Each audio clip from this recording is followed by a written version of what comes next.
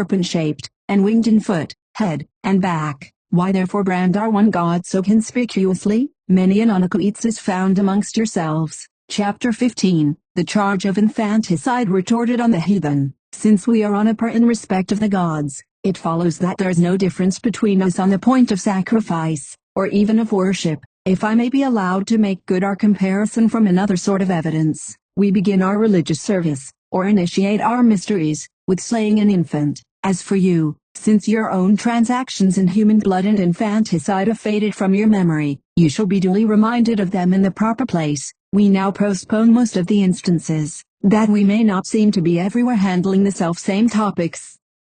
Meanwhile, as I have said, the comparison between us does not fail in another point of view, for if we are infanticides in one sense, you also can hardly be deemed such in any other sense, because, although you are forbidden by the laws to slay newborn infants, it so happens that no laws are evaded with more impunity or greater safety, with the deliberate knowledge of the public, and the suffrages of this entire age. Yet there is no great difference between us, only you do not kill your infants in the way of a sacred rite, nor, as a service, to God, but then you make away with them in a more cruel manner, because you expose them to the cold and hunger, and to wild beasts, or else you get rid of them by the slower death of drowning. If, however, there does occur any dissimilarity between us in this matter, you must not overlook the fact that it is your own dear children whose life you quench, and this will supplement, nay, abundantly aggravate, on your side of the question, whatever is defective in us on other grounds. Well, but we are said to sup off our impious sacrifice, whilst we postpone to a more suitable place whatever resemblance even to this practice is discoverable amongst yourselves. We are not far removed from you in voracity. If in the one case there is unchastity, and in ours cruelty, we are still on the same footing, if I may so far admit our guilt, in nature, where cruelty is always found conquered with unchastity. But, after all, what are you less than we, or rather, what do you not do in excess of us? I wonder whether it be a small matter to you to pant for human entrails, because you devour full-grown men alive? Is it, forsooth, only a trifle to lick up human blood, when you draw out the blood which was destined to live? Is it a light thing in your view to feed on an infant, when you consume one wholly before it has come to the birth? Chapter 16. Other charges repelled by the same method. The story of the noble Roman youth and his parents. I am now come to the hour for extinguishing the lamps, and for using the dogs, and practicing the deeds of darkness. And on this point I am afraid I must succumb to you, for what similar accusation shall I have to bring against you? But you should at once commend the cleverness with which we make our incest look modest, in that we have devised a spurious night, to avoid polluting the real light and darkness, and have even thought it right to dispense with earthly lights, and to play tricks also with our conscience. For whatever we do ourselves, we suspect in others when we choose to be suspicious. As for your incestuous deeds, on the contrary, men enjoy them at full liberty, in the face of day, or in the natural night, or before high heaven, and in proportion to their successful issue is your own ignorance of the result, since you publicly indulge in your incestuous intercourse in the full cognizance of broad daylight. No ignorance, however, conceals our conduct from our eyes, for in the very darkness we are able to recognize our own misdeeds. The Persians, you know very well, according to Ctesias, live quite promiscuously with their mothers, in full knowledge of the fact, and without any horror, whilst of the Macedonians it is well known that they constantly do the same thing, and with perfect approbation. For once, when the blinded Oedipus came upon their stage, they greeted him with laughter and derisive cheers. The actor, taking off his mask in great alarm, said, "Gentlemen, have I displeased you?" "Certainly not," replied the Macedonians. "You have played your part well enough, but either the author was very silly, if he invented this mutilation as an atonement for the incest, or else Oedipus was a great fool for his pains if he really so punished himself." And then they shouted out one to the other, "I'll sign S Greek letter tau Greek letter numera." But how insignificant, say you, is the stain which one or two nations can make on the whole world. As for us, we of course have infected the very sun, polluted the entire ocean. Then, one nation which is free from the passions which allure the whole race of men to incest. If there is a single nation which knows nothing of concubinage through the necessity of age and sex, to say nothing of lust and licentiousness, that nation will be a stranger to incest. If any nature can be found so peculiarly removed from the human state as to be liable neither to ignorance, nor error, nor misfortune, that alone may be adduced with any consistency as an answer to the Christians. Reflect, therefore, on the licentiousness which floats about amongst men's passions as if they were the winds, and consider whether there be any communities which the full and strong tides of passion fail to waft to the commission of this great sin. In the first place, when you expose your infants to the mercy of others, or leave them for adoption to better parents than yourselves, do you forget what an opportunity for incest is furnished, how wide a scope is opened for its accidental commission? Undoubtedly, such of you as are more serious from a principle of self-restraint and careful reflection, abstain from lusts which could produce results of such a kind, in whatever place you may happen to be, at home or abroad, so that no indiscriminate diffusion of seed, or licentious reception thereof, will produce children to you unawares, such as their very parents, or else other children, might encounter an inadvertent incest, for no restraint from age is regarded in the importunities of lust, all acts of adultery, all cases of fornication, all the licentiousness of public brothels, whether committed at home or perpetrated out of doors, serve to produce confusions of blood and complications of natural relationship, and thence to conduce to incest, from which consummation your players and buffoons draw the materials of their exhibitions. It was from such a source, too, that so flagrant a tragedy recently burst upon the public as that which the prefect Fascianus had judicially to decide. A boy of noble birth, who, by the unintentional neglect of his attendants, had strolled too far from home, was decoyed by some passers-by, and carried off. The paltry Greek who had the care of him, or somebody else, in true Greek fashion, had gone into the house and captured him. Having been taken away into Asia, he is brought, when arrived at full age, back to Rome, and exposed for sale. His own father buys him unawares, and treats him as a Greek. Afterwards, as was his wont, the youth is sent by his master into the fields, chained as a slave. Thither the tutor and the nurse had already been banished for punishment. The whole case is represented to them. They relate each other's misfortunes. They, on the one hand, how they had lost their ward when he was a boy, he, on the other hand, that he had been lost from his boyhood, but they agreed in the main, that he was a native of Rome of a noble family. Perhaps he further gave sure proofs of his identity. Accordingly, as God willed it for the purpose of fastening a stain upon that age, a presentiment about the time excites him. The periods exactly suit his age, even his eyes help to recall his features. Some peculiar marks on his body are enumerated. His master and mistress, who are now no other than his own father and mother, anxiously urge a protracted inquiry. The slave dealer is examined. The unhappy truth is all discovered. When their wickedness becomes manifest, the parents find a remedy for their despair by hanging themselves. To their son, who survives the miserable calamity, their property is awarded by the prefect, not as an inheritance, but as the wages of infamy and incest. That one case was a sufficient example for public exposure of the sins of this sort which are secretly perpetrated among you. Nothing happens among men in solitary isolation, but, as it seems to me, it is only in a solitary case that such a charge can be drawn out against us, even in the mysteries of our religion. You ply us evermore with this charge, yet there are like delinquencies to be traced amongst you, even in your ordinary course of life. Chapter 17, The Christian Refusal to Swear by the Genius of Caesar, Flippancy and Irreverence retorted on the heathen. As to your charges of obstinacy and presumption, whatever you allege against us, even in these respects, there are not wanting points in which you will bear a comparison with us. Our first step in this contumacious conduct concerns that which is ranked by you immediately after the worship at God, that is, the worship at the majesty of the Caesars, in respect of which we are charged with being irreligious towards them, since we neither propitiate their images nor swear by their genius. We are called enemies of the people. Well, be it so. Yet at the same time, it must not be forgotten, that, the emperors find enemies amongst you heathen, and are constantly getting surnames to signalize their triumphs, one becoming Parthicus, and another Medicus and Germanicus. On this head the Roman people must see to it who they are amongst whom there still remain nations which are unsubdued and foreign to the rule. But, at all events, you are of us, and yet you conspire against us.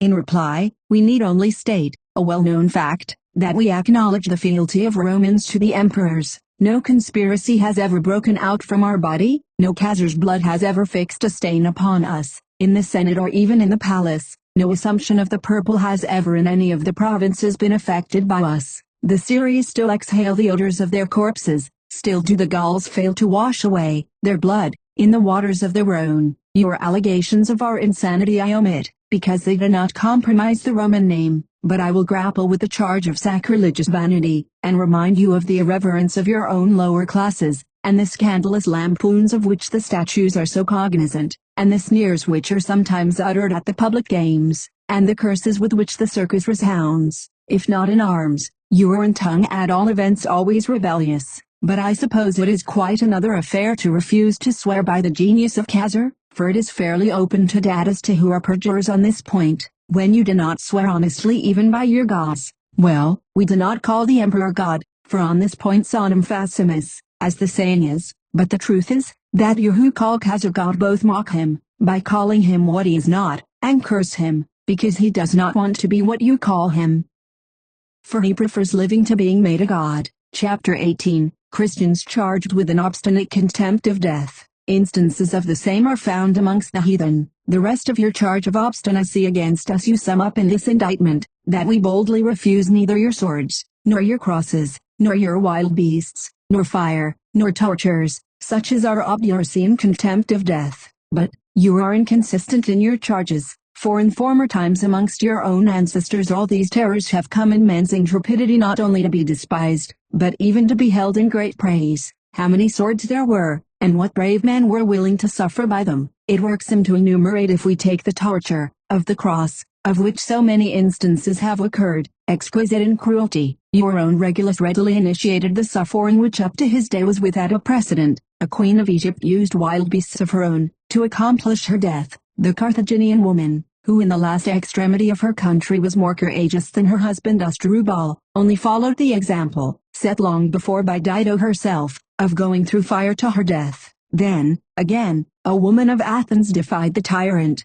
exhausted his tortures, and at last, lest her person and sex might succumb through weakness, she bit off her tongue and spat out of her mouth the only possible instrument of a confession which was now out of her power. But in your own instance you account such deeds glorious, in ours obstinate. Annihilate now the glory of your ancestors, in order that you may thereby annihilate us also. Be content from henceforth to repeal the praises of your forefathers, in order that you may not have to accord commendation to us for the same sufferings. Perhaps, you will say, the character of a more robust age may have rendered the spirits of antiquity more enduring.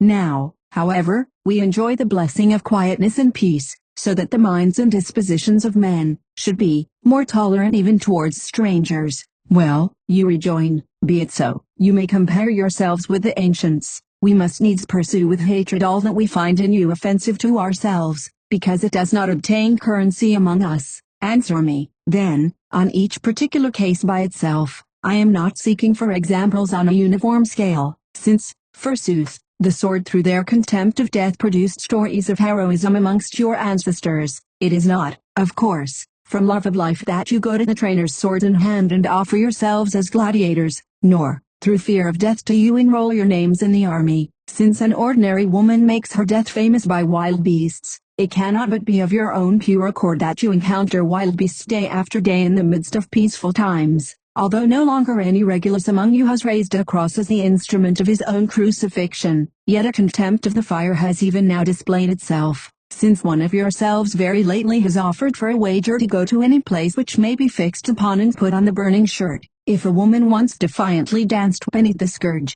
the same feat has been very recently performed again by one of your own circus hunters as he traversed the appointed course, not to mention the famous sufferings of the Spartans. Chapter 19. If Christians and the heathen thus resemble each other, there is great difference in the grounds and nature of their apparently similar conduct. Here end, I suppose, your tremendous charges of obstinacy against the Christians. Now, since we are amenable to them in common with yourselves, it only remains that we compare the grounds which the respective parties have for being personally derided. All our obstinacy, however, is with you a foregone conclusion, based on our strong convictions, for we take for granted a resurrection of the dead. Hope in this resurrection amounts to a contempt of death. Ridicule, therefore, as much as you like the excessive stupidity of such minds as die that they may live. But then, in order that you may be able to laugh more merrily, and deride us with greater boldness, you must take your sponge, or perhaps your tongue, and wipe away those records of yours every now and then cropping out, which assert in not dissimilar terms that souls will return to bodies, But how much more worthy of acceptance is our belief which maintains that they will return to the same bodies, and how much more ridiculous is your inherited conceit, that the human spirit is to reappear in a dog, or a mule, or a peacock. Again, we affirm that a judgment has been ordained by God according to the merits of every man. This you ascribe to Minos and Rhadamanthus, while at the same time you reject Aristides, who was a juster judge than either. By the award of the judgment, we say that the wicked will have to spend an eternity in endless fire, the pious and innocent in a region of bliss. In your view likewise an unalterable condition is ascribed to the respective destinations of Pyriphlegethon and Elysium. Now they are not merely your composers of myth and poetry who write songs of this strain, but your philosophers also speak with all confidence of the return of souls to their former state, and of the twofold award of a final judgment. Chapter 20. Truth and reality pertain to Christians alone. The heathen counsel to examine and embrace it. How long therefore, O most unjust heathen, will you refuse to acknowledge us, and, what is more, to execrate your own worthies, since between us no distinction has place, because we are one and the same? Since you do not, of course, hate what you yourselves are, give us rather your right hands in fellowship, unite your salutations, mingle your embraces, sanguinary with the sanguinary, incestuous with the incestuous, conspirators with conspirators, obstinate and vain with those of the self-same qualities. In company with each other, we have been traitors to the majesty of the gods, and together do we provoke their indignation. You too have your third race, not indeed third in the way of religious right, but a third race in sex, and, made up as it is of male and female in one, it is more fitted to men and women, for offices of lust. Well, then, do we offend you by the very fact of our approximation and agreement, being on a par is apt to furnish unconsciously the materials for rivalry. Thus a potter envies a potter, and a smith a smith, but we must now discontinue this imaginary confession. Our conscience has returned to the truth, and to the consistency of truth.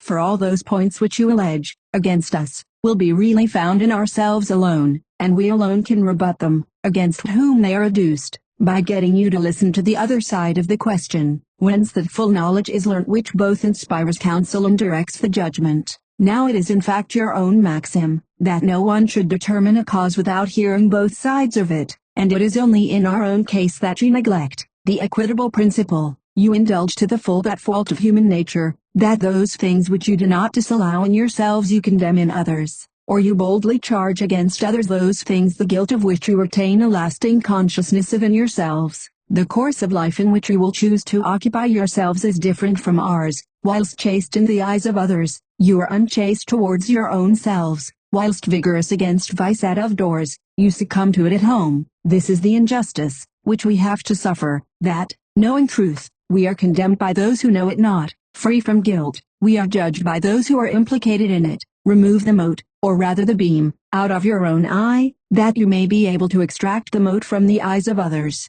Amend your own lives first, that you may be able to punish the Christians. Only so far as ye shall have effected your own reformation, will you refuse to inflict punishment on them. Nay, so far will you have become Christians yourselves, and as you shall have become Christians, so far will you have compassed your own amendment of life. Learn what that is which you accuse in us, and you will accuse no longer. Search out what that is which you do not accuse in yourselves, and you will become self-accusers. From these very few and humble remarks, so far as we have been able to open out the subject to you, you will plainly get some insight into your own error, and some discovery of our truth. Condemn the truth if you have the heart, but only after you have examined it, and approve the error still, if you are so minded, only first explore it. But if your prescribed rule is to love error and hate truth, why, let me ask, do you not probe to a full discovery the objects both of your love and your hatred? Book 2, Chapter 1, The Heathen Gods from Heathen Authorities. Varro has written a work on the subject. His threefold classification, the changeable character of that which ought to be fixed and certain. Our defense requires that we should at this point discuss with you the character of your gods, O ye heathen, fit objects of our pity, appealing even to your own conscience to determine whether they be truly gods, as you would have it supposed, or falsely, as you are unwilling to have proved. Now this is the material part of human error, owing to the wiles of its author, that it is never free from the ignorance of error, whence your guilt is all the greater. Your eyes are open, yet they see not, your ears are unstopped, yet they hear not, though your heart beats, it is yet dull, nor does your mind understand that of which it is cognizant. If indeed the enormous perverseness of your worship could be broken up by a single demurrer, we should have our objection ready to hand in the declaration that, as we know all those gods of yours to have been instituted by men, all belief in the true deity is by this very circumstance brought to naught, because, of course, nothing which some time or other had a beginning can rightly seem to be divine. But the fact is, there are many things by which tenderness of conscience is hardened into the callousness of willful error. Truth is beleaguered with the vast force of the enemy, and yet how secure she is in her own inherent strength, and naturally enough when from her very adversaries she gains to her side whomsoever she will, as her friends and protectors, and prostrates the entire host of her assailants. It is therefore against these things that our contest lies, against the institutions of our ancestors, against the authority of tradition, the laws of our governors, and the reasonings of the wise, against antiquity, custom, submission, against precedents, prodigies, miracles, all which things have had their part in consolidating that spurious system of your gods, wishing, then, to follow step by step your own commentaries which you have drawn out of your theology of every sort, because the authority of learned men goes further with you in matters of this kind than the testimony of facts. I have taken and abridged the works of Varro, for he in his treatise concerning divine things, collected out of ancient digests, has shown himself a serviceable guide for us. Now, if I inquire of him who were the subtle inventors of the gods, he points to either the philosophers, the peoples, or the poets, for he has made a threefold distinction in classifying the gods, one being the physical class, of which the philosophers treat, another the mythic class, which is the constant burden of the poets, the third, the Gentile class, which the nations have adopted each one for itself. When, therefore, the philosophers have ingeniously composed their physical theology out of their own conjectures, when the poets have drawn their mythical from fables, and the several nations have forged their Gentile polytheism, according to their own will, where in the world must truth be placed?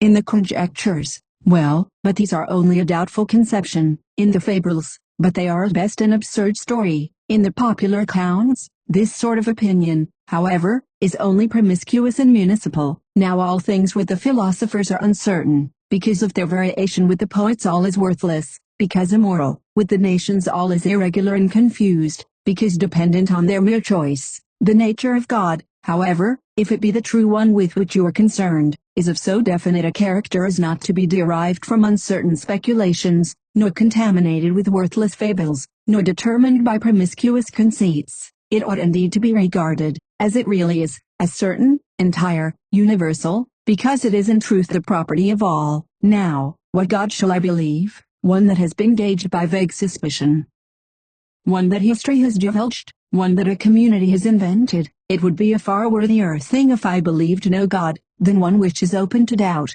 or full of shame, or the object of arbitrary selection. Chapter 2. Philosophers had not succeeded in discovering God, the uncertainty and confusion of their speculations, but the authority of the physical philosophers is maintained among you as the special property of wisdom. You mean, of course, that pure and simple wisdom of the philosophers which attests its own weakness mainly by that variety of opinion which proceeds from an ignorance of the truth. Now what wise man is so devoid of truth, as not to know that God is the Father and Lord of wisdom itself and truth? Besides, there is that divine oracle uttered by Solomon, the fear of the Lord, says he, is the beginning of wisdom. But fear has its origin in knowledge, for how will a man fear that of which he knows nothing?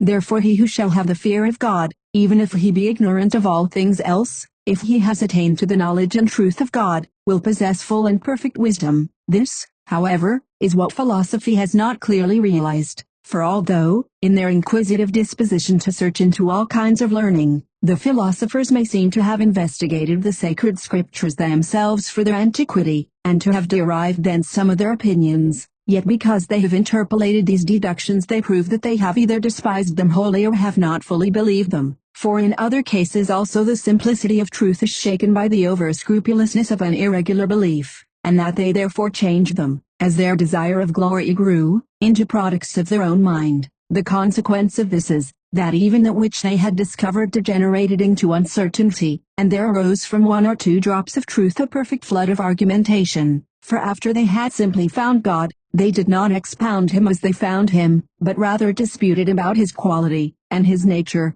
and even about his abode. The Platonists, indeed, held him to care about worldly things, both as the disposer and judge thereof. The Epicureans regarded him as apathetic and inert, and, so to say, a non-entity. The Stoics believed him to be outside of the world, the Platonists, within the world, the God whom they had so imperfectly admitted. They could neither know nor fear, and therefore they could not be wise, since they wandered away indeed from the beginning of wisdom, that is, the fear of God. Proofs are not wanting that among the philosophers there was not only an ignorance, but actual doubt, about the divinity. Diogenes, when asked what was taking place in heaven, answered by saying, "I have never been up there." Again, whether there were any gods, he replied, "I do not know, only there ought to be gods." When Croesus inquired of Thales of Miletus what he thought of the gods, the latter, having taken some time to consider, answered by the word nothing. Even Socrates denied with an air of certainty those gods of years,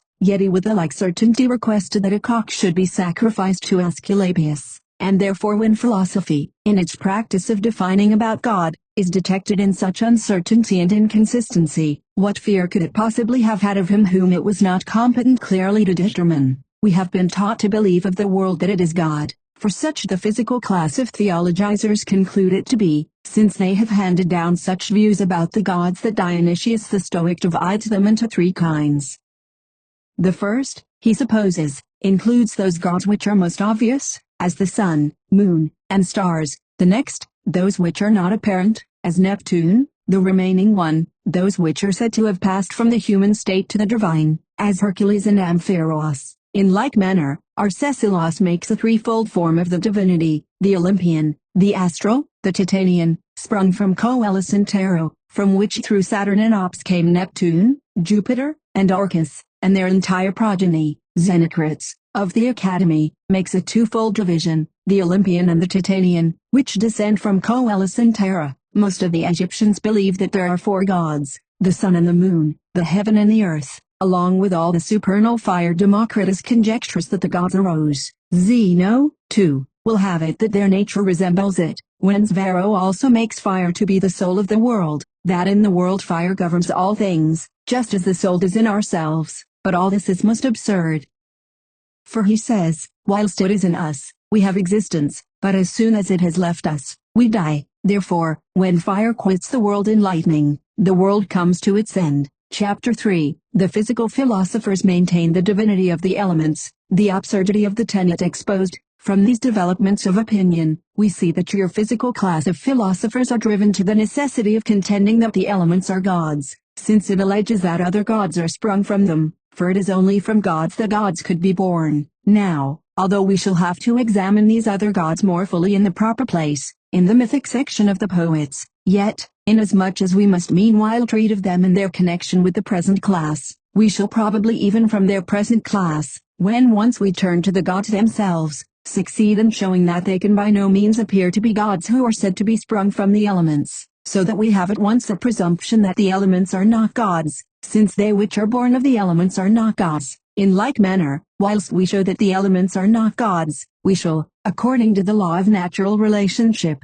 get a presumptive argument that they cannot rightly be maintained to be gods whose parents, in this case the elements, are not gods. It is a settled point that a god is born of a god, and that what lacks divinity is born of what is not divine. Now, so far as the world of which your philosophers treat, for I apply this term to the universe in the most comprehensive sense, contains the elements, ministering to them as its component parts, for whatever its own condition may be, the same of course will be that of its elements and constituent portions. It must needs have been formed either by some being, according to the enlightened view of Plato, or else by none, according to the harsh opinion of Epicurus, and since it was formed, by having a beginning, it must also have an end.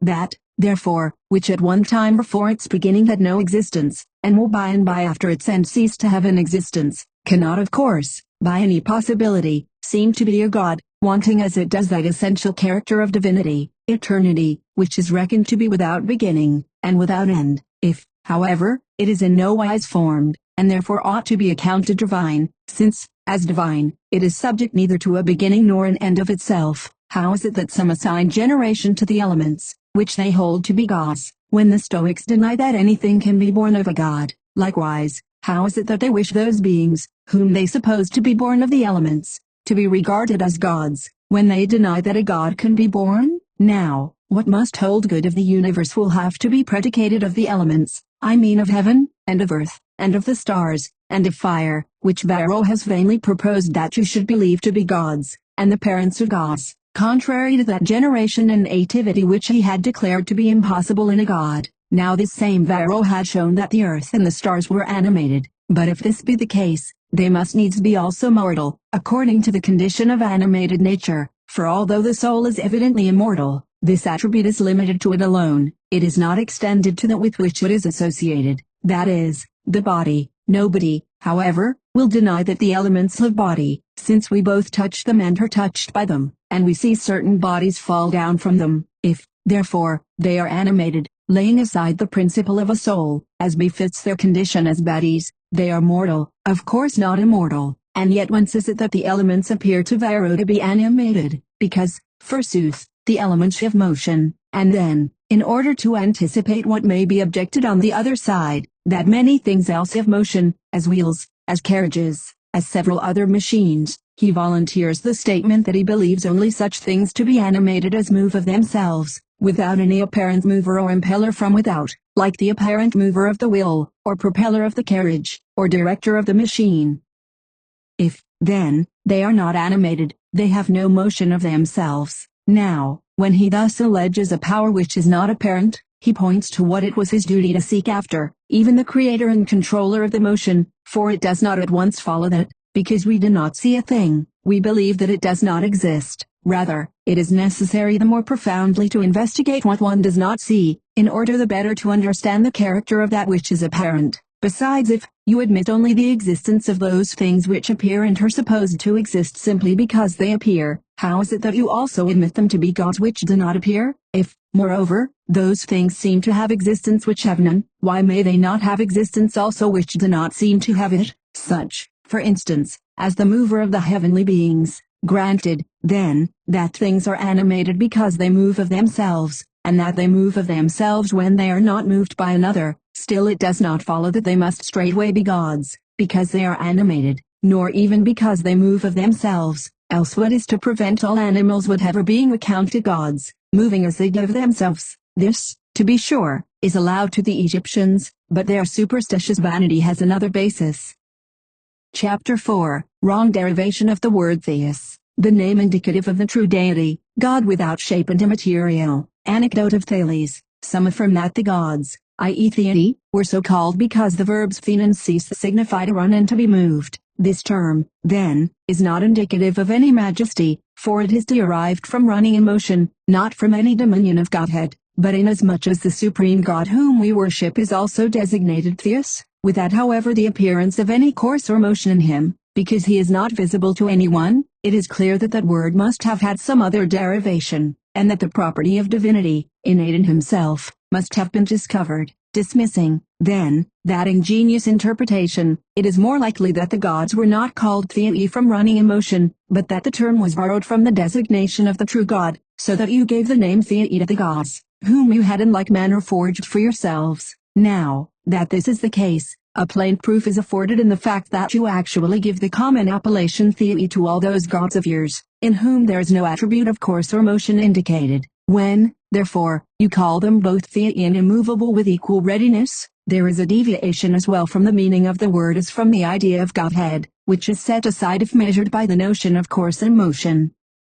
But if that sacred name be peculiarly significant of deity, and be simply true and not of a forced interpretation in the case of the true God, but transferred in a borrowed sense to those other objects which you choose to call gods, then you ought to show to us that there is also a community of character between them, so that their common designation may rightly depend on their union of essence. But the true God, on this sole ground that he is not an object of sense, is incapable of being compared with those false deities which are cognizable to sight and sense. To sense indeed is sufficient, for this amounts to a clear statement of the difference between an obscure proof and a manifest one. Now, since the elements are obvious to all, and, since God, on the contrary, is visible to none, how will it be in your power from that part which you have not seen to pass to a decision on the objects which you see? Since, therefore, you have not to combine them in your perception or your reason, Why do you combine them in name with the purpose of combining them also in power? For see how even Zeno separates the matter of the world from God. He says that the latter has percolated through the former, like honey through the comb. God, therefore, and matter two words, and two things. Proportion to the difference of the words is the diversity of the things. The condition also of matter follows its designation. Now if matter is not God, because its very appellation teaches us so, how can those things which are inherent in matter, that is, the elements, be regarded as gods, since the component members cannot possibly be heterogeneous from the body? But what concern have I with physiological conceits? It were better for one's mind to ascend above the state of the world, not to stoop down to uncertain speculations. Plato's form for the world was round, its square, angular shape, such as others had conceived it to be, he rounded off, I suppose, with compasses, from his laboring to have it believed to be simply without a beginning. Epicurus, however, who had said, what is above us is nothing to us, wished notwithstanding to have a peep at the sky, and found the sun to be a foot in diameter. Thus far you must confess men were niggardly in even celestial objects. In process of time their ambitious conceptions advanced, and so the sun too enlarged its disk. Accordingly, the Peripatetics marked it out as a larger world. Now, pray tell me, what wisdom is there in this hankering after conjectural speculations? What proof is afforded to us, notwithstanding the strong confidence of its assertions, by the useless affectation of a scrupulous curiosity, which is tricked out with an artful show of language? It therefore served Thales of Miletus quite right, when, stargazing as he walked with all the eyes he had the mortification of falling into a well, and was unmercifully twitted by an Egyptian, who said to him, is it because you found nothing on earth to look at, that you think you ought to confine your gaze to the sky? His fall, therefore, is a figurative picture of the philosophers, of those, I mean, who persist in applying their studies to a vain purpose, since they indulge a stupid curiosity on natural objects, which they ought rather, intelligently to direct to their Creator and Governor. Chapter 5, the physical theory continued. Further reasons advanced against the divinity of the elements. Why, then, do we not resort to that far more reasonable opinion, which has clear proof of being derived from men's common sense and unsophisticated deduction? Even Varro bears it in mind, when he says that the elements are supposed to be divine, because nothing whatever is capable, without their concurrence, of being produced, nourished, or applied to the sustenance of man's life and of the earth, since not even our bodies and souls could have sufficed in themselves without the modification of the elements. By this it is that the world is made generally habitable, a result which is harmoniously secured by the distribution into zones, except where human residence has been rendered impracticable by intensity of cold or heat. On this account, men have accounted as gods, the sun, because it imparts from itself the light of day, ripens the fruit with its warmth, and measures the year with its stated periods, the moon, which is at once the solace of the night and the controller of the months by its governance, the stars also, certain indications as they are of those seasons which are to be observed in the tillage of our fields. Lastly, the very heaven also under which, and the earth over which, as well as the intermediate space within which, all things conspire together for the good of man. Nor is it from their beneficent influences only that a faith in their divinity has been deemed compatible with the elements, but from their opposite qualities also, such as usually happen from what one might call their wrath and anger, as thunder, and hail, and drought, and pestilential winds, floods also, and openings of the ground, and earthquakes. These are all fairly enough accounted gods, whether their nature becomes the object of reverence as being favorable, or of fear because terrible, the sovereign dispenser, in fact, both of help and of hurt.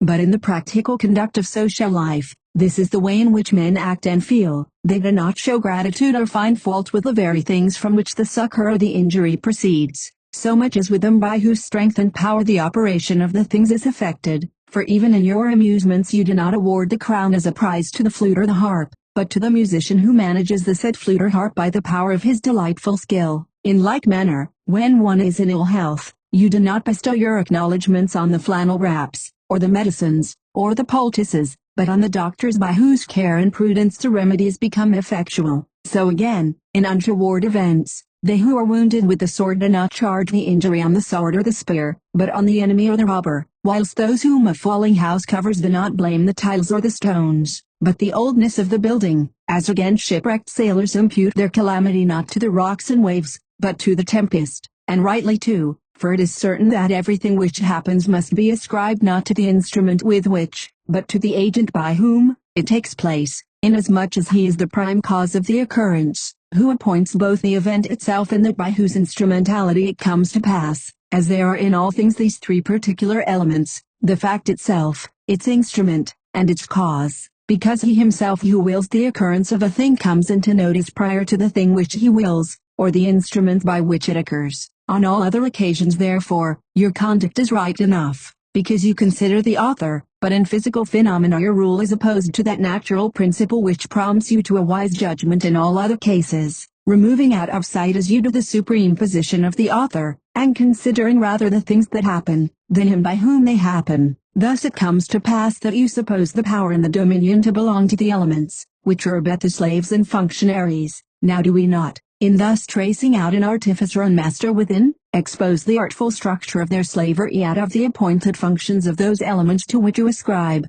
the attributes of power? But gods are not slaves, therefore whatever things are servile in character are not gods, otherwise they should prove to us that, according to the ordinary course of things, liberty is promoted by irregular license, despotism by liberty, and that by despotism divine power is meant. For if all the heavenly bodies overhead forget not to fulfill their courses in certain orbits, in regular seasons, at proper distances, and at equal intervals, appointed in the way of a law for the revolutions of time, and for directing the guidance thereof, can it fail to result from the very observance of their conditions and the fidelity of their operations, that you will be convinced both by the recurrence of their orbital courses and the accuracy of their mutations, when you bear in mind how ceaseless is their recurrence, that a governing power presides over them, to which the entire management of the world is obedient, reaching even to the utility and injury of the human race. For you cannot pretend that these phenomena act and care for themselves alone, without contributing anything to the advantage of mankind, when you maintain that the elements are divine for no other reason than that you experience from them either benefit or injury to yourself. For if they benefit themselves only, you are under no obligation to them. Chapter 6. The changes of the heavenly bodies, proof that they are not divine, transition from the physical to the mythic class of gods. Come now, do you allow that the divine being not only has nothing servile in his course, but exists in unimpaired integrity, and ought not to be diminished, or suspended, or destroyed? Well, then, all his blessedness would disappear, if he were ever subject to change. Look, however, at the stellar bodies, they both undergo change, and give clear evidence of the fact. The moon tells us how great has been its loss, as it recovers its full form. Its greater losses you are already accustomed to measure in a mirror of water, so that I need not any longer believe in any wise what Magians have asserted. The sun, too, is frequently put to the trial of an eclipse.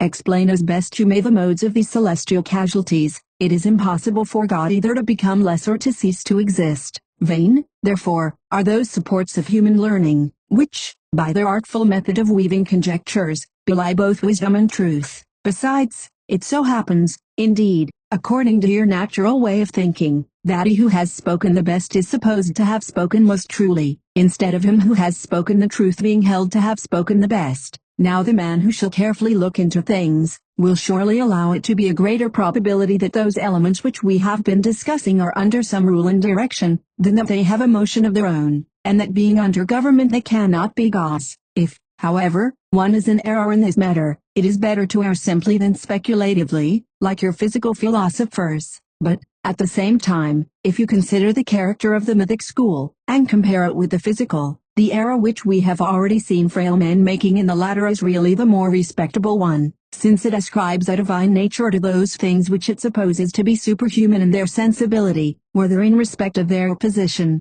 their power, their magnitude, or their divinity. For that which you suppose to be higher than man, you believe to be very near to God. Chapter 7. The gods of the mythic class. The poets are very poor authority in such matters. Homer and the mythic poets, why irreligious? But to pass to the mythic class of gods, which we attributed to the poets, I hardly know whether I must only seek to put them on a par with our own human mediocrity, or whether they must be affirmed to be gods, with proofs of divinity, like the African Mopsus and the Boeotian Amphiros. I must now indeed but slightly touch on this class, of which a fuller view will be taken in the proper place. Meanwhile, that these were only human beings, is clear from the fact that you do not consistently call them gods, but heroes. Why then discuss the point? Although divine honors had to be ascribed to dead men, it was not to them as such. Of course, look at your own practice. When with similar excess of presumption you sully heaven with the sepulchres of your kings, is it not such as are illustrious for justice, virtue, piety, and every excellence of this sort, that you honor with the blessedness of deification, contented even to incur contempt if you forswear yourselves for such characters? And, on the other hand, do you not deprive the impious and disgraceful of even the old prizes of human glory, tear up their decrees and titles, pull down their statues, and deface their images on the current coin? Will he, however, who beholds all things, who approves, nay, rewards the good, prostitute before all men the attribute of his own inexhaustible grace and mercy? And shall men be allowed an especial amount of care and righteousness, that they may be wise in selecting and multiplying their deities? Shall attendants on kings and princes be more pure than those who wait on the supreme God? You turn your back in horror, indeed, on outcasts and exiles, on the poor and weak, on the obscurely born and the low-lived, but yet you honor, even by legal sanctions, unchaste men, adulterers, robbers, and parricides. Must we regard it as a subject of ridicule or indignation, that such characters are believed to be gods who are not fit to be men? Then, again, in these mythic class of yours which the poets celebrate, how uncertain is your conduct as to purity of conscience and the maintenance thereof. For whenever we hold up to execration the wretched, disgraceful and atrocious examples of your gods, you defend them as mere fables, on the pretense of poetic license. Whenever we volunteer a silent contempt of this said poetic license, then you are not only troubled with no horror of it, but you go so far as to show it respect, and to hold it as one of the indispensable, fine, arts. Nay, you carry out the studies of your higher classes by its means, as the very foundation of your literature. Plato was of opinion that poets ought to be banished, as calumniators of the gods. He would even have Homer himself expelled from his republic, although, as you are aware, he was the crowned head of them all. But while you admit and retain them thus, why should you not believe them when they disclose such things respecting your gods? And if you do believe your poets, how is it that you worship such gods, as they describe? If you worship them simply because you do not believe the poets, why do you bestow praise on such lying authors, without any fear of giving offense to those whose calumniators you honor? A regard for truth is not, of course, to be expected of poets, but when you say that they only make men into gods after their death, do you not admit that before death the said gods were merely human? Now what is there strange in the fact, that they who were once men are subject to the dishonor of human casualties, or crimes, or fables? Do you not, in fact, put faith in your poets, when it is in accordance with the rhapsodies that you have arranged in some instances your very rituals? How is it that the priestess of Ceres is ravished, if it is not because Ceres suffered a similar outrage? Why are the children of others sacrificed to Saturn, if it is not because he spared not his own? Why is a male mutilated in honor of the Idan goddess Cybele, unless it be that the unhappy youth who was too disdainful of her advances was castrated, owing to her vexation at his daring to cross her love? Why was not Hercules a dainty dish to the good ladies of Lanuvium, if it was not for the primeval offense which women gave to him? The poets, no doubt, are liars, yet it is not because of their telling us that your gods did such things when they were human beings, nor because they predicated divine scandals of a divine state, since it seemed to you more credible that gods should exist, though not of such a character, than that there should be such characters, although not gods. Chapter 8. The gods of the different nations. Varro's Gentile class, their inferiority. A good deal of this perverse theology taken from Scripture. Serapis, a perversion of Joseph. There remains the Gentile class of gods amongst the several nations. These were adopted out of mere caprice, not from the knowledge of the truth, and our information about them comes from the private notions of different races. God, I imagine, is everywhere known, everywhere present, powerful everywhere, an object whom all ought to worship, all ought to serve. Since, then, it happens that even they, whom all the world worships in common, fail in the evidence of their true divinity, how much more must this befall those whom their very votaries have not succeeded in discovering? For what useful authority could possibly precede a theology of so defective a character as to be wholly unknown to fame? How many have either seen or heard of the Syrian Atargatis, the African Coelestus, the Moorish Varsudina, the Arabian Abatis and Dusres, or the Norican Bilenus, or those whom Varro mentions, Deluntinus of Casinum, Visitianus of Narnia, Numaturnus of Adana, or Ancharia of Asculum? and who have any clear notions of Norcia of Vulsinii, there is no difference in the worth of even their names, apart from the human surnames which distinguish them. I laugh often enough at the little coteries of gods in each municipality, which have their honors confined within their own city walls. To what lengths this license of adopting gods has been pushed, the superstitious practices of the Egyptians show us, for they worship even their native animals, such as cats, crocodiles, and their snake.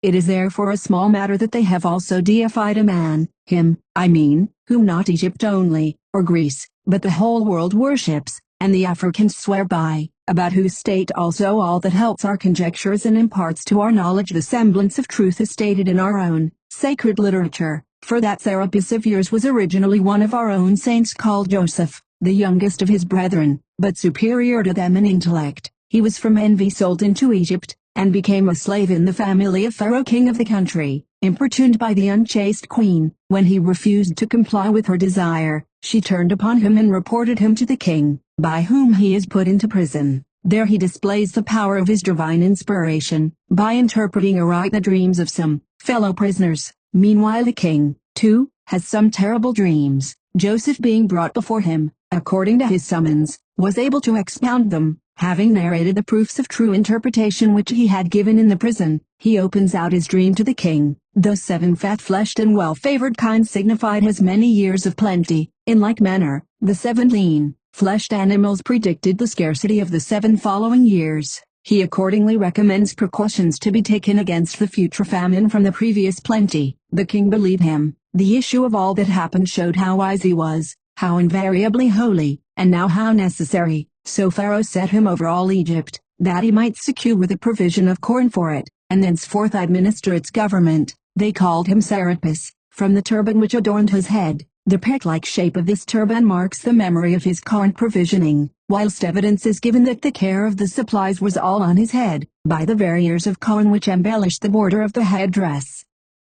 For the same reason, also, they made the sacred figure of a dog, which they regard as a sentry, in Hades, and put it under his right hand, because the care of the Egyptians was concentrated under his hand, and they put it aside Pharia, whose name shows her to have been the king's daughter, for in addition to all the rest of his kind gifts and rewards, Pharaoh had given him his own daughter in marriage. Since, however, they had begun to worship both wild animals and human beings, they combined both figures under one form, Anubis, in which there may rather be seen clear proofs of its own character and condition enshrined by a nation at war with itself, refractory to its kings, despised among foreigners, with even the appetite of a slave and the filthy nature of a dog. Chapter 9, The Power of Rome, Romanized aspect of all the heathen mythology, Varro's threefold distribution criticized, Roman heroes, Annius included, unfavorably reviewed.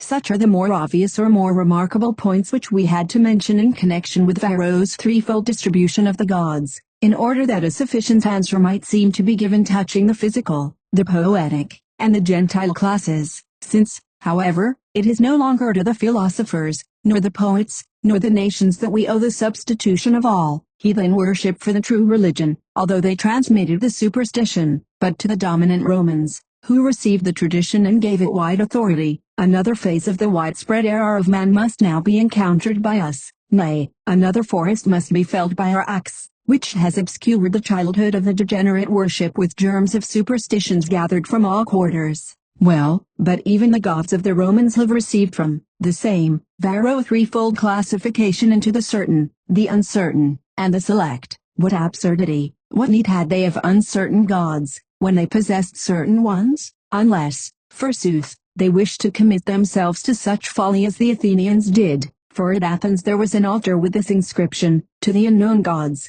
Does, then, a man worship that which he knows nothing of? Then, again, as they had certain gods, they ought to have been contented with them, without requiring select ones. In this want they are even found to be irreligious, for if gods are selected as onions are, then such as are not chosen are declared to be worthless.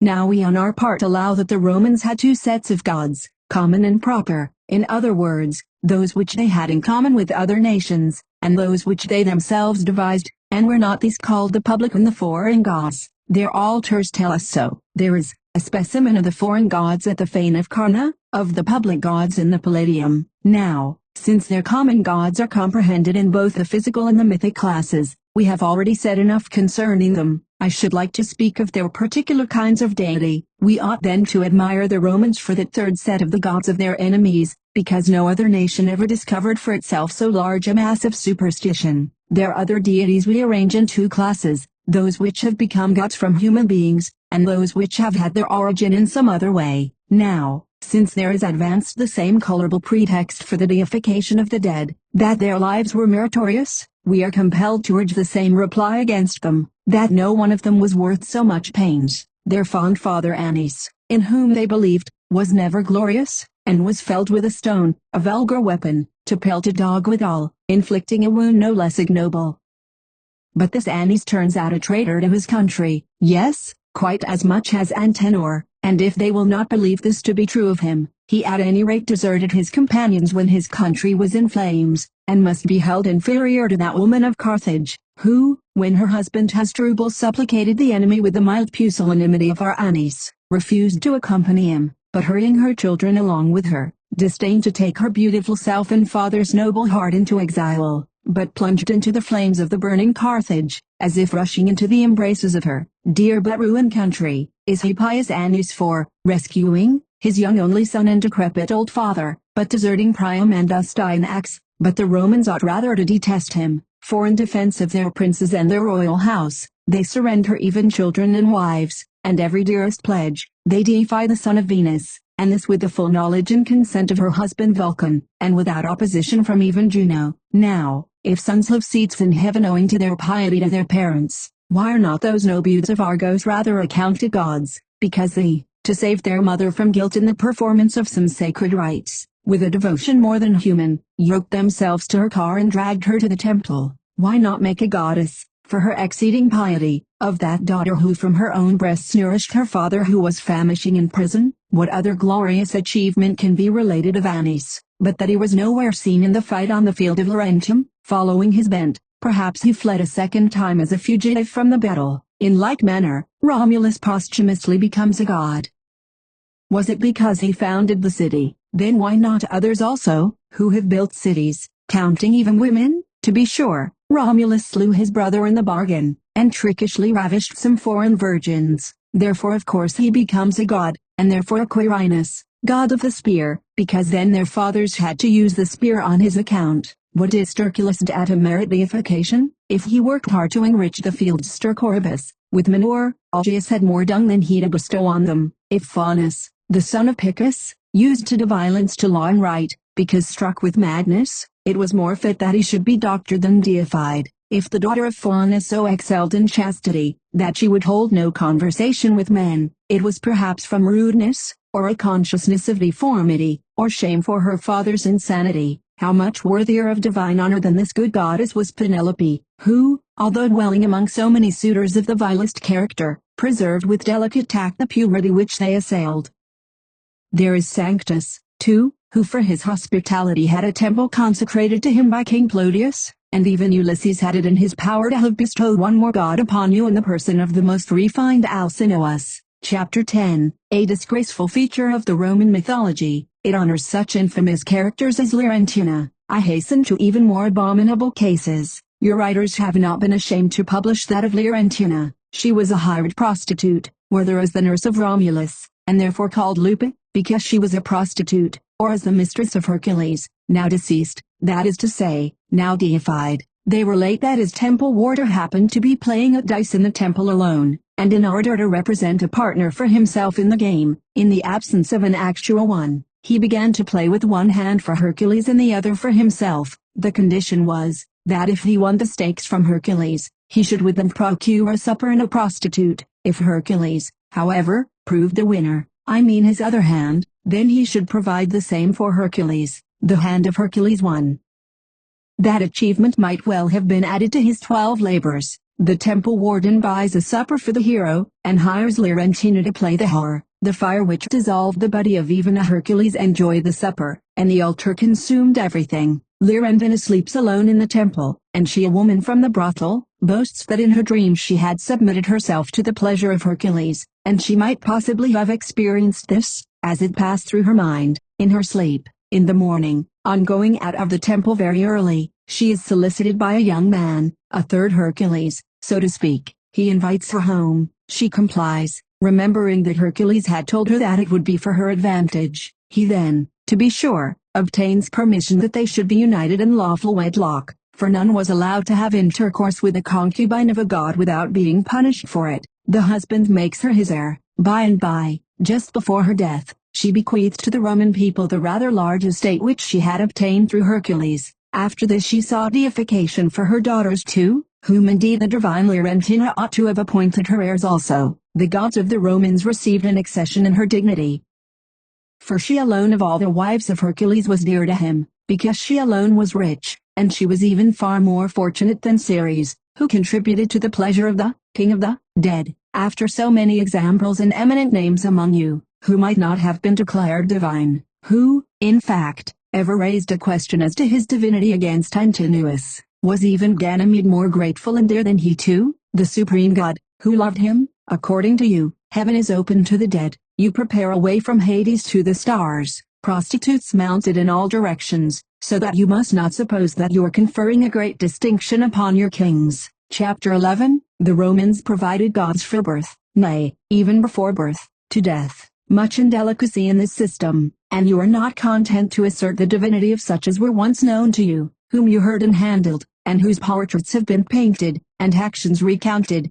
and memory retained amongst you. But men insist upon consecrating with a heavenly life I know not what incorporeal, inanimate shadows, and the mere names of things, dividing man's entire existence amongst separate powers even from his conception in the womb, so that there is a God concevious, to preside over concubital generation, and Flaviana, to preserve the growth of the infant in the womb. After these come Vitumnus and Sentinus, through whom the babe begins to have life and its earliest sensation, then Despider, by whose office the child accomplishes its birth. But when women begin their parturition, Candelifera also comes in aid, since childbearing requires the light of the candle, and other goddesses there are who get their names from the parts they bear in the stages of travail. There were two Carmentis likewise, according to the general view. To one of them, called Postverta, belonged the function of assisting the birth of the introverted child, while the other, Prosa, executed the like office for the rightly born. The god Farinus was so called from his inspiring the first utterance, while others believed in Lacutius from his gift of speech.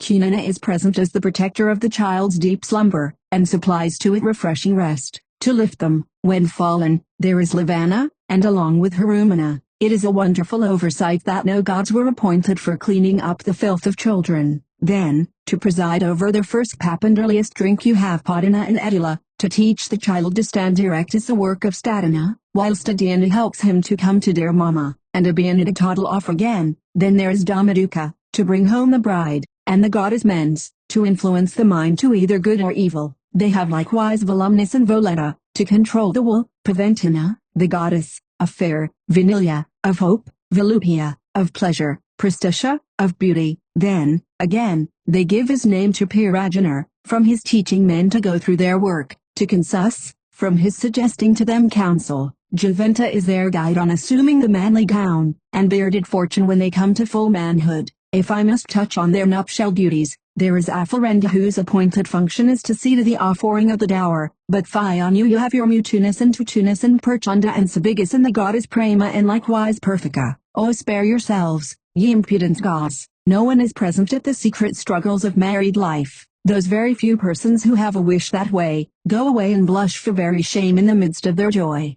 Chapter 12. The original deities were human, with some very questionable characteristics.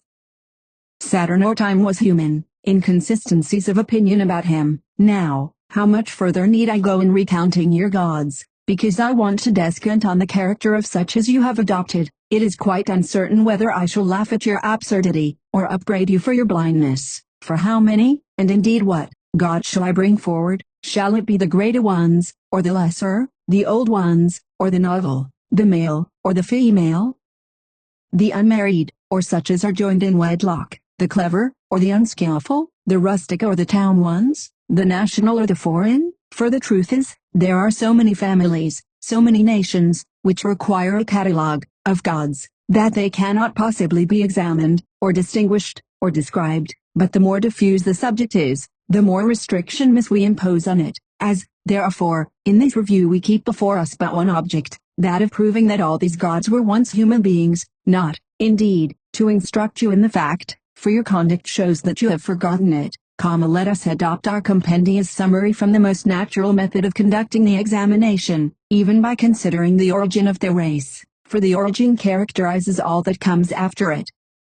Now this origin of your gods dates, I suppose, from Saturn, and when Varro mentions Jupiter, Juno, and Minerva, as the most ancient of the gods, it ought not to have escaped our notice, that every father is more ancient than his sons, and that Saturn therefore must precede Jupiter, even as Coelus does Saturn, for Saturn was sprung from Coelus and Terra. I pass by, however, the origin of Coelus and Terra. They led in some unaccountable way single lives, and had no children. Of course they required a long time for vigorous growth to attain to such a stature. By and by, as soon as the voice of Coelus began to break, and the breasts of Terra to become firm, they contract marriage with one another. I suppose either heaven came down to his spouse, or earth went up to meet her Lord. Be that as it may, earth conceived seed of heaven, and when her year was fulfilled brought forth Saturn in a wonderful manner. Which of his parents did he resemble? Well, then, even after parentage began, it is certain that they had no child previous to Saturn, and only one daughter afterwards.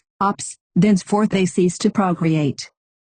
The truth is, Saturn castrated Coelus as he was sleeping. We read this name Coelus as of the masculine gender, and for the matter of that, how could he be a father unless he were male? But with what instrument was the castration effected? He had a scythe. What, so early as that? For Vulcan was not yet an artificer in iron. The widowed Terra, however, although still quite young, was in no hurry to marry another. Indeed, there was no second Coelus for her.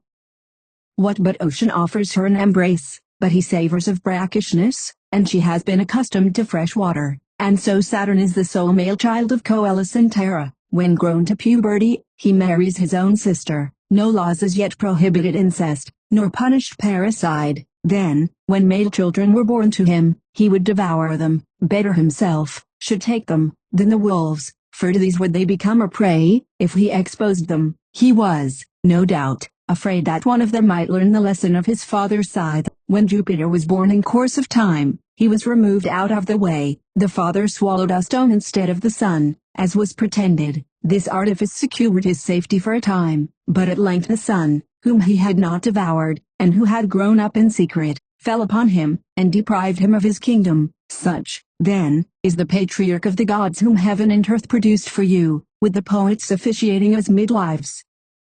Now some persons with a refined imagination are of opinion that, by this allegorical fable of Saturn, there is a physiological representation of time. They think, that it is because all things are destroyed by time, that Coelus and Terra were themselves parents without having any of their own, and that the fatal scythe was used, and that Saturn devoured his own offspring, because he, in fact, absorbs within himself all things which have issued from him. They call in also the witness of his name, for they say that he is called Cronus in Greek, meaning the same thing as Xronus. His Latin name also they derive from seed sowing, for they suppose him to have been the actual procreator, that the seed, in fact, was dropped down from heaven to earth by his means. They unite him with ops, because seeds produce the affluent treasure, opum, of actual life, and because they develop with labor, opus. Now I wish that you would explain this metaphorical statement. It was either Saturn or time. If it was time, how could it be Saturn? If ni, how could it be time? For you cannot possibly reckon both these corporeal subjects as coexisting in one person.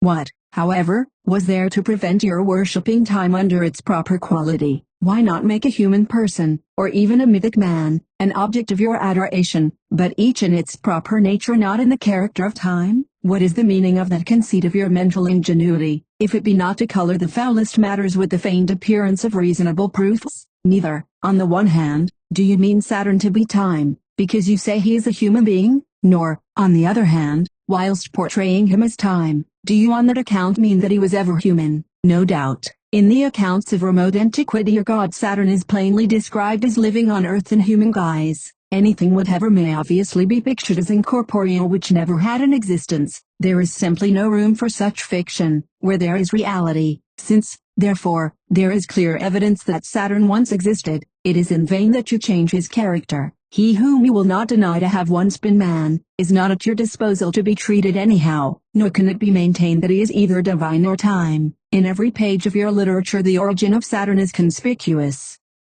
We read of him in Cassius Severus and in the Corneliuses, Nepos and Tacitus, and, amongst the Greeks also, in Diodorus, and all other compilers of ancient annals. No more faithful records of him are to be traced than in Italy itself, for, after traversing many countries, and enjoying the hospitality of Athens, he settled in Italy, or, as it was called, Onatria, having met with a kind welcome from Janus, or Janes, as the Salii call him. The hill on which he settled had the name Saturnius, whilst the city which he founded still bears the name Saturnia. In short, the whole of Italy once had the same designation. Such is the testimony derived from that country which is now the mistress of the world. Whatever doubt prevails about the origin of Saturn, his actions tell us plainly that he was a human being. Since, therefore, Saturn was human, he came undoubtedly from a human stock, and more, because he was a man, he, of course, came not of Coelus and Terra. Some people, however, found it easy enough to call him, whose parents were unknown, the son of those gods from whom all may in a sense seem to be derived. For who is there that does not speak under a feeling of reverence of the heaven and the earth as his own father and mother, or, in accordance with a custom amongst men, which induces them to say of any who are unknown or suddenly apparent, that they came from the sky? Hence it happened that,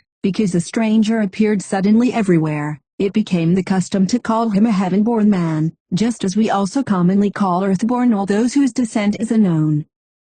I say nothing of the fact that such was the state of antiquity, when men's eyes and minds were so habitually rude, that they were excited by the appearance of every newcomer as if it were that of a god. Much more would this be the case with a king, and that the primeval one. I will linger some time longer over the case of Saturn, because by fully discussing his primordial history I shall beforehand furnish a compendious answer for all other cases, and I do not wish to omit the more convincing testimony of your sacred literature, the credit of which ought to be the greater in proportion to its antiquity. Now earlier than all literature was the Sibyl, that Sibyl, I mean, who was the true prophetess of truth, from whom you borrow the title for the priests of your demons. She in Cimmerian verse expounds the descent of Saturn and his exploits in words to this effect: in the 10th generation of men, after the flood had overwhelmed the former race, reigned Saturn, and Titan, and Japetus, the bravest of the sons of Terra and Coelus. Whatever credit, therefore, is attached to your older writers in literature, and much more to those who were the simplest as belonging to that age, it becomes sufficiently certain that Saturn and his family were human beings. We have in our possession, then, a brief principle which amounts to a prescriptive rule about their origin, serving for all other cases, to prevent our going wrong in individual instances. The particular character of a posterity is shown by the original founders of the race. Mortal beings come from mortals, earthly ones from earthly. Step after step comes into relation: marriage, conception, birth, country, settlements, kingdoms, all give the clearest proofs. They, therefore, who cannot deny the birth of men, must also admit their death. They who allow their mortality must not suppose them to be gods. Chapter 13. The gods human at first. Who had the authority to make them divine? Jupiter not only human, but immortal. Manifest cases, indeed, like these have a force peculiarly their own. Men like Varro and his fellow dreamers admit into the ranks of the divinity those whom they cannot assert to have been in their primitive condition anything but men, and this they do, by affirming that they became gods after their death.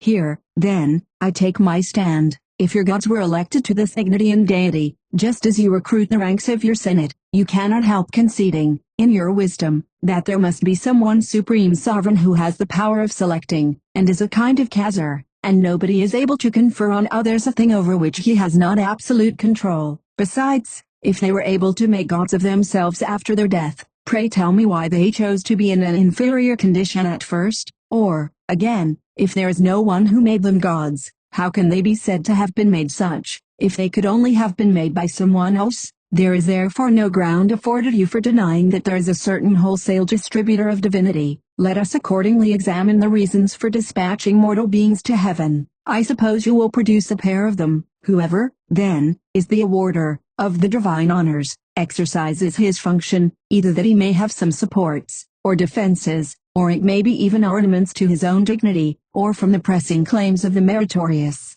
that he may reward all the deserving. No other cause is it permitted us to conjecture. Now there is no one who, when bestowing a gift on another, does not act with a view to his own interest or the others. This conduct, however, cannot be worthy of the divine being, inasmuch as his power is so great that he can make gods outright, whilst his bringing man into such request, on the pretense that he requires the aid and support of certain, even dead persons, is a strange conceit, since he was able from the very first to create for himself immortal beings. He who has compared human things with divine will require no further arguments on these points, and yet the latter opinion ought to be discussed, that God conferred divine honors in consideration of meritorious claims. Well, then, if the award was made on such grounds, if heaven was open to men of the primitive age because of their deserts, we must reflect that after that time no one was worthy of such honor, except it be, that there is now no longer such a place for anyone to attain to. Let us grant that anciently men may have deserved heaven by reason of their great merits, then let us consider whether there really was such merit. Let the man who alleges that it did exist declare his own view of merit, since the actions of men done in the very infancy of time are a valid claim for their deification. You consistently admitted to the honor the brother and sister who were stained with the sin of incest. Ops and Saturn, your Jupiter too, stolen in his infancy, was unworthy of both the home and the nutriment accorded to human beings, and, as he deserved for so bad a child, he had to live in Crete. Afterwards, when full grown, he dethrones his own father, who, whatever his parental character may have been, was most prosperous in his reign, king as he was of the golden age. Under him, a stranger to toil and want, peace maintained its joyous and gentle sway. Under him, nulli subigibant arvicoloni, no swains would bring the fields beneath their sway, and without the importunity of anyone the earth would bear all crops spontaneously. But he hated a father who had been guilty of incest, and had once mutilated his grandfather, and yet, behold, he himself marries his own sister, so that I should suppose the old adage was made for him, topiater's Greek letter tau pietian, father's own child. There was not a pin to choose between the father's piety and the son's. If the laws had been just even at that early time, Jupiter ought to have been sewed up in both sacks. After this corroboration of his lust with incestuous gratification, why should he hesitate to indulge himself lavishly in the lighter excesses of adultery and debauchery? Ever since poetry sported thus with his character, in some such way as is usual when a runaway slave is posted up in public, we have been in the habit of gossiping without restraint of his tricks in our chat with passers-by, sometimes sketching him out in the form of the very money which was the fee of his debauchery, as when he personated a bull, or rather paid the money's worth of one, and showered gold into the maiden's chamber, or rather forced his way in with a bribe, sometimes figuring him in the very likenesses of the parts which were acted, as the eagle which ravished the beautiful youth, and the swan which sang the enchanting song. Well now, are not such fables as these made up of the most disgusting intrigues and the worst of scandals, or would not the morals and tempers of men be likely to become wanton from such examples? In what manner demons, the offspring of evil angels who have been long engaged in their mission, have labored to turn men aside from the faith to unbelief and to such fables, we must not in this place speak of to any extent, as indeed the general body of your gods, which took their cue from their kings, and princes, and instructors, was not of the self-same nature. It was in some other way that similarity of character was exacted by their authority. But how much the worst of them was he who, or to have been, but was not, the best of them, by a title peculiar to him. You were indeed in the habit of calling Jupiter the best, whilst in Virgil he is Aquus Jupiter. All therefore were like him, incestuous towards their own kith and kin, unchaste to strangers, impious, unjust. Now he whom mythic story left untainted with no conspicuous infamy, was not worthy to be made a god. Chapter 14. Gods, those which were confessedly elevated to the divine condition, what preeminent right had they to such honor? Hercules an inferior character, but since they will have it that those who have been admitted from the human state to the honors of deification should be kept separate from others, and that the distinction which Dionysius the Stoic drew should be made between the native and the factitious gods, I will add a few words concerning this last class also. I will take Hercules himself for raising the gist of a reply to the question, whether he deserved heaven and divine honors, for, as men choose to have it, these honors are awarded to him for his merits. If it was for his valor in destroying wild beasts with intrepidity, what was there in that so very memorable? Do not criminals condemned to the games, though they are even consigned to the contest of the vile arena, dispatch several of these animals at one time, and that with more earnest zeal, if it was for his worldwide travels? How often has the same thing been accomplished by the rich at their pleasant leisure, or by philosophers in their slave-like poverty? Is it forgotten that the cynic Asclepiades on a single sorry cow, riding on her back, and sometimes nourished at her udder, surveyed the whole world with a personal inspection? Even if Hercules visited the infernal regions, who does not know that the way to Hades is open to all? If you have deified him on account of his much carnage and many battles, a much greater number of victories was gained by the illustrious Pompey, the conqueror of the pirates who had not spared Ostia itself in the ravages. And, as to carnage, how many thousands, let me ask, were cooped up in one corner of the citadel of Carthage, and slain by Scipio? Wherefore Scipio has a better claim to be considered a fit candidate for deification than Hercules. You must be still more careful to add to the claims of our Hercules' debaucheries with concubines and wives, and the swathes of Omphale, and his base desertion of the Argonauts because he had lost his beautiful boy. To this mark of baseness add for his glorification likewise his attacks of madness, adore the arrows which slew his sons and wife. This was the man who, after deeming himself worthy of a funeral pile in the anguish of his remorse for his parricides, deserved rather to die the unhonored death which awaited him, arrayed in the poisoned robe which his wife sent him on account of his lascivious attachment to another. You, however, raised him from the pyre to the sky, with the same facility with which you have distinguished in like manner another hero also, who was destroyed by the violence of a fire from the gods. He, having devised some few experiments, was said to have restored the dead to life by his cures. He was the son of Apollo, half human, although the grandson of Jupiter, and great-grandson of Saturn, or rather of spurious origin, because his parentage was uncertain. As Socrates of Argon has related, he was exposed also, and found in a worse tutelage than even Jove's, suckled even at the dugs of a dog. Nobody can deny that he deserved the end which befell him when he perished by a stroke of lightning. In this transaction, however, your most excellent Jupiter is once more found in the wrong, impious to his grandson, envious of his artistic skill. Pindar, indeed, has not concealed his true desert. According to him, he was punished for his avarice and love of gain, influenced by which he would bring the living to their death, rather than the dead to life, by the perverted use of his medical art which he put up for sale. It is said that his mother was killed by the same stroke, and it was only right that she, who had bestowed so dangerous a beast on the world, should escape to heaven by the same ladder. And yet the Athenians will not be at a loss how to sacrifice to gods of such a fashion, for they paid divine honors to Aesculapius and his mother amongst their dead worthies, as if, too, they had not ready to hand their own Theseus to worship, so highly deserving a god's distinction. Well, why not? Did he not on a foreign shore abandon the preserver of his life, with the same indifference, nay heartlessness, with which he became the cause of his father's death? Chapter 15. The constellations and the genii vary in different gods. The Roman monopoly of gods unsatisfactory. Other nations require deities quite as much. It would be tedious to take a survey of all those, too, whom you have buried amongst the constellations, and audaciously minister to as gods. I suppose your Castors, and Perseus, and Argona, have just the same claims for the honors of the sky as Jupiter's own big boy had. But why should we wonder? You have transferred to heaven even dogs, and scorpions, and crabs. I postpone all remarks concerning those whom you worship in your oracles.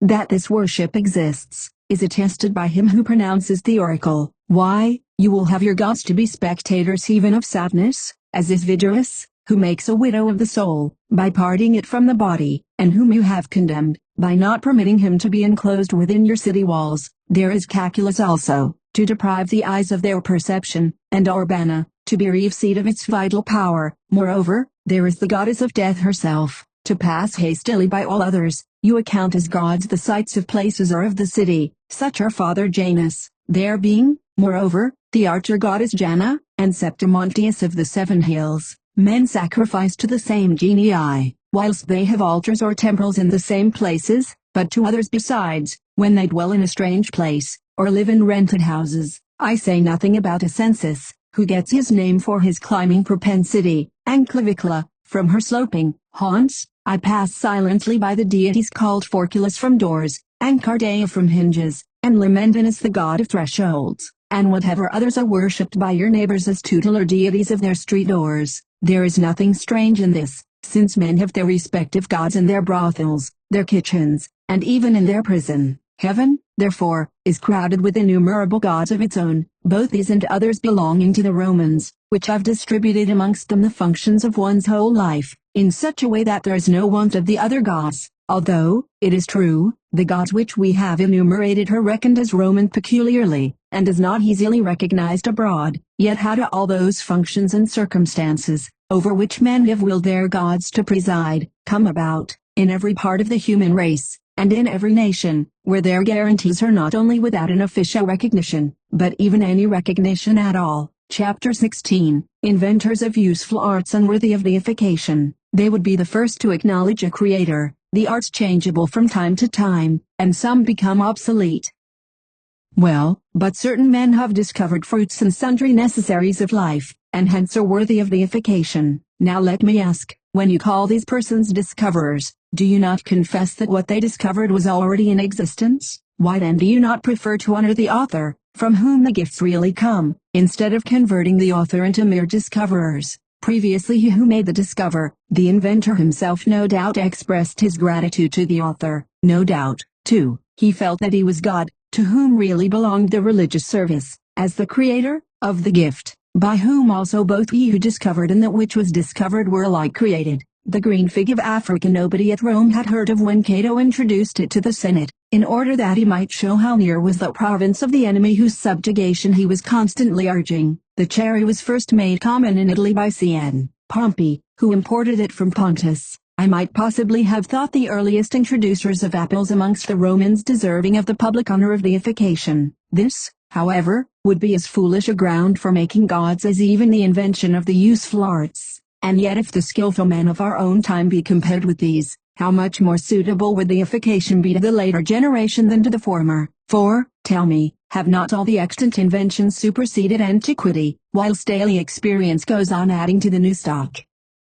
Those, therefore, whom you regard as divine because of their arts, you are really injuring by your very arts, and challenging their divinity by means of rival attainments, which cannot be surpassed. Chapter 17. Conclusion. The Romans owe not their imperial power to their gods. The great God alone dispenses kingdoms. He is the God of the Christians. In conclusion, without denying all those whom antiquity willed and posterity has believed to be gods, to be the guardians of your religion, there yet remains for our consideration that very large assumption of the Roman superstitions which we have to meet in opposition to you, O heathen, viz. That the Romans have become the lords and masters of the whole world, because by their religious offices they have merited this dominion to such an extent that they are within a very little of excelling even their own gods in power. One cannot wonder that Sterculus, and Mutinus, and Larentina, have severally advanced this empire to its height. The Roman people has been by its gods alone ordained to such dominion, for I could not imagine that any foreign gods would have preferred doing more for a strange nation than for their own people, and so by such conduct become the deserters and neglectors, nay, the betrayers of the native land wherein they were born and bred, and ennobled and buried. Thus not even Jupiter could suffer his own Crete to be subdued by the Roman fasces, forgetting the cave of Ida, and the brazen symbols of the Corybantes, and the most pleasant odor of the goat which nursed him on that dear spot.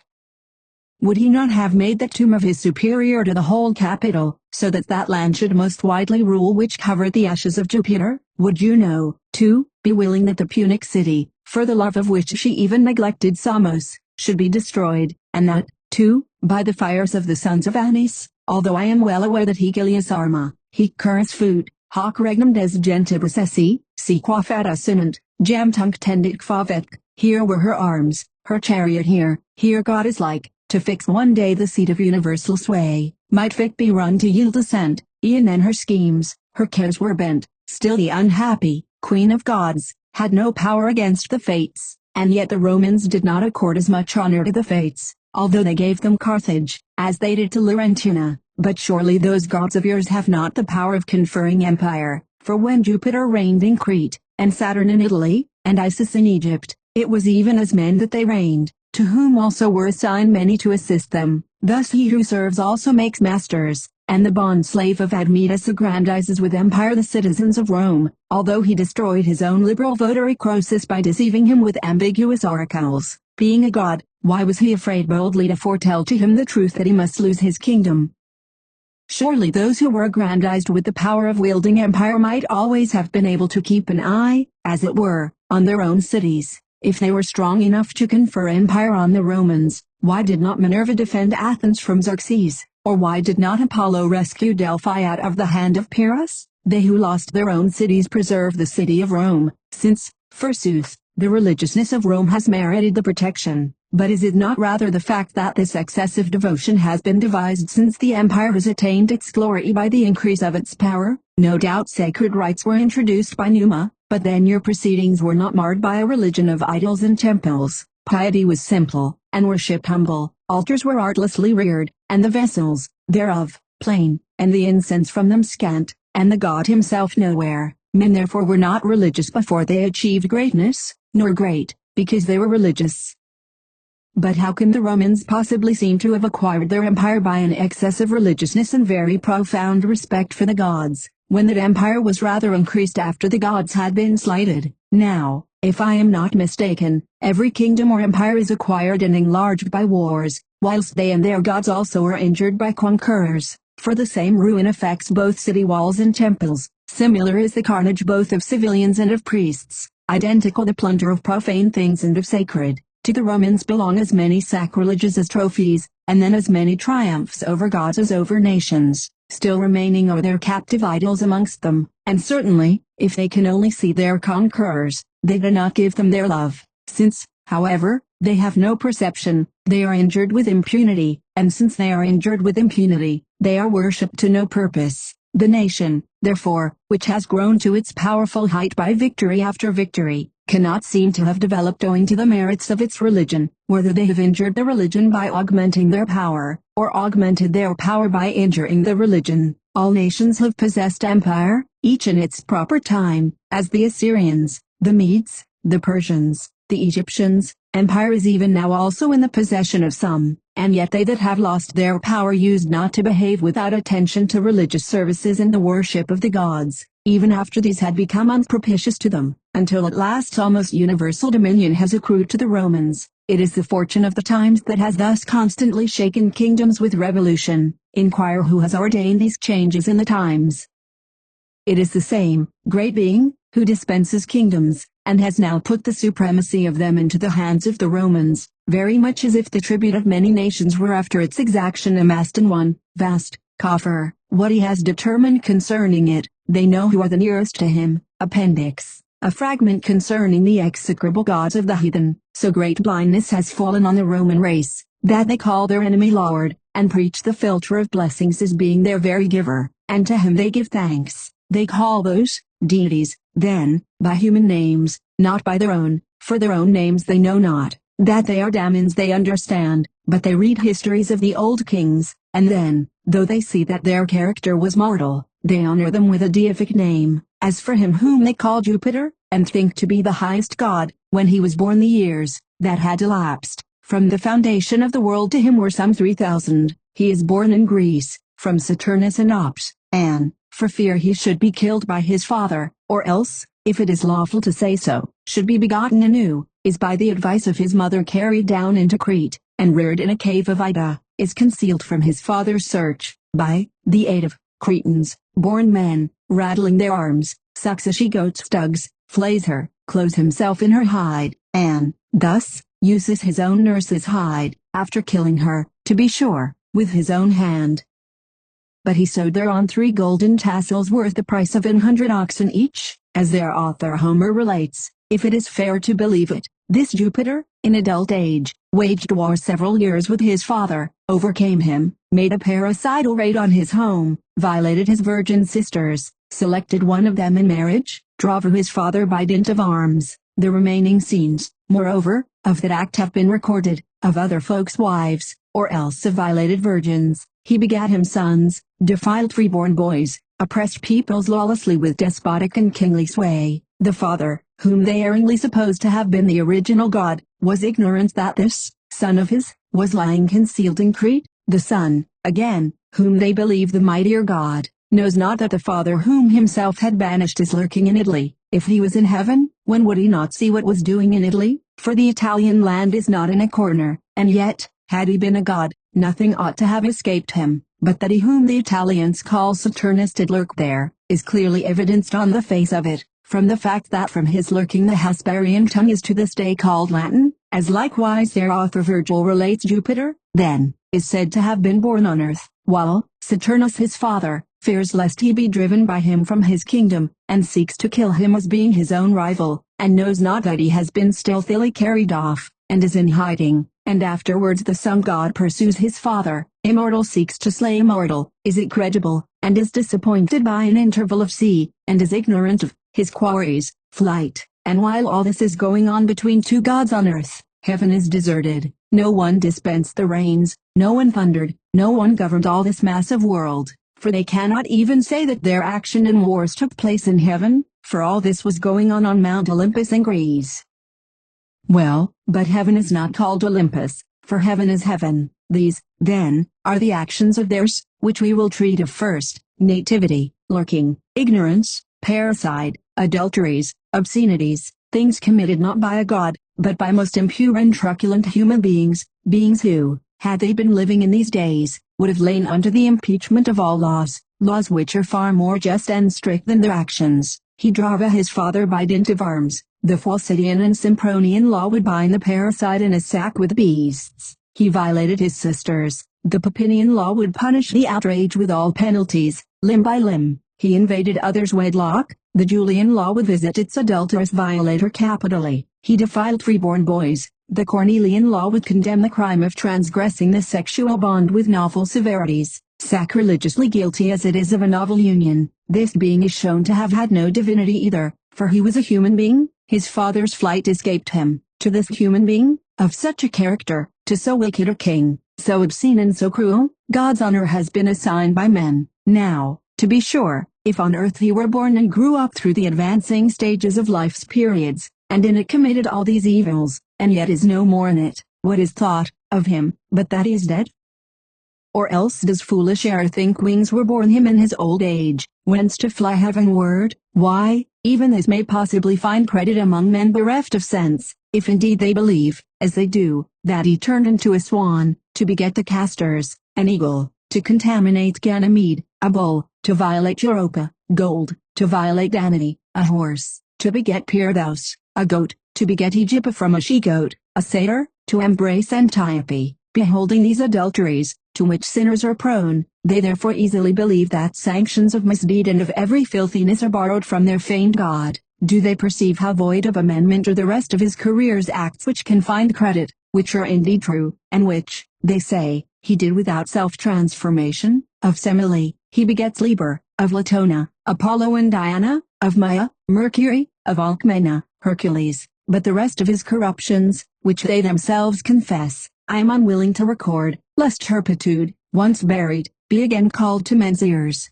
But of these few offsprings of his, I have made mention, offsprings whom in their error they believe to be themselves, two gods, born, to wit, of an incestuous father, adulterous births, supposititious births, and the living, eternal God, of sempiternal divinity, prescience of futurity, immeasurable, they have dissipated into nothing, by associating him with crimes so unspeakable. An answer to the Jews. Chapter 1. Occasion of writing. Relative position of Jews and Gentiles illustrated. It happened very recently a dispute was held between a Christian and a Jewish proselyte. Alternately with contentious cable they each spun out the day until evening. By the opposing din, moreover, of some partisans of the individuals, truth began to be overcast by a sort of cloud. It was therefore our pleasure that which, owing to the confused noise of disputation, could be less fully elucidated point by point, should be more carefully looked into, and that the pen should determine, for reading purposes, the questions handled. For the occasion, indeed, of claiming divine grace even for the Gentiles derive the preeminent fitness from this fact, that the man who set up to vindicate God's law as his own was of the Gentiles, and not a Jew of the stock of the Israelites. For this fact, that Gentiles are admissible to God's law, is enough to prevent Israel from priding himself on the notion that the Gentiles are accounted as a little drop of a bucket, or else as dust out of a threshing floor. although we have God himself as an adequate engager and faithful promiser, in that he promised to Abraham that in his seed should be blessed all nations of the earth, and that out of the womb of Rebekah 2 peoples and 2 nations were about to proceed, of course those of the Jews, that is, of Israel, and of the Gentiles, that is ours. Each, then, was called a people and a nation, lest, from the nuncupative appellation, any should dare to claim for himself the privilege of grace. For God ordained 2 peoples and 2 nations as about to proceed out of the womb of one woman, nor did grace make distinction in the nuncupative appellation, but in the order of birth, to the effect that, whichever was to be prior and proceeding from the womb, should be subjected to the less, that is, the posterior. For thus unto Rebekah did God speak, 2 nations are in thy womb, and 2 peoples shall be divided from thy bowels, and people shall overcome people, and the greater shall serve the less. Accordingly, since the people or nation of the Jews is anterior in time, and greater through the grace of primary favor in the law, whereas ours is understood to be less in the age of times, as having in the last era of the world attained the knowledge of divine mercy, beyond doubt, through the edict of the divine utterance, the prior and greater people, that is, the Jewish, must necessarily serve the less, and the less people, that is, the Christian, overcome the greater, for, withal, according to the memorial records of the divine scriptures, the people of the Jews, that is, the more ancient, quite forsook God, and did degrading service to idols, and, abandoning the divinity, was surrendered to images, while the people said to Aaron, make us gods to go before us. And when the gold out of the necklaces of the women and the rings of the men had been wholly smelted by fire, and there had come forth a calf-like head, to this figment Israel with one consent, abandoning God, gave honor, saying, these are the gods who brought us from the land of Egypt. For thus, in the later times in which kings were governing them, did they again, in conjunction with Jeroboam, worship golden kine, and groves, and enslave themselves to Baal, whence is proved that they have ever been depicted, out of the volume of the divine scriptures, as guilty of the crime of idolatry, whereas our less, that is, posterior, people, quitting the idols which formerly it used slavishly to serve, has been converted to the same God from whom Israel, as we have above related, had departed, for thus has the less, that is, posterior, people overcome the greater people, while it attains the grace of divine favor, from which Israel has been divorced. Chapter 2, the law anterior to Moses. Stand we, therefore, foot to foot, and determine we the sum and substance of the actual question with indefinite lists. For why should God, the founder of the universe, the governor of the whole world, the fashioner of humanity, the sower of universal nations be believed to have given a law through Moses to one people, and not be said to have assigned it to all nations? For unless he had given it to all, by no means would he have habitually permitted even proselytes out of the nations to have access to it. But, as is congruous with the goodness of God, and with his equity, as the fashioner of mankind, he gave to all nations the selfsame law, which at definite and stated times he enjoined should be observed, when he willed, and through whom he willed, and as he willed. For in the beginning of the world he gave to Adam himself and Eve a law, that they were not to eat of the fruit of the tree planted in the midst of paradise, but that, if they did contrariwise, by death they were to die, which law had continued enough for them, had it been kept. For in this law given to Adam we recognize in embryo all the precepts which afterwards sprouted forth when given through Moses, that is, thou shalt love the Lord thy God from thy whole heart and out of thy whole soul, thou shalt love thy neighbor as thyself, thou shalt not kill, thou shalt not commit adultery, thou shalt not steal, false witness thou shalt not utter, honor thy father and mother, and, that which is another's, shalt thou not covet. For the primordial law was given to Adam and Eve in paradise, as the womb of all the precepts of God.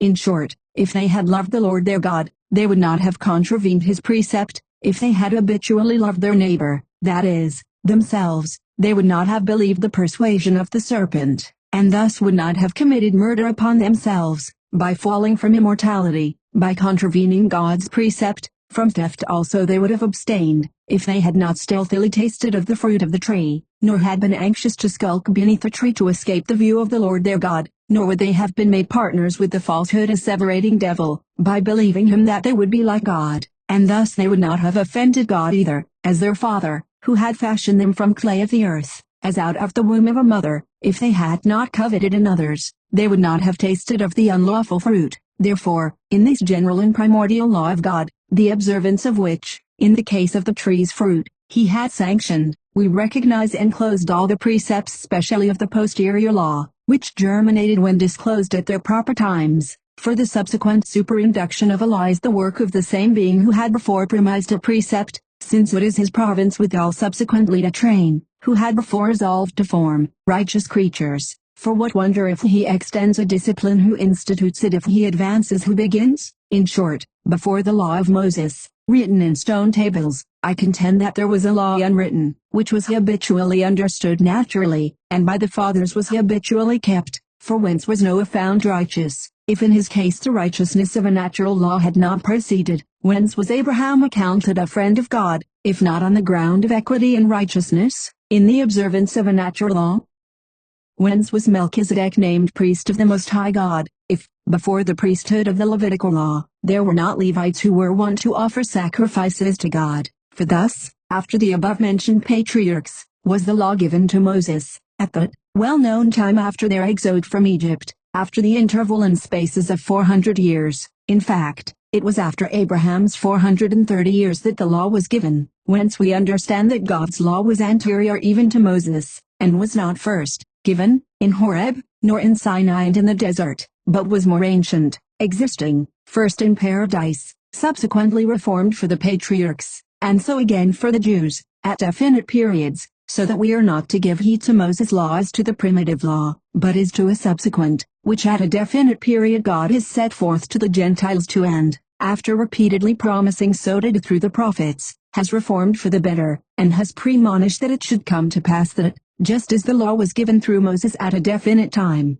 so it should be believed to have been temporarily observed and kept. And let us not annul this power which God has, which reforms the law's precepts answerably to the circumstances of the times, with a view to man's salvation. In fine, let him who contends that the Sabbath is still to be observed as a balm of salvation, and circumcision on the 8th day because of the threat of death, teach us that, for the time past, righteous men kept the Sabbath, or practiced circumcision, and were thus rendered friends of God. For if circumcision purges a man, since God made Adam uncircumcised, why did he not circumcise him, even after his sinning? If circumcision purges, at all events, in settling him in paradise, he appointed one uncircumcised as colonist of paradise. Therefore, since God originated Adam uncircumcised, and inobservant of the Sabbath, consequently his offspring also, Abel, offering him sacrifices, uncircumcised and inobservant of the Sabbath, was by him commended, while he accepted what he was offering in simplicity of heart,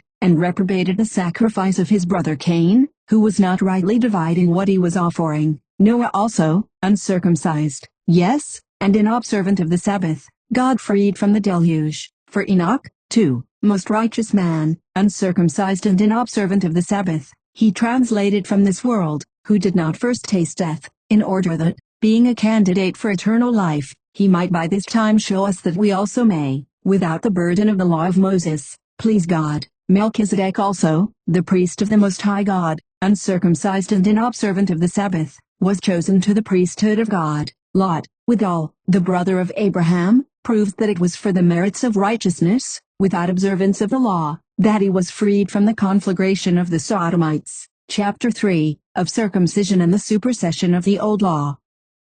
But Abraham, you say, was circumcised. Yes, but he pleased God before his circumcision, nor yet did he observe the Sabbath, for he had accepted circumcision, but such as was to be for a sign of the time, not for a prerogative title to salvation. In fact, subsequent patriarchs were uncircumcised, like Melchizedek, who, uncircumcised, offered to Abraham himself, already circumcised, on his return from battle, bread and wine. But again, you say, the son of Moses would upon one occasion have been choked by an angel, if Zipporah had not circumcised the foreskin of the infant with a pebble, whence, there is the greatest peril if any failed to circumcise the foreskin of his flesh. Nay, but if circumcision altogether brought salvation, even Moses himself, in the case of his own son, would not have omitted to circumcise him on the 8th day, whereas it is agreed that Zipporah did it on the journey, at the compulsion of the angel. Consider we, accordingly, that one single infant's compulsory circumcision cannot have prescribed to every people, and founded, as it were, a law for keeping this precept, for God, foreseeing that he was about to give this circumcision to the people of Israel for a sign, not for salvation, urges the circumcision of the son of Moses, their future leader, for this reason, that, since he had begun, through him, to give the people the precepts of circumcision, the people should not despise it, from seeing this example of neglect, already exhibited conspicuously in their leader's son. For circumcision had to be given, but as a sign, whence Israel in the last time would have to be distinguished, when, in accordance with their deserts, they should be prohibited from entering the holy city, as we see through the words of the prophets, saying, "Your land is desert, your cities utterly burnt with fire, your country, in your sight, strangers shall eat up, and, deserted and subverted by strange peoples, the daughter of Zion shall be derelict, like a shed in a vineyard, and like a watchhouse in a cucumber field, and as it were a city which is being stormed." Why so? Because the subsequent discourse of the prophet reproaches them, saying, "Sons have I begotten and upraised, but they have reprobated me." And again, "And if ye shall have outstretched hands, I will avert my face from you, and if ye shall have multiplied prayers,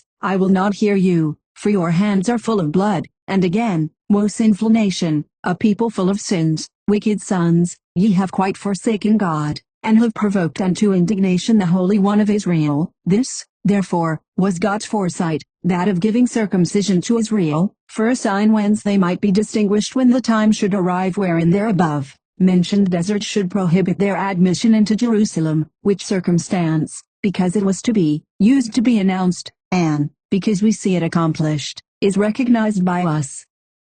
For, as the carnal circumcision, which was temporary, was inwrought for a sign in a contumacious people, so the spiritual has been given for salvation to an obedient people, while the prophet Jeremiah says, "Make a renewal for you, and sow not in thorns, be circumcised to God, and circumcise the foreskin of your heart." And in another place he says, "Behold, days shall come, saith the Lord, and I will draw up, for the house of Judah and for the house of Jacob, a New Testament, not such as I once gave their fathers in the day wherein I led them out from the land of Egypt." Whence we understand that the coming cessation of the former circumcision then given, and the coming procession of a new law, not such as he had already given to the fathers, are announced, just as Isaiah foretold, saying that in the last days the mount of the Lord and the house of God were to be manifest above the tops of the mounts, and it shall be exalted, he says, above the hills, and there shall come over it all nations, and many shall walk, and say, "Come, ascend we unto the mount of the Lord, and unto the house of the God of Jacob,"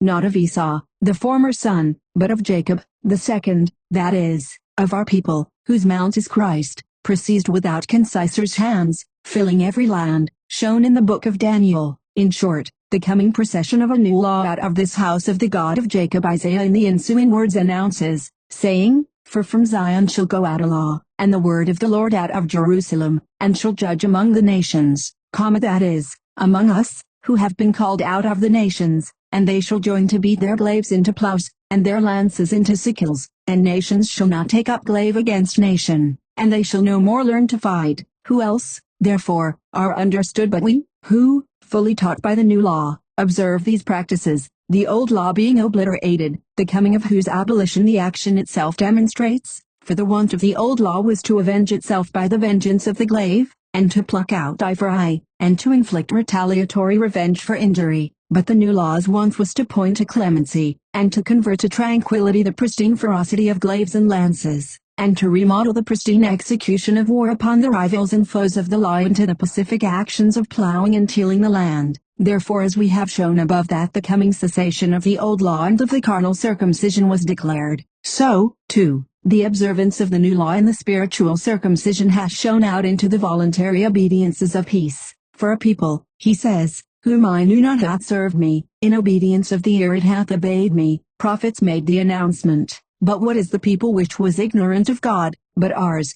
who in days bygone knew not God, and who, in the hearing of the ear, gave heed to him? But we, who, forsaking idols, have been converted to God. For Israel, who had been known to God, and who had by him been upraised in Egypt, and was transported through the Red Sea, and who in the desert, fed 40 years with manna, was wrought to the semblance of eternity, and not contaminated with human passions, or fed on this world's meats, but fed on angels' loaves, the manna, and sufficiently bound to God by his benefits. For God is Lord and God, saying to Aaron, "Make us gods, to go before us," for that Moses, who rejected us from the land of Egypt, hath quite forsaken us, and what hath befallen him we know not. And accordingly we, who were not the people of God in days bygone, have been made his people, by accepting the new law above mentioned, and the new circumcision before foretold. Chapter 4, of the observance of the Sabbath. It follows, accordingly, that, insofar as the abolition of carnal circumcision and of the old law is demonstrated as having been consummated at its specific times, so also the observance of the Sabbath is demonstrated to have been temporary.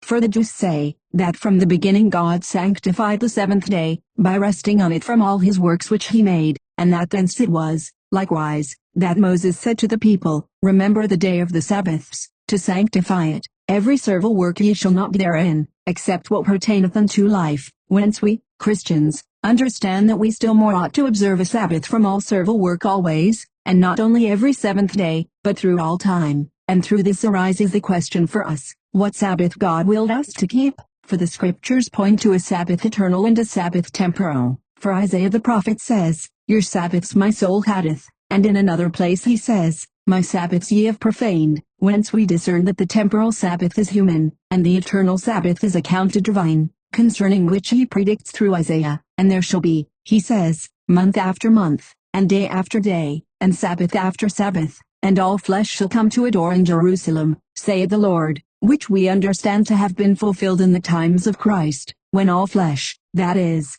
every nation, came to adore in Jerusalem God the Father, through Jesus Christ his Son, as was predicted through the prophet, Behold, proselytes through me shall go unto thee. Thus, therefore, before this temporal Sabbath, there was withal an eternal Sabbath foreshown and foretold, just as before the carnal circumcision there was withal a spiritual circumcision foreshown. In short, let them teach us, as we have already premised, that Adam observed the Sabbath, or that Abel, when offering to God a holy victim, pleased him by a religious reverence for the Sabbath, or that Enoch, when translated, had been a keeper of the Sabbath, or that Noah the ark builder observed, on account of the deluge, an immense Sabbath, or that Abraham, in observance of the Sabbath, offered Isaac his son, or that Melchizedek in his priesthood received the law of the Sabbath. But the Jews are sure to say, that ever since this precept was given through Moses, the observance has been binding. Manifest accordingly it is, that the precept was not eternal nor spiritual, but temporary, which would one day cease. In short, so true is it that it is not in the exemption from work of the Sabbath,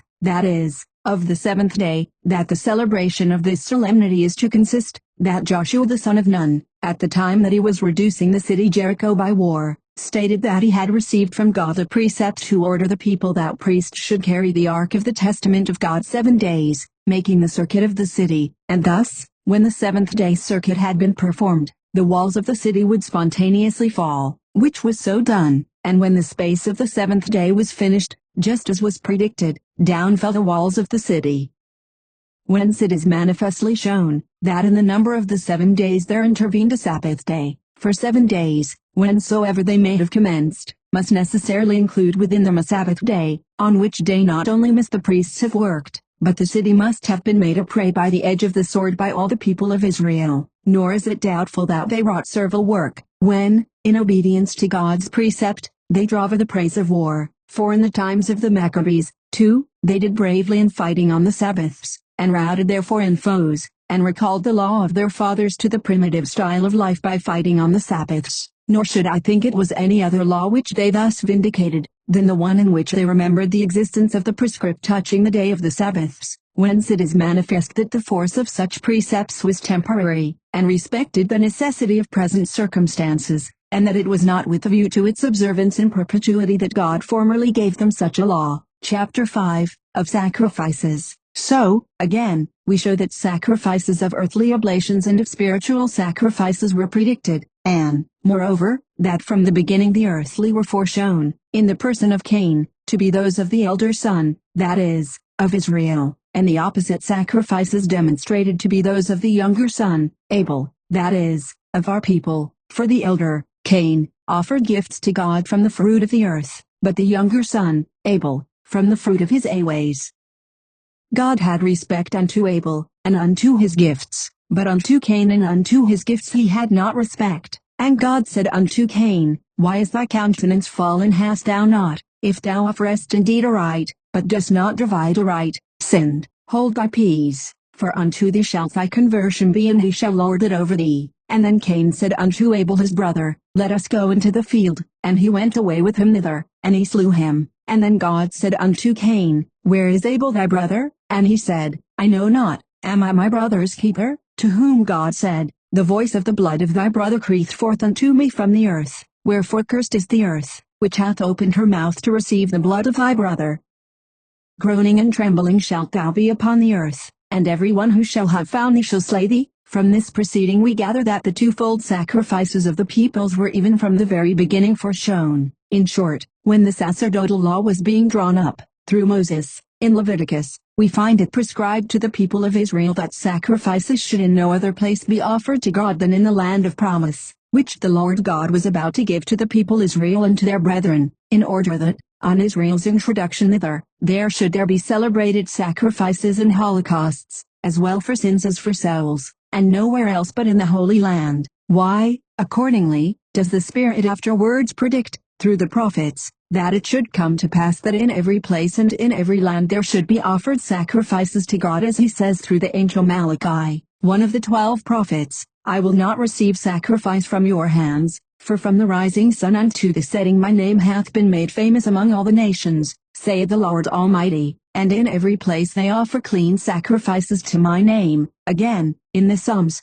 David says, Bring to God, ye countries of the nations, undoubtedly because unto every land the preaching of the apostles had to go out. Bring to God fame and honor, bring to God the sacrifices of his name, take up victims and enter into his courts, for that it is not by earthly sacrifices, but by spiritual, that offering is to be made to God. We thus read, as it is written, and heart contribulate and humbled as a victim for God, and elsewhere, sacrifice to God a sacrifice of praise, and render to the highest thy vows. Thus, accordingly, the spiritual sacrifices of praise are pointed to, and an heart contribulate is demonstrated an acceptable sacrifice to God, and thus, as carnal sacrifices are understood to be reprobated, of which Isaiah withal speaks, saying, To what end is the multitude of your sacrifices to me, saith the Lord? So spiritual sacrifices are predicted as accepted, as the prophets announce. For, even if ye shall have brought me, he says, the finest wheat flour, it is a vain supplicatory gift, a thing execrable to me. And again he says, your holocausts and sacrifices, and the fat of goats, and blood of bulls, I will not even if ye come to be seen by me. For who hath required these things from your hands? For from the rising sun unto the setting, my name hath been made famous among all the nations, saith the Lord. But of the spiritual sacrifices he adds, saying, and in every place they offer clean sacrifices to my name, saith the Lord. Chapter 6, of the abolition and the abolisher of the old law. Therefore, since it is manifest that a Sabbath temporal was shown, and a Sabbath eternal foretold, a circumcision carnal foretold, and a circumcision spiritual pre-indicated, a law temporal and a law eternal formally declared, sacrifices carnal and sacrifices spiritual foreshown, it follows that, after all these precepts had been given carnally, in time preceding, to the people Israel, there was to supervene a time whereat the precepts of the ancient law and of the old ceremonies would cease,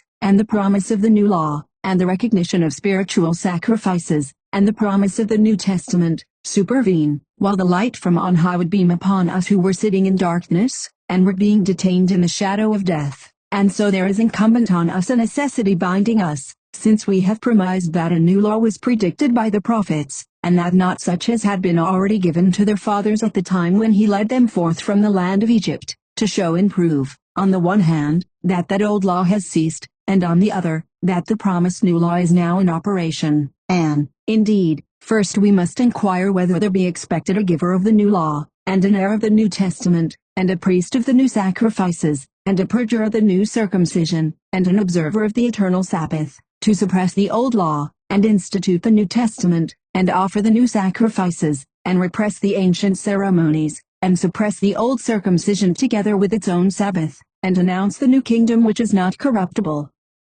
Inquire, I say, we must, whether this giver of the new law, observer of the spiritual Sabbath, priest of the eternal sacrifices, eternal ruler of the eternal kingdom, become or no, that, if he is already come, service may have to be rendered him; if he is not yet come, he may have to be awaited, until by his advent it be manifest that the old law's precepts are suppressed, and that the beginnings of the new law ought to arise, and, Primarily, we must lay it down that the ancient law and the prophets could not have ceased, unless he were come who was constantly announced, through the same law and through the same prophets, as to come. Chapter 7, the question whether Christ become taken up. Therefore upon this issue plant we foot to foot, whether the Christ who was constantly announced is to come be already come, or whether his coming be yet a subject of hope. For proof of which question itself, the times likewise must be examined by us when the prophets announced that the Christ would come, that, if we succeed in recognizing that he has come within the limits of those times, we may without doubt believe him to be the very one whose future coming was ever the theme of prophetic song,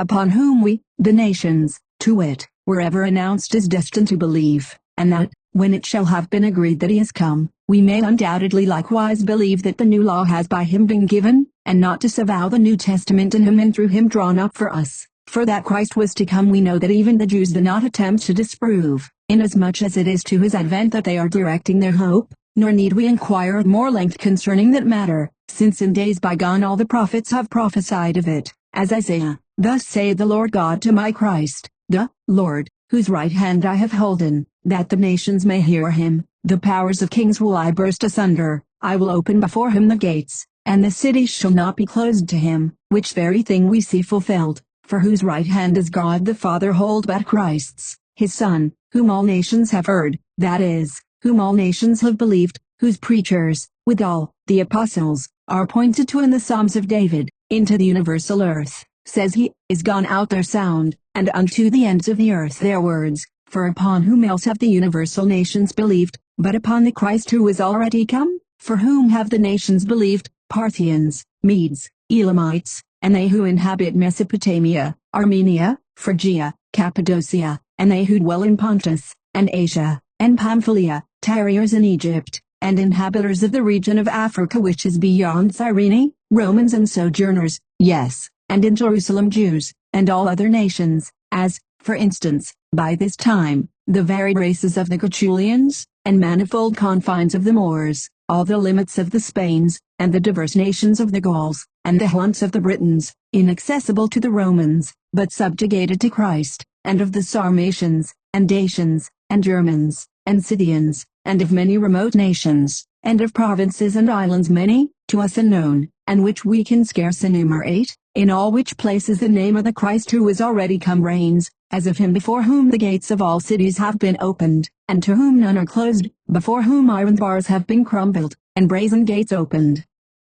Although there be withal a spiritual sense to be affixed to these expressions, that the hearts of individuals, blockaded in various ways by the devil, are unbarred by the faith of Christ, still they have been evidently fulfilled, inasmuch as in all these places dwells the people of the name of Christ, for who could have reigned over all nations but Christ, God's Son, who was ever announced as destined to reign over all to eternity? For if Solomon reigned, why, it was within the confines of Judea merely, from Beersheba unto Dan the boundaries of his kingdom are marked. If, moreover, Darius reigned over the Babylonians and Parthians, he had not power over all nations. If Pharaoh, or whoever succeeded him in his hereditary kingdom, over the Egyptians, in that country merely did he possess his kingdom's dominion. If Nebuchadnezzar with his petty kings, from India unto Ethiopia he had his kingdom's boundaries. If Alexander the Macedonian he did not hold more than universal Asia, and other regions, after he had quite conquered them. If the Germans, to this day they are not suffered to cross their own limits, the Britons are shut within the circuit of their own ocean, the nations of the Moors, and the barbarism of the Tertullians, are blockaded by the Romans, lest they exceed the confines of their own regions. What shall I say of the Romans themselves, who fortify their own empire with garrisons of their own legions, nor can extend the might of their kingdom beyond these nations? But Christ's name is extending everywhere, believed everywhere, worshipped by all the above enumerated nations, reigning everywhere, adored everywhere, conferred equally everywhere upon all. No king, with him, finds greater favor, no barbarian lesser joy, no dignities or pedigrees enjoy distinctions of merit. To all he is equal, to all king, to all judge, to all God and Lord. Nor would you hesitate to believe what we asseverate, since you see it taking place. Chapter 8, of the times of Christ's birth and passion, and of Jerusalem's destruction. Accordingly the times must be inquired into of the predicted and future nativity of the Christ, and of his passion, and of the extermination of the city of Jerusalem, that is, its devastation. For Daniel says, that both the holy city and the holy place are exterminated together with the coming leader, and that the pinnacle is destroyed unto ruin, and so the times of the coming Christ, the leader, must be inquired into, which we shall trace in Daniel, and, after computing them, shall prove him to become, even on the ground of the times prescribed, and of competent signs and operations of his, which matters we prove, again, on the ground of the consequences which were ever announced as to follow his advent, in order that we may believe all to have been as well fulfilled as foreseen. In such wise, therefore, did Daniel predict concerning him, as to show both when and in what time he was to set the nations free, and how, after the passion of the Christ, that city had to be exterminated. For he says thus, in the first year under Darius, son of Ahasuerus, of the seed of the Medes, who reigned over the kingdom of the Chaldees, I Daniel understood in the books the number of the years, and while I was yet speaking in my prayer, behold, the man Gabriel, whom I saw in the vision in the beginning, flying, and he touched me, as it were, at the hour of the evening sacrifice, and made me understand, and spake with me, and said, Daniel, I am now come out to imbue thee with understanding. In the beginning of thy supplication went out a word, and I am come to announce to thee, because thou art a man of desires, and ponder thou on the word, and understand in the vision. 70 hebdomads have been abridged upon thy commonalty, and upon the holy city, until delinquency be made inveterate, and sins sealed, and righteousness obtained by entreaty, and righteousness eternal introduced, and in order that vision and prophet may be sealed, and an holy one of holy ones anointed, and thou shalt know, and thoroughly see, and understand, from the going forth of a word for restoring and rebuilding Jerusalem unto the Christ, the leader, hebdomads, 7.5, and 62.5, and it shall convert, and shall be built into height and entrenchment, and that times shall be renewed, and after the 62 hebdomads shall the anointing be exterminated, and shall not be, and the city and the holy place shall he exterminate together with the leader, who is making his advent, and they shall be cut short as in a deluge, until the end of a war, which shall be cut short unto ruin, and he shall confirm a testament in many. In 1 hebdomad and the half of the hebdomad shall be taken away my sacrifice and libation, and in the holy place the execration of devastation, and, until the end of the time consummation shall be given with regard to this devastation. Observe we, therefore, the limit, how, in truth, he predicts that there are to be 70 hebdomads, within which if they receive him, it shall be built into height and entrenchment, and the times shall be renewed. But God, foreseeing what was to be, that they will not merely not receive him, but will both persecute and deliver him to death, both recapitulated, and said, that in 60.5 of an hebdomad he is born, and an holy one of holy ones is anointed, but that when 7 hebdomads and an half were fulfilling, he had to suffer, and the holy city had to be exterminated after 1.5 hebdomad, whereby namely, the 7.5 hebdomads have been completed. For he says thus, and the city and the holy place to be exterminated together with the leader who is to come, and they shall be cut short as in a deluge, and he shall destroy the pinnacle unto ruin. Whence, therefore, do we show that the Christ came within the 62.5 hebdomads? We shall count, moreover, from the first year of Darius, as at this particular time is shown to Daniel this particular vision, for he says, and understand and conjecture that at the completion of thy word I make thee these answers, whence we are bound to compute from the first year of Darius, when Daniel saw this vision. Let us see, therefore, how the years are filled up until the advent of the Christ. For Darius reigned, Zvi years, 19, Artaxerxes reigned, Excellendi years, 41, then King Archus, who is also called Cyrus, reigned, Xi years, 24, Argus, 1 year, another Darius, who is also named Melos, 21 years, 21, Alexander the Macedonian, 12 years, 12, then, after Alexander, who had reigned over both Medes and Persians, whom he had reconquered, and had established his kingdom firmly in Alexandria, when withal he called that city by his own name, after him reigned, there, in Alexandria, Soter, 35 years, 35, to whom succeeds Philadelphus, reigning, XXX and 8 years, 38, to him succeeds Euergetes, 25 years, 25, then Philopater, 17 years, 17, after him Epiphanes, 6 years, 24, then another Euergetes, 6 years, 29, then another Soter, 38 years, 38, Ptolemy, 37 years, 37.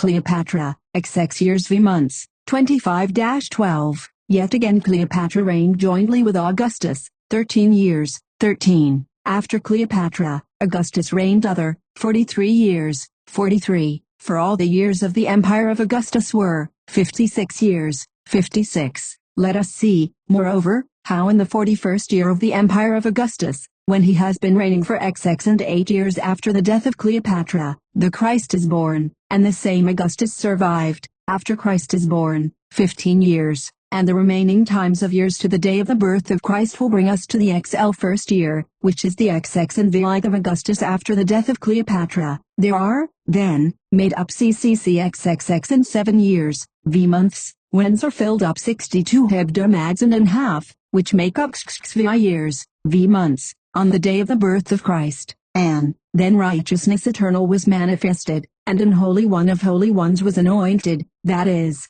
Christ, and sealed was vision and prophet, and sins were remitted, which, through faith in the name of Christ, are washed away for all who believe on him. But what does he mean by saying that vision and prophecy are sealed? That all prophets ever announced of him that he was to come and had to suffer. Therefore, since the prophecy was fulfilled through his advent, for that reason he said that vision and prophecy were sealed, inasmuch as he is the signet of all prophets, fulfilling all things which in days bygone they had announced of him. For after the advent of Christ and his passion there is no longer vision or prophet to announce him as to come.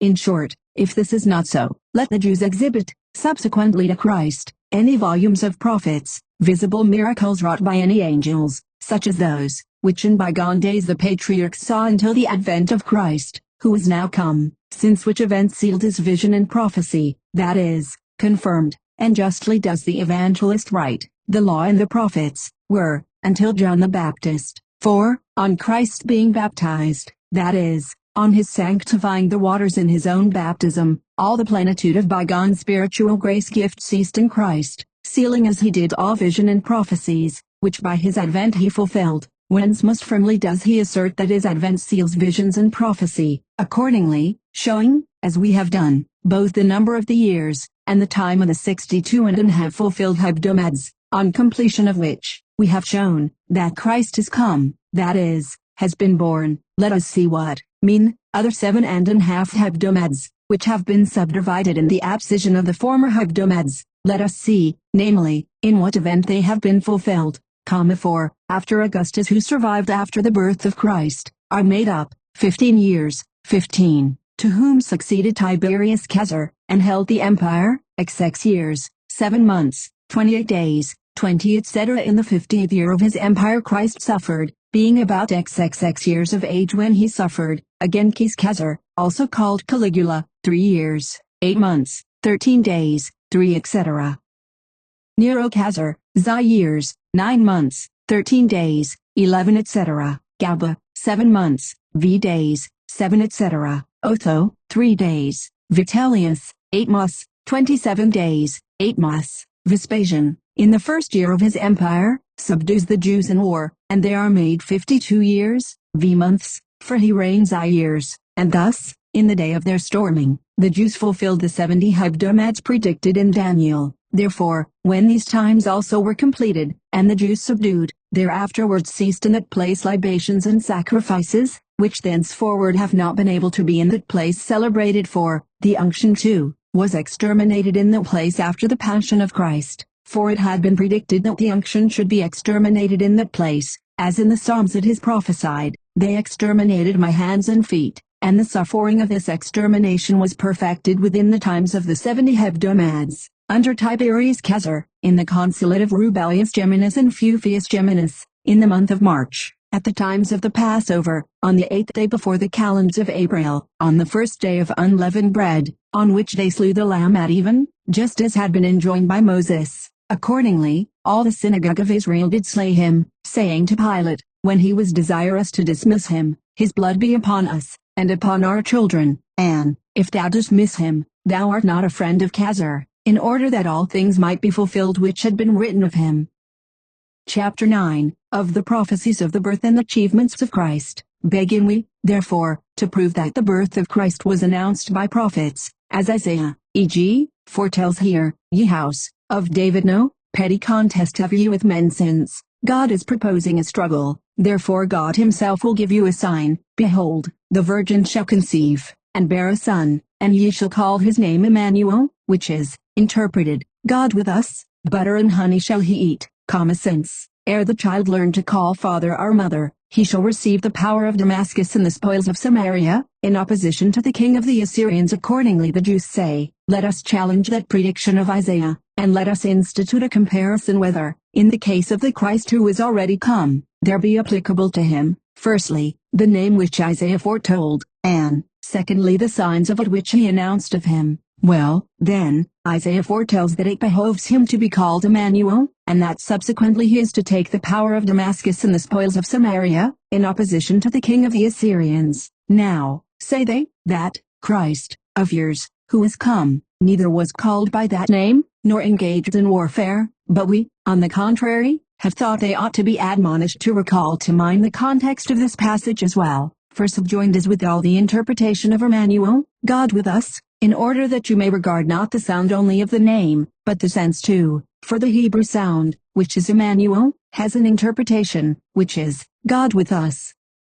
Inquire, then, whether this speech, God with us, which is Emmanuel, be commonly applied to Christ ever since Christ's light has dawned, and I think you will not deny it, for they who out of Judaism believe in Christ, ever since their believing on him, do, whenever they shall wish to say Emmanuel, signify that God is with us, and thus it is agreed that he who was ever predicted as Emmanuel is already come, because that which Emmanuel signifies is come, that is, God with us. Equal ear they led by the sound of the name when they so understand the power of Damascus, and the spoils of Samaria, and the kingdom of the Assyrians, as if they portended Christ as a warrior, not observing that scripture premises, since, ere the child learn to call father or mother, he shall receive the power of Damascus and the spoils of Samaria, in opposition to the king of the Assyrians. For the first step is to look at the demonstration of his age, to see whether the age there indicated can possibly exhibit that Christ is already a man, not to say a general. Forsooth, by his babyish cry the infant would summon men to arms, and would give the signal of war not with clarion, but with rattle, and point out the foe, not from his charger's back or from a rampart,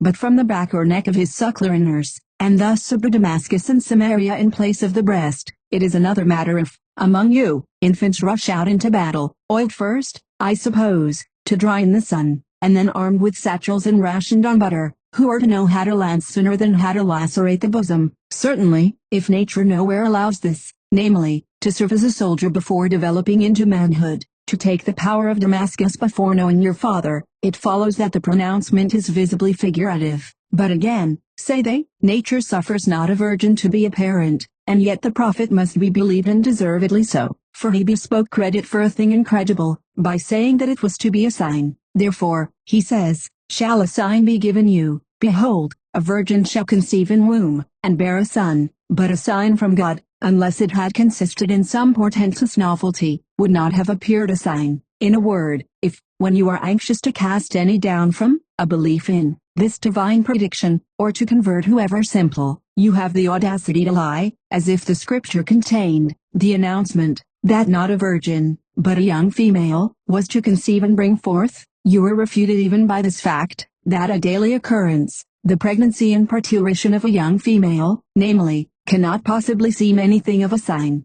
and the setting before us, then, of a virgin mother is deservedly believed to be a sign, but not equally so a warrior infant, for there would not in this case again be involved the question of a sign, but, the sign of a novel birth having been awarded, the next step after the sign is, that there is enunciated a different ensuing ordering of the infant, who is to eat honey and butter, nor is this, of course, for a sign, it is natural to infancy, but that he is to receive the power of Damascus and the spoils of Samaria in opposition to the king of the Assyrians. This is a wondrous sign. Keep to the limit of the infant's age, and inquire into the sense of the prediction. Nay, rather, repay to truth what you are unwilling to credit her with, and the prophecy becomes intelligible by the relation of its fulfillment. Let those Eastern magi be believed, dowering with gold and incense the infancy of Christ as a king, and the infant has received the power of Damascus without battle and arms. For, besides the fact that it is known to all that the power, for that is the strength, of the East is won to abounding gold and odors, certain it is that the divine scriptures regard gold as constituting the power also of all other nations, as it says through Zechariah, and Judah keepeth guard at Jerusalem,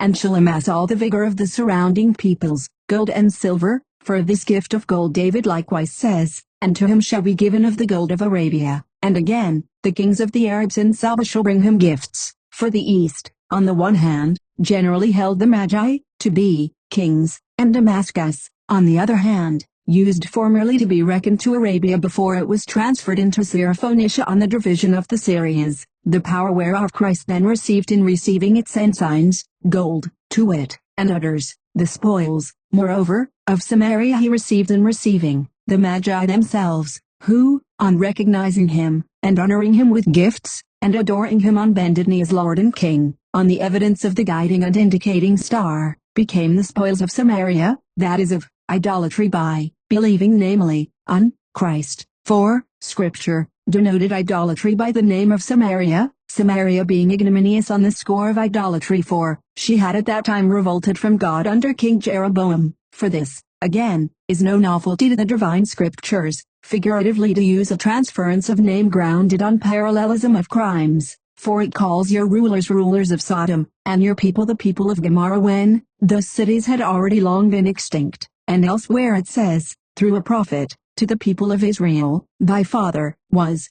an Amorite, and thy mother an Hittite, of whose race they were not begotten, but were called their sons, by reason of their consimilarity in impiety, whom of old God had called his own sons through Isaiah the prophet, I have generated and exalted sons. So, too, Egypt is sometimes understood to mean the whole world in that prophet, on the count of superstition and malediction. So, again, Babylon, in our own John, is a figure of the city Rome, as being equally great and proud of her sway, and triumphant over the saints. On this wise, accordingly, Scripture entitled the Magi also with the appellation of Samaritans, despoiled of that which they had had in common with the Samaritans, as we have said, idolatry in opposition to the Lord. It adds, in opposition, moreover, to the king of the Assyrians, in opposition to the devil, who to this hour thinks himself to be reigning, if he detrudes the saints from the religion of God. Moreover, this our interpretation will be supported while we find that elsewhere as well the Scriptures designate Christ a warrior, as we gather from the names of certain weapons, and words of that kind. But by a comparison of the remaining senses the Jews shall be convicted. Gird thee, says David, the sword upon the thigh. But what do you read above concerning the Christ, blooming in beauty above the sons of men? Grace is outpoured in thy lips, but very absurd it is if he was complimenting on the bloom of his beauty and the grace of his lips, one whom he was girding for war with a sword, of whom he proceeds subjunctively to say, outstretch and prosper, advance and reign, and he has added, because of thy lenity and justice, who will ply the sword without practicing the contraries to lenity and justice, that is, guile, and asperity, and injustice, proper, of course, to the business of battles. See we, then, whether that which has another action be not another sword, that is, the divine word of God, doubly sharpened with the two testaments of the ancient law and the new law, sharpened by the equity of its own wisdom, rendering to each one according to his own action, lawful. Then, it was for the Christ of God to be precinct, in the sums, without warlike achievements,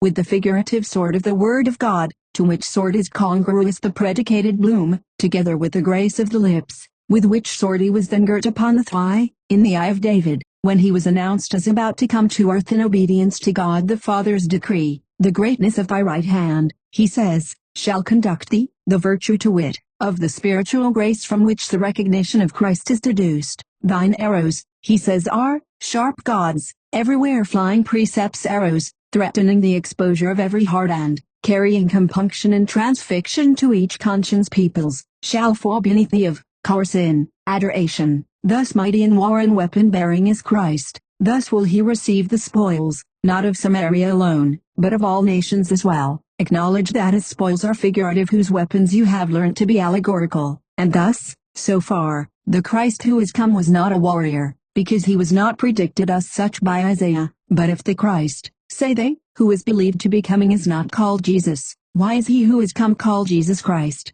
Well, each name will meet in the Christ of God, in whom is found likewise the appellation Jesus. Learn the habitual character of your error.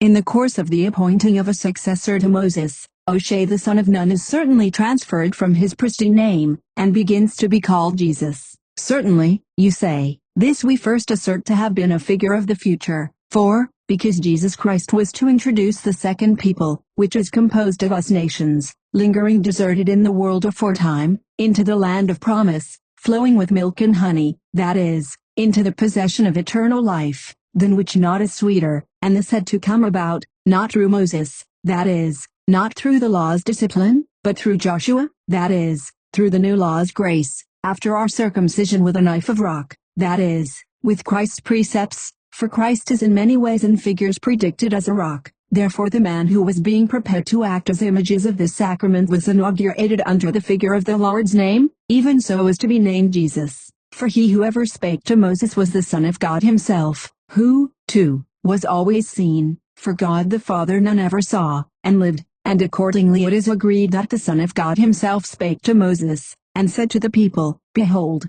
I send mine angel before thy, that is, the people's, face, to guard thee on the march, and to introduce thee into the land which I have prepared thee. Attend to him, and be not disobedient to him, for he hath not escaped thy notice, since my name is upon him. For Joshua was to introduce the people into the land of promise, not Moses. Now he called him an angel, on account of the magnitude of the mighty deeds which he was to achieve, which mighty deeds Joshua the son of Nun did, and you yourselves read, and on account of his office of prophet announcing, to wit, the divine will, just as withal the Spirit, speaking in the person of the Father, calls the forerunner of Christ, John, a future angel, through the prophet, Behold, I send mine angel before thy, that is, Christ's, face, who shall prepare thy way before thee. Nor is it an awful practice to the Holy Spirit to call those angels whom God has appointed as ministers of his power, for the same John is called not merely an angel of Christ, but withal a lamp shining before Christ. For David predicts,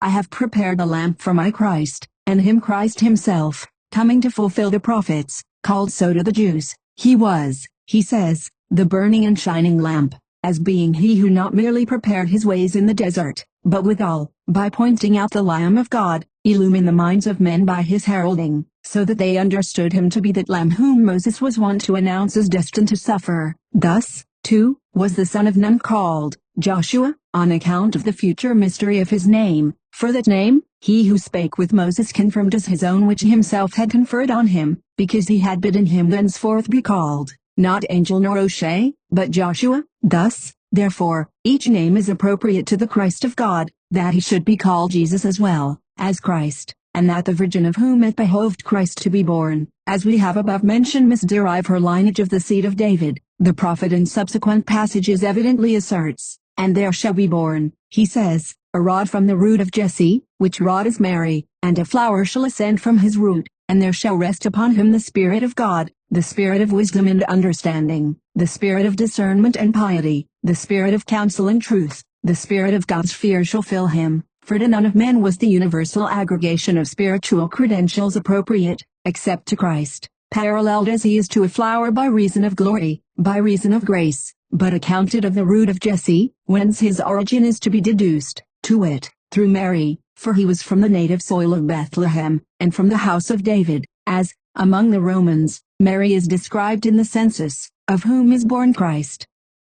I demand, again, granting that he who was ever predicted by prophets as destined to come out of Jesse's race, was withal to exhibit all humility, patience, and tranquility, whether he become, equally so, in this case as in the former, the man who is shown to bear that character will be the very Christ who is come. For of him the prophet says, a man said in a plague, and knowing how to bear infirmity, who was led as a sheep for a victim and, as, a lamb before him who shareth him opened, not his mouth if, he neither did contend nor shout, nor was his voice heard abroad, who crushed not the bruised reed, Israel's faith, who quenched not the burning flax, that is, the momentary glow of the Gentiles, but made it shine more by the rising of his own light, he can be none other than he who was predicted. The action, therefore, of the Christ who is come must be examined by being placed side by side with the rule of the Scriptures, for, if I mistake not, we find him distinguished by a twofold operation, that of preaching and that of power. Now, let each count be disposed of summarily. Accordingly, let us work out the order we have set down, teaching that Christ was announced as a preacher, as, through Isaiah, cry out, he says, in vigor, and spare not, lift up, as with a trumpet, thy voice, and announce to my commonalty their crimes, and to the house of Jacob their sins. Me from day to day they seek, and to learn my ways they covet, as a people which hath done righteousness, and hath not forsaken the judgment of God, and so forth, that, moreover, he was to do acts of power from the Father. Behold, our God will deal retributive judgment, himself will come and save us. Then shall the infirm be healed, and the eyes of the blind shall see, and the ears of the deaf shall hear, and the mute's tongue shall be loosed, and the lame shall leap as an hart, and so on, which works not even you deny that Christ did, inasmuch as you were wont to say that, on account of the works ye stoned him not, but because he did them on the Sabbaths. Chapter 10, concerning the Passion of Christ, and its Old Testament predictions and adumbrations.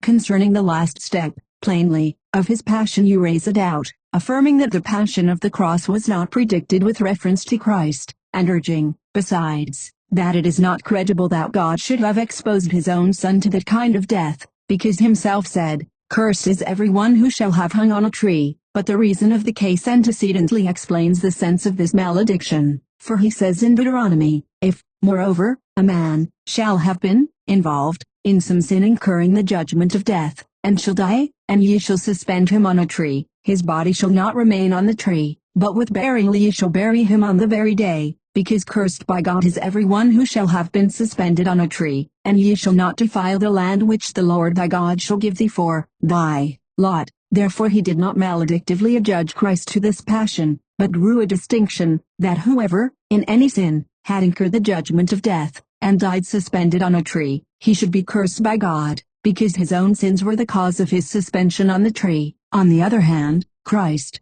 who spoke not guile from his mouth, and who exhibited all righteousness and humility, not only, as we have above recorded it predicted of him, was not exposed to that kind of death for his own deserts, but was so exposed in order that what was predicted by the prophets as destined to come upon him through your means might be fulfilled, just as, in the Psalms, the Spirit himself of Christ was already singing, saying, They were repaying me evil for good, and, what I had not seized I was then paying in full. They exterminated my hands and feet, and they put into my drink gall, and in my thirst they slaked me with vinegar. Upon my vesture they did cast the lot, just as the other outrages, which you were to commit on him were foretold, all which he, actually and thoroughly suffering, suffered not for any evil action of his own, but that the scriptures from the mouth of the prophets might be fulfilled. And, of course, it had been meet that the mystery of the passion itself should be figuratively set forth in predictions, and the more incredible that mystery, the more likely to be a stumbling stone, if it had been nakedly predicted, and the more magnificent, the more to be adumbrated, that the difficulty of its intelligence might seek help from the grace of God. Accordingly, to begin with, Isaac, when led by his father as a victim, and himself bearing his own wood, was even at that early period pointing to Christ's death, conceded, as he was, as a victim by the father, carrying, as he did, the wood of his own passion. Joseph, again, himself was made a figure of Christ in this point alone, to name no more, not to delay my own course, that he suffered persecution at the hands of his brethren, and was sold into Egypt, on account of the favor of God, just as Christ was sold by Israel, and therefore, according to the flesh, by his brethren, when he is betrayed by Judas. For Joseph is withal blessed by his father after this form. His glory is that of a bull, his horns, the horns of an unicorn, on them shall he toss nations alike unto the very extremity of the earth. Of course no one-horned rhinoceros was there pointed to, nor any two-horned minotaur, but Christ was therein signified, bull, by reason of each of his two characters, to some fierce, as judge, to others gentle, as Savior, whose horns were to be the extremities of the cross. For even in a ship's yard, which is part of a cross, this is the name by which the extremities are called, while the central pole of the mast is a unicorn. By this power, in fact, of the cross, and in this manner horned, he does now, on the one hand, toss universal nations through faith, wafting them away from earth to heaven, and will one day, on the other, toss them through judgment, casting them down from heaven to earth. He, again, will be the bull elsewhere too in the same scripture. When Jacob pronounced a blessing on Simeon and Levi, he prophesies of the scribes and Pharisees, for from them is derived their origin.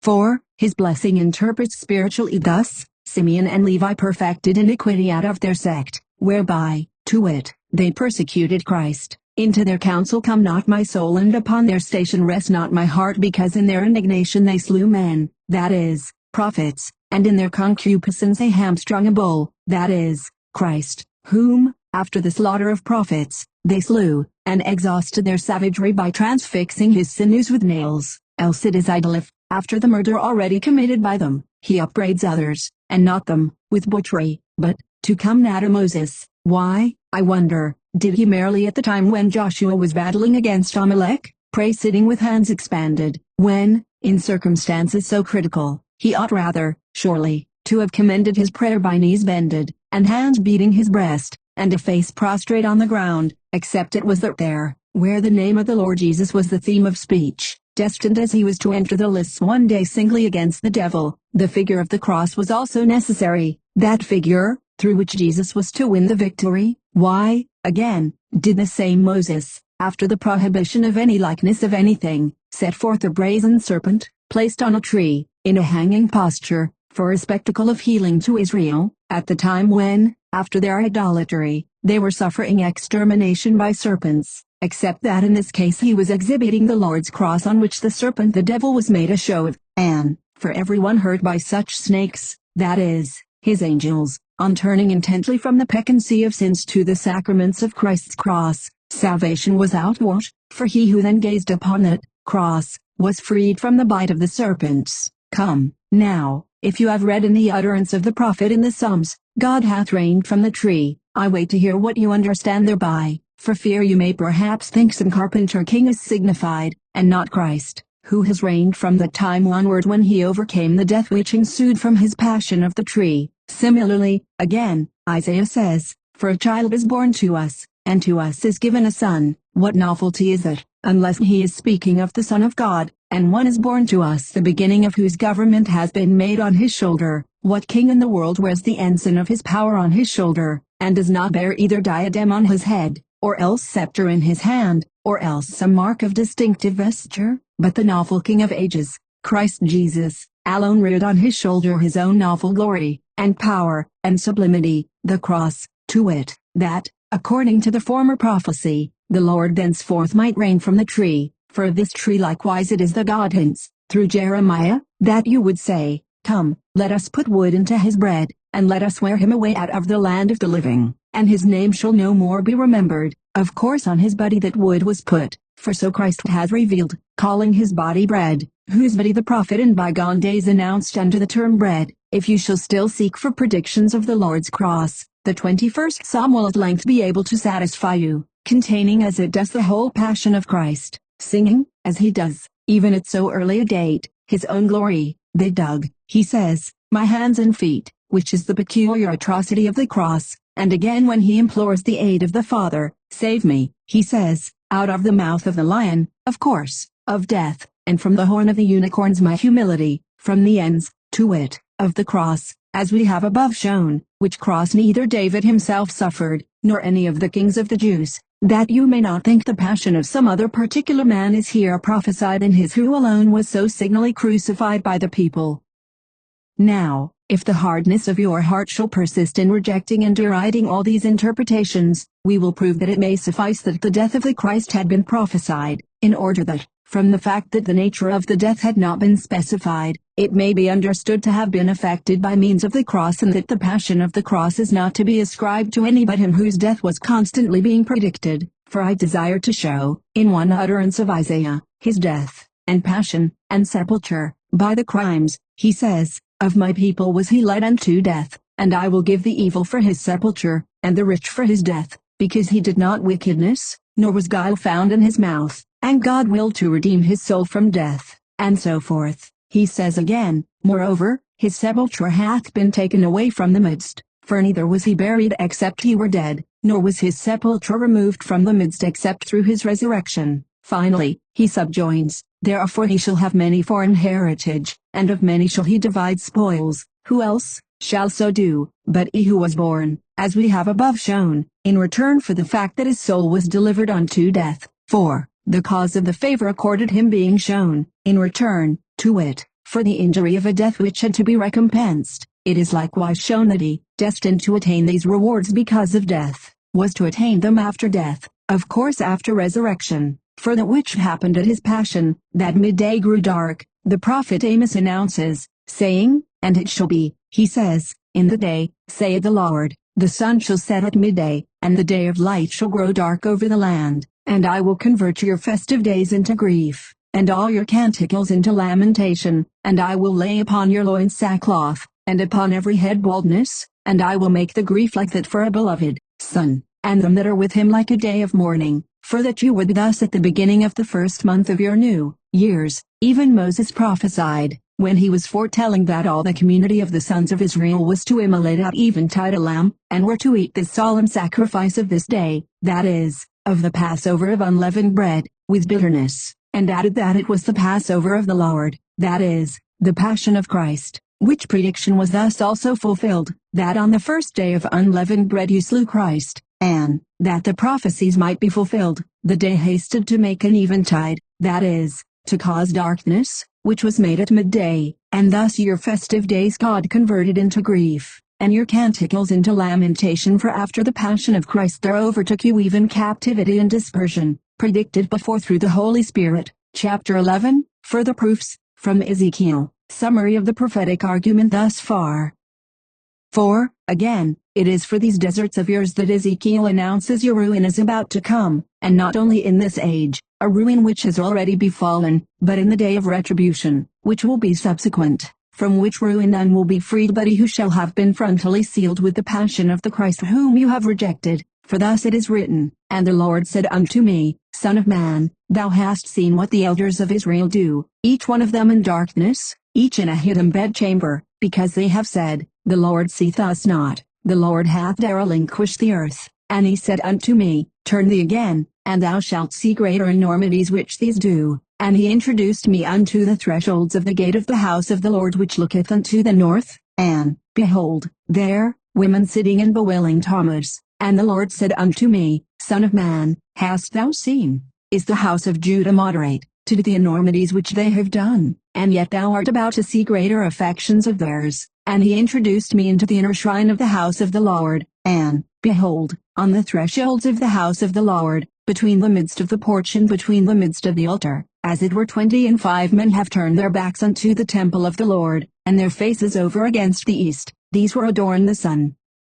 And he said unto me, Saidest thou, Son of man, are such deeds trifles to the house of Judah, that they should be the enormities which these have done, because they have filled up the measure of their impieties, and, behold, are themselves, as it were, grimacing? I will deal with mine indignation, mine eye shall not spare, neither will I pity. They shall cry out unto mine ears with a loud voice, and I will not hear them, nay, I will not pity. And he cried into mine ears with a loud voice, saying, The vengeance of this city is at hand, and each one had vessels of extermination in his hand. And, behold, 6 men were coming toward the way of the high gate which was looking toward the north, and each one's double axe of dispersion was in his hand, and one man in the midst of them, clothed with a garment reaching to the feet, and a girdle of sapphire about his loins. And they entered, and took their stand close to the brazen altar, and the glory of the God of Israel, which was over the house, in the open court of it, ascended from the cherubim. And the Lord called the man who was clothed with the garment reaching to the feet,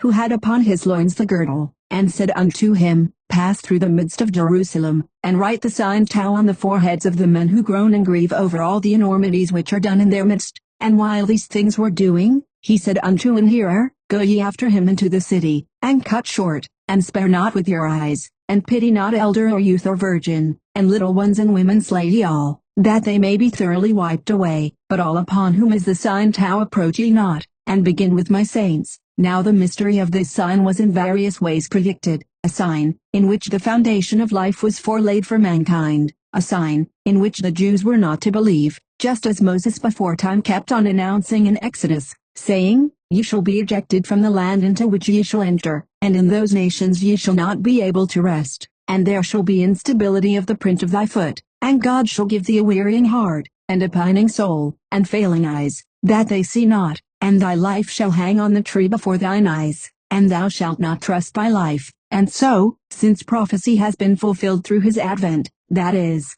through the nativity, which we have above commemorated, and the Passion, which we have evidently explained. That is the reason withal why Daniel said, Vision and prophet were sealed, because Christ is the signet of all prophets, fulfilling all that had in days bygone been announced concerning him. For, since his advent and personal passion, there is no longer vision or prophet, whence most emphatically he says that his advent seals vision and prophecy, and thus, by showing the number of the years, and the time of the 62 and have fulfilled hebdomads, we have proved that at that specified time Christ came, that is, was born, and, by showing the time, of the 7.5 hebdomads, which are subdivided so as to be cut off from the former hebdomads, within which times we have shown Christ to have suffered, and by the consequent conclusion of the 70 hebdomads, and the extermination of the city, we have proved, that sacrifice and unction thenceforth cease.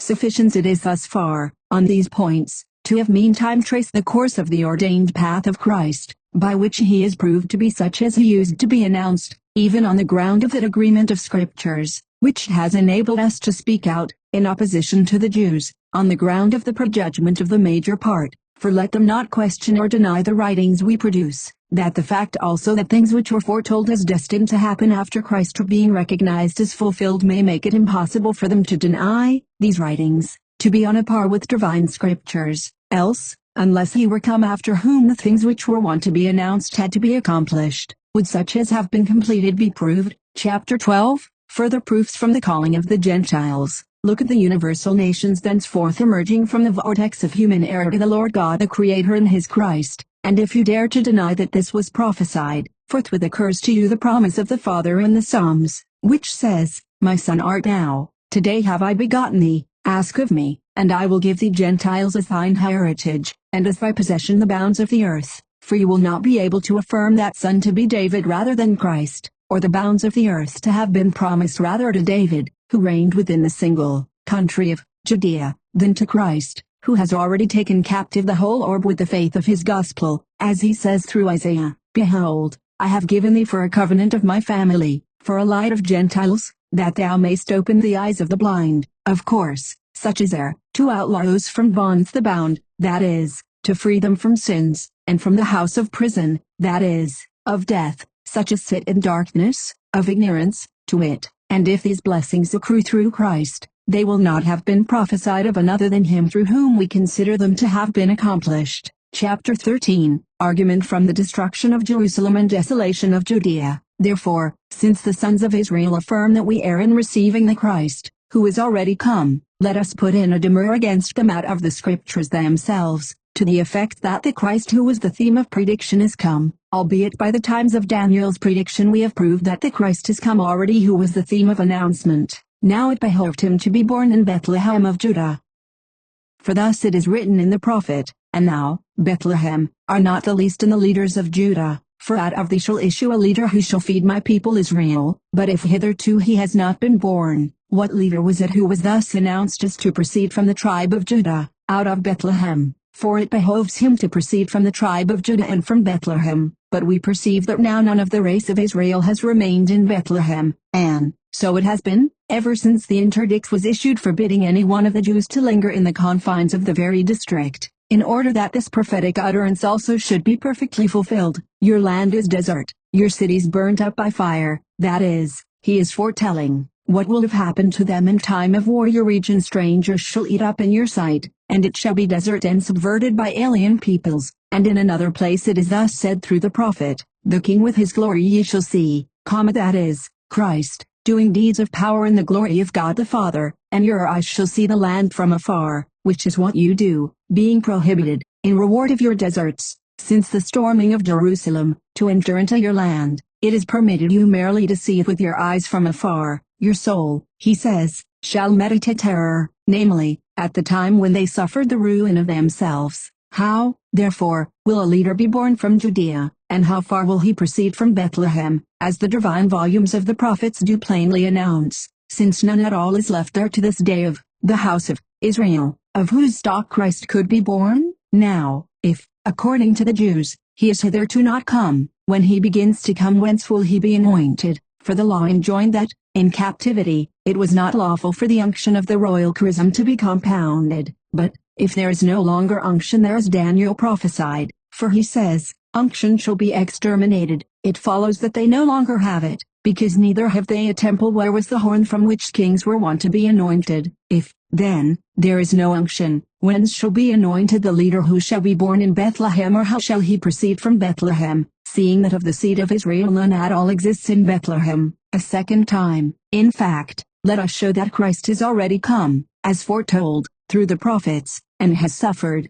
and has already received back in the heavens, and thence is to come accordingly as the predictions prophesied. For, after his advent, we read, according to Daniel, that the city itself had to be exterminated, and we recognize that so it has befallen, for the scripture says thus, that the city and the holy place are simultaneously exterminated together with the leader, undoubtedly, that leader, who was to proceed from Bethlehem, and from the tribe of Judah, whence, again, it is manifest that the city must simultaneously be exterminated at the time when its leader had to suffer in it, as foretold, through the scriptures of the prophets, who say, I have outstretched my hands the whole day unto a people contumacious and gainsaying me, who walketh in a way not good, but after their own sins. And in the Psalms, David says, they exterminated my hands and feet, they counted all my bones, they themselves, moreover, contemplated and saw me, and in my thirst slaked me with vinegar. These things David did not suffer, so as to seem justly to have spoken of himself, but the Christ who was crucified. Moreover, the hands and feet are not exterminated, except his who was suspended on a tree, whence, again, David said that the Lord would rain from the tree. For, elsewhere too, the prophet predicts the fruit of this tree, saying the earth hath given her blessings. Of course that virgin earth, not yet irrigated with rains, nor fertilized by showers, out of which man was of yore first formed, out of which now Christ through the flesh has been born of a virgin, and the tree, he says, hath brought his fruit, not the tree in paradise which yielded death to the protoplasts, but the tree of the passion of Christ, whence life, hanging, was by you not believed. For this tree in a mystery, it was of yore wherewith Moses sweetened the bitter water, whence the people, which was perishing of thirst in the desert, drank and revived, just as we do, who, drawn out from the calamities of the heathendom in which we were tarrying perishing with thirst, that is, deprived of the divine word, drinking, by the faith which is on him, the baptismal water of the tree of the passion of Christ, have revived, a faith from which Israel has fallen away, as foretold, through Jeremiah, who says, Send, and ask exceedingly whether such things have been done, whether nations will change their gods, and these are not gods. But my people hath changed their glory, whence no profit shall accrue to them. The heaven turned pale thereat, and when did it turn pale? Undoubtedly when Christ suffered, and shuddered, he says most, exceedingly, and the sun grew dark at midday, and when did it shudder exceedingly except at the passion of Christ, when the earth also trembled to her center, and the veil of the temple was rent, and the tombs were burst asunder? Because these two evils hath my people done me, he says, they have quite forsaken the fount of water of life, and they have digged for themselves worn-out tanks, which will not be able to contain water. Undoubtedly, by not receiving Christ, the fount of water of life, they have begun to have worn-out tanks, that is, synagogues for the use of the dispersions of the Gentiles, in which the Holy Spirit no longer lingers, as for the time past he was wont to tarry in the temple before the advent of Christ, who is the true temple of God. For, that they should withal suffer this thirst of the divine Spirit, the prophet Isaiah had said, saying, Behold, they who serve me shall eat, but ye shall be hungry, they who serve me shall drink, but ye shall thirst, and from general tribulation of spirit shall howl, for ye shall transmit your name for a satiety to mine elect, but you the Lord shall slay. But for them who serve me shall be named a new name, which shall be blessed in the lands. Again, the mystery of this tree we read as being celebrated even in the books of the Reigns. For when the sons of the prophets were cutting wood with axes on the bank of the river Jordan, the iron flew off and sank in the stream. And so, on Elisha the prophet's coming up, the sons of the prophets begged of him to extract from the stream the iron which had sunk, and accordingly Elisha, having taken wood, and cast it into the place where the iron had been submerged, forthwith it rose and swam on the surface, and the wood sank, which the sons of the prophets recovered, whence they understood that Elijah's spirit was presently conferred upon him. What is more manifest than the mystery of this wood, that the obduracy of this world had been sunk in the profundity of error, and is freed in baptism by the wood of Christ, that is, of his passion, in order that what had formerly perished through the tree in Adam, should be restored through the tree in Christ, while we, of course, who have succeeded to, and occupy, the room of the prophets, at the present day sustain in the world that treatment which the prophets always suffered on account of divine religion, for some they stoned, some they banished, more, however, they delivered to mortal slaughter, a fact which they cannot deny. This would, again, Isaac the son of Abraham personally carried for his own sacrifice, when God had enjoined that he should be made a victim to himself, but, because these had been mysteries which were being kept for perfect fulfillment in the times of Christ, Isaac, on the one hand, with his wood, was reserved, the ram being offered which was caught by the horns in the bramble. Christ, on the other hand, in his times, carried his wood on his own shoulders, adhering to the horns of the cross, with a thorny crown encircling his head. For him it behoved to be made a sacrifice on behalf of all Gentiles, who was led as a sheep for a victim, and, like a lamb voiceless before his shearer, so opened not his mouth, for he, when Pilate interrogated him, spake nothing, for in humility his judgment was taken away, his nativity, moreover, who shall declare, because no one at all of human beings was conscious of the nativity of Christ at his conception, when as the Virgin Mary was found pregnant by the word of God, and because his life was to be taken from the land, why, accordingly, after his resurrection from the dead, which was effected on the third day, did the heavens receive him back? It was in accordance with a prophecy of Hosea, uttered on this wise, Before daybreak shall they arise unto me, saying, Let us go and return unto the Lord our God, because himself will draw us out and free us, after a space of 2 days. On the third day, which is his glorious resurrection, he received back into the heavens, whence withal the Spirit himself had come to the Virgin, him whose nativity and passion alike the Jews have failed to acknowledge. Therefore, since the Jews still contend that the Christ is not yet come, whom we have in so many ways approved to become, let the Jews recognize their own fate, a fate which they were constantly foretold as destined to incur after the advent of the Christ, on account of the impiety with which they despised and slew him. For first, from the day when, according to the saying of Isaiah, a man cast forth his abominations of gold and silver, which they made to adore with vain and hurtful rites, that is, ever since we Gentiles, with our breasts doubly enlightened through Christ's truth, cast forth, let the Jews see it, our idols. What follows has likewise been fulfilled, for the Lord of Sabaoth hath taken away, among the Jews from Jerusalem, among the other things named, the wise architect too, who builds the church, God's temple, and the holy city, and the house of the Lord, for thenceforth God's grace desisted, from working, among them, and the clouds were commanded not to rain a shower upon the vineyard of Sorek, the clouds being celestial benefits, which were commanded not to be forthcoming to the house of Israel, for it had borne thorns, whereof that house of Israel had wrought a crown for Christ, and not righteousness, but a clamor, the clamor whereby it had extorted his surrender to the cross, and thus, the former gifts of grace being withdrawn, the law and the prophets were until John, and the fishpool of Bethsaida until the advent of Christ. Thereafter it ceased curatively to remove from Israel infirmities of health, since, as the result of their perseverance in their frenzy, the name of the Lord was through them blasphemed, as it is written, On your account the name of God is blasphemed among the Gentiles, for it is from them that the infamy, attached to the name, began, and was propagated during the interval from Tiberius to Vespasian.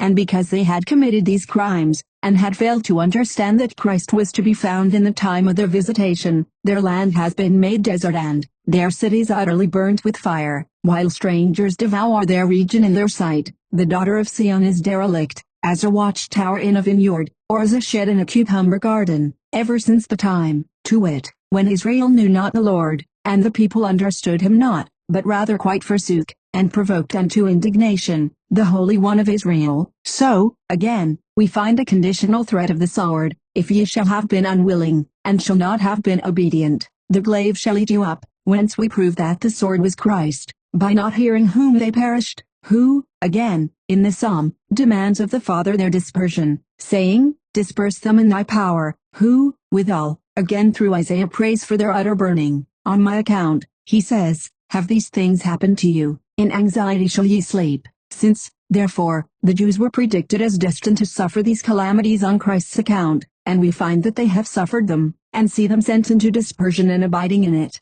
manifest it is that it is on Christ's account that these things have befallen the Jews, the sense of the Scriptures harmonizing with the issue of events and of the order of the times, or else, if Christ is not yet come, on whose account they were predicted as destined thus to suffer. When he shall have come, it follows that they will thus suffer. And where will then be a daughter of Sion to be derelict, who now has no existence, while the cities to be exhaust, which are already exhaust, and in heaps, where the dispersion of a race which is now in exile, restore to Judea the condition which Christ is to find, and, then, if you will, contend that some other, Christ, is coming.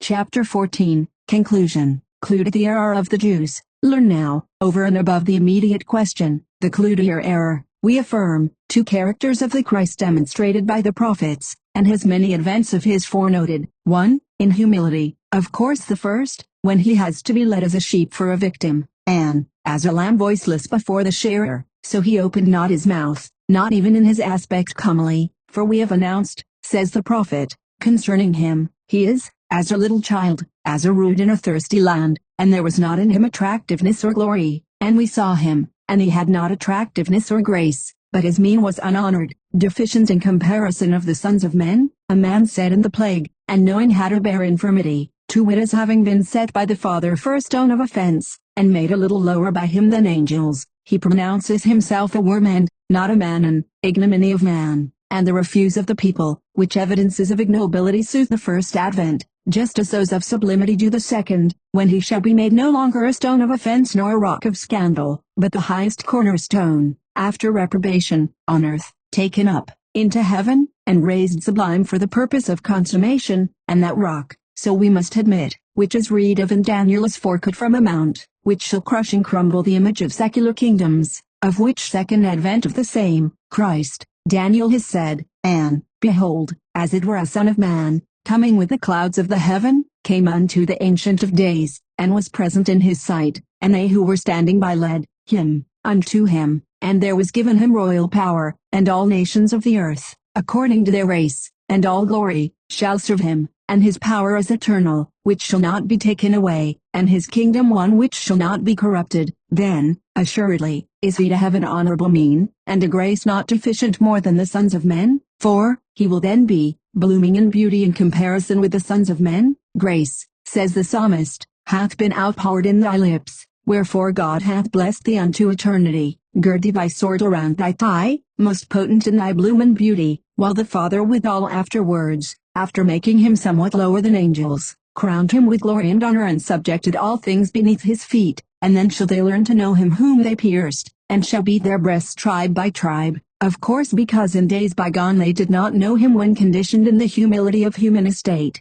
Jeremiah says, he is a human being, and who will learn to know him, because, his nativity, says Isaiah, who shall declare so too, in Zechariah, in his own person, nay, in the very mystery of his name withal, the most true priest of the Father, his own Christ, is delineated in a twofold garb with reference to the two advents. First, he was clad in sordid attire, that is, in the indignity of passible immortal flesh, when the devil, withal, was opposing himself to him, the instigator, to wit, of Judas the traitor, who even after his baptism had tempted him. In the next place, he was stripped of his former sordid raiment, and adorned with a garment down to the foot, and with a turban and a clean mitre, that is, with the garb of the second advent, since he is demonstrated as having attained glory and honor. Nor will you be able to say that the man, there depicted, is the son of Josadak, who was never at all clad in a sordid garment, but was always adorned with the sacerdotal garment, nor ever deprived of the sacerdotal function. But the Jesus there alluded to is Christ, the priest of God the Most High Father, who at his first advent came in humility, in human form, and passible, even up to the period of his passion,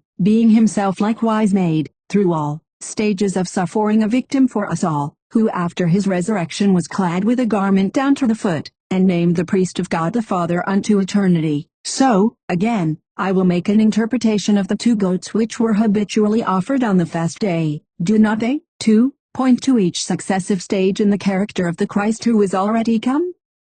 A pair, on the one hand, and consimilar, they were, because of the identity of the Lord's general appearance, inasmuch as he is not to come in some other form, seeing that he has to be recognized by those by whom he was once heard, but the one of them, begirt with scarlet, amid cursing and universal spitting, and tearing, and piercing, was cast away by the people outside the city into perdition, marked with manifest tokens of Christ's passion, who, after being begirt with scarlet garment, and subjected to universal spitting, and afflicted with all contumelies, was crucified outside the city. The other, however, offered for sins, and given as food to the priests merely of the temple, gave signal evidences of the second appearance, insofar as, after the expiation of all sins, the priests of the spiritual temple, that is, of the church, were to enjoy a spiritual public distribution, as it were, of the Lord's grace, while all others are fasting from salvation. Therefore, since the vaticinations of the first advent obscured it with manifold figures, and debased it with every dishonor, while the second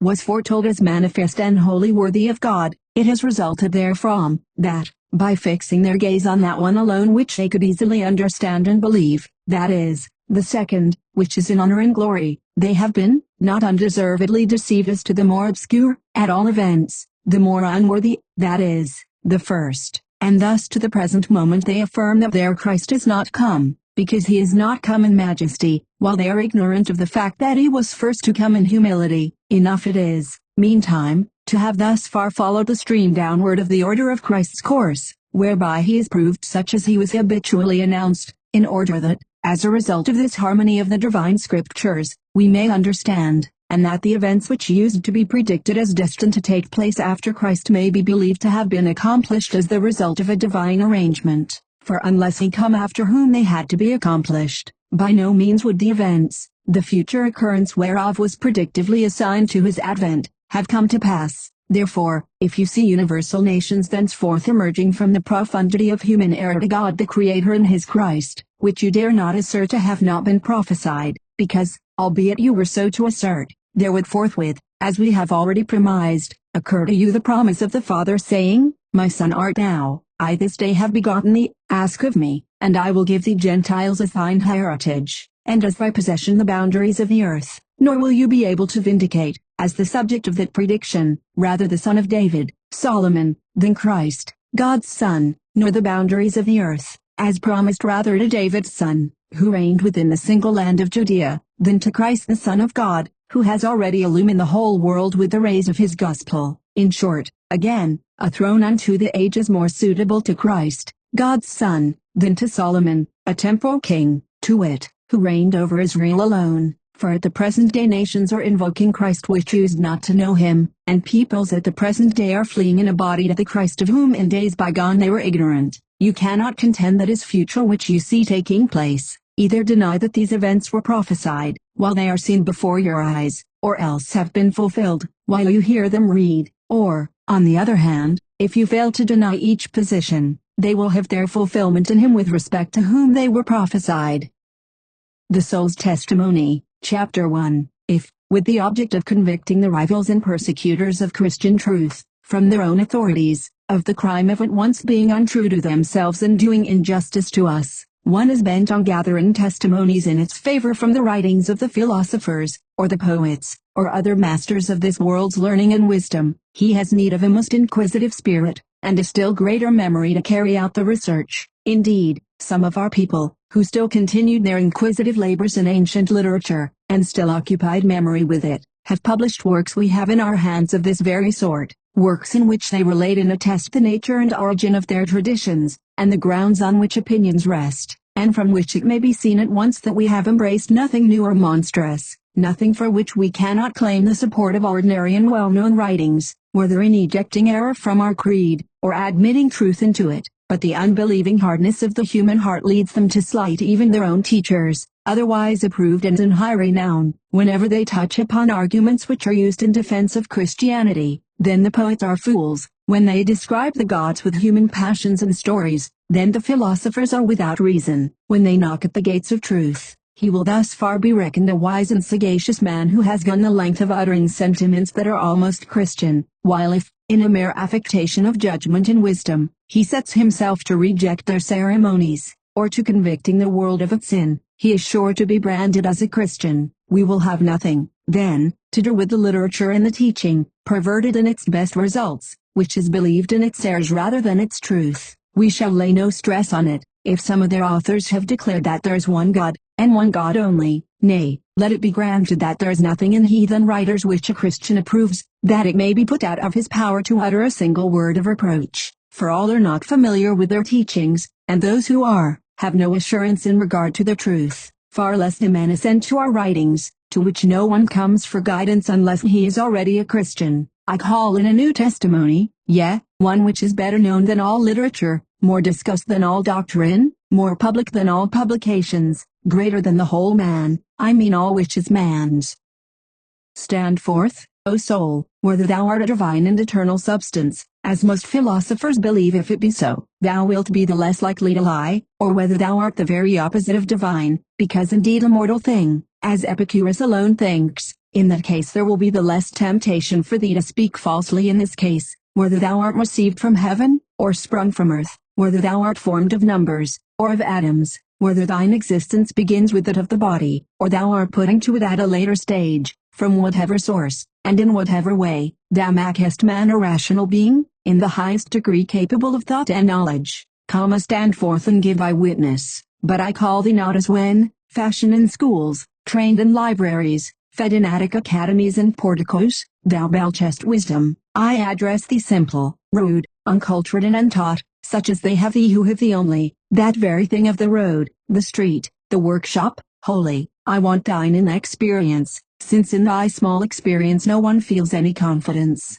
I demand of thee the things thou bringest with thee into man, which thou knowest either from thyself, or from thine author, whoever he may be. Thou art not, as I well know, Christian, for a man becomes a Christian, he is not born one. Yet Christians earnestly press thee for a testimony, they press thee, though an alien, to bear witness against thy friends, that they may be put to shame before thee, for hating and mocking us on account of things which convict thee as an accessory. Chapter 2. We give offense by proclaiming that there is one God, to whom the name of God alone belongs, from whom all things come, and who is Lord of the whole universe. Bear thy testimony, if thou knowest this to be the truth, for openly and with a perfect liberty, such as we do not possess, we hear thee both in private and in public exclaim, which may God grant, and, if God so will, by expressions such as these thou declarest that there is one who is distinctively God, and thou confessest that all power belongs to him to whose will, as sovereign, thou dost look. At the same time, too, thou deniest any others to be truly gods, in calling them by their own names of Saturn,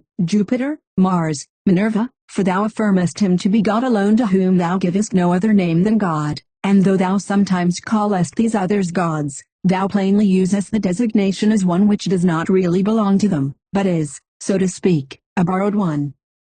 Nor is the nature of the God we declare unknown to thee. God is good, God is good, thou art wont to say, plainly suggesting further, but man is evil. In asserting an antithetic proposition, thou, in a sort of indirect and figurative way, reproachest man with his wickedness in departing from a God so good. So, again, as among us, as belonging to the God of benignity and goodness, blessing is a most sacred act in our religion and our life, thou too sayest as readily as a Christian needs, God bless thee, and when thou turnest the blessing of God into a curse, in like manner thy very words confess with us that his power over us is absolute and entire. There are some who, though they do not deny the existence of God, hold withal that he is neither searcher, nor ruler, nor judge, treating with especial disdain those of us who go over to Christ out of fear of a coming judgment, as they think, honoring God and freeing him from the cares of keeping watch, and the trouble of taking note, not even regarding him as capable of anger, for if God, they say,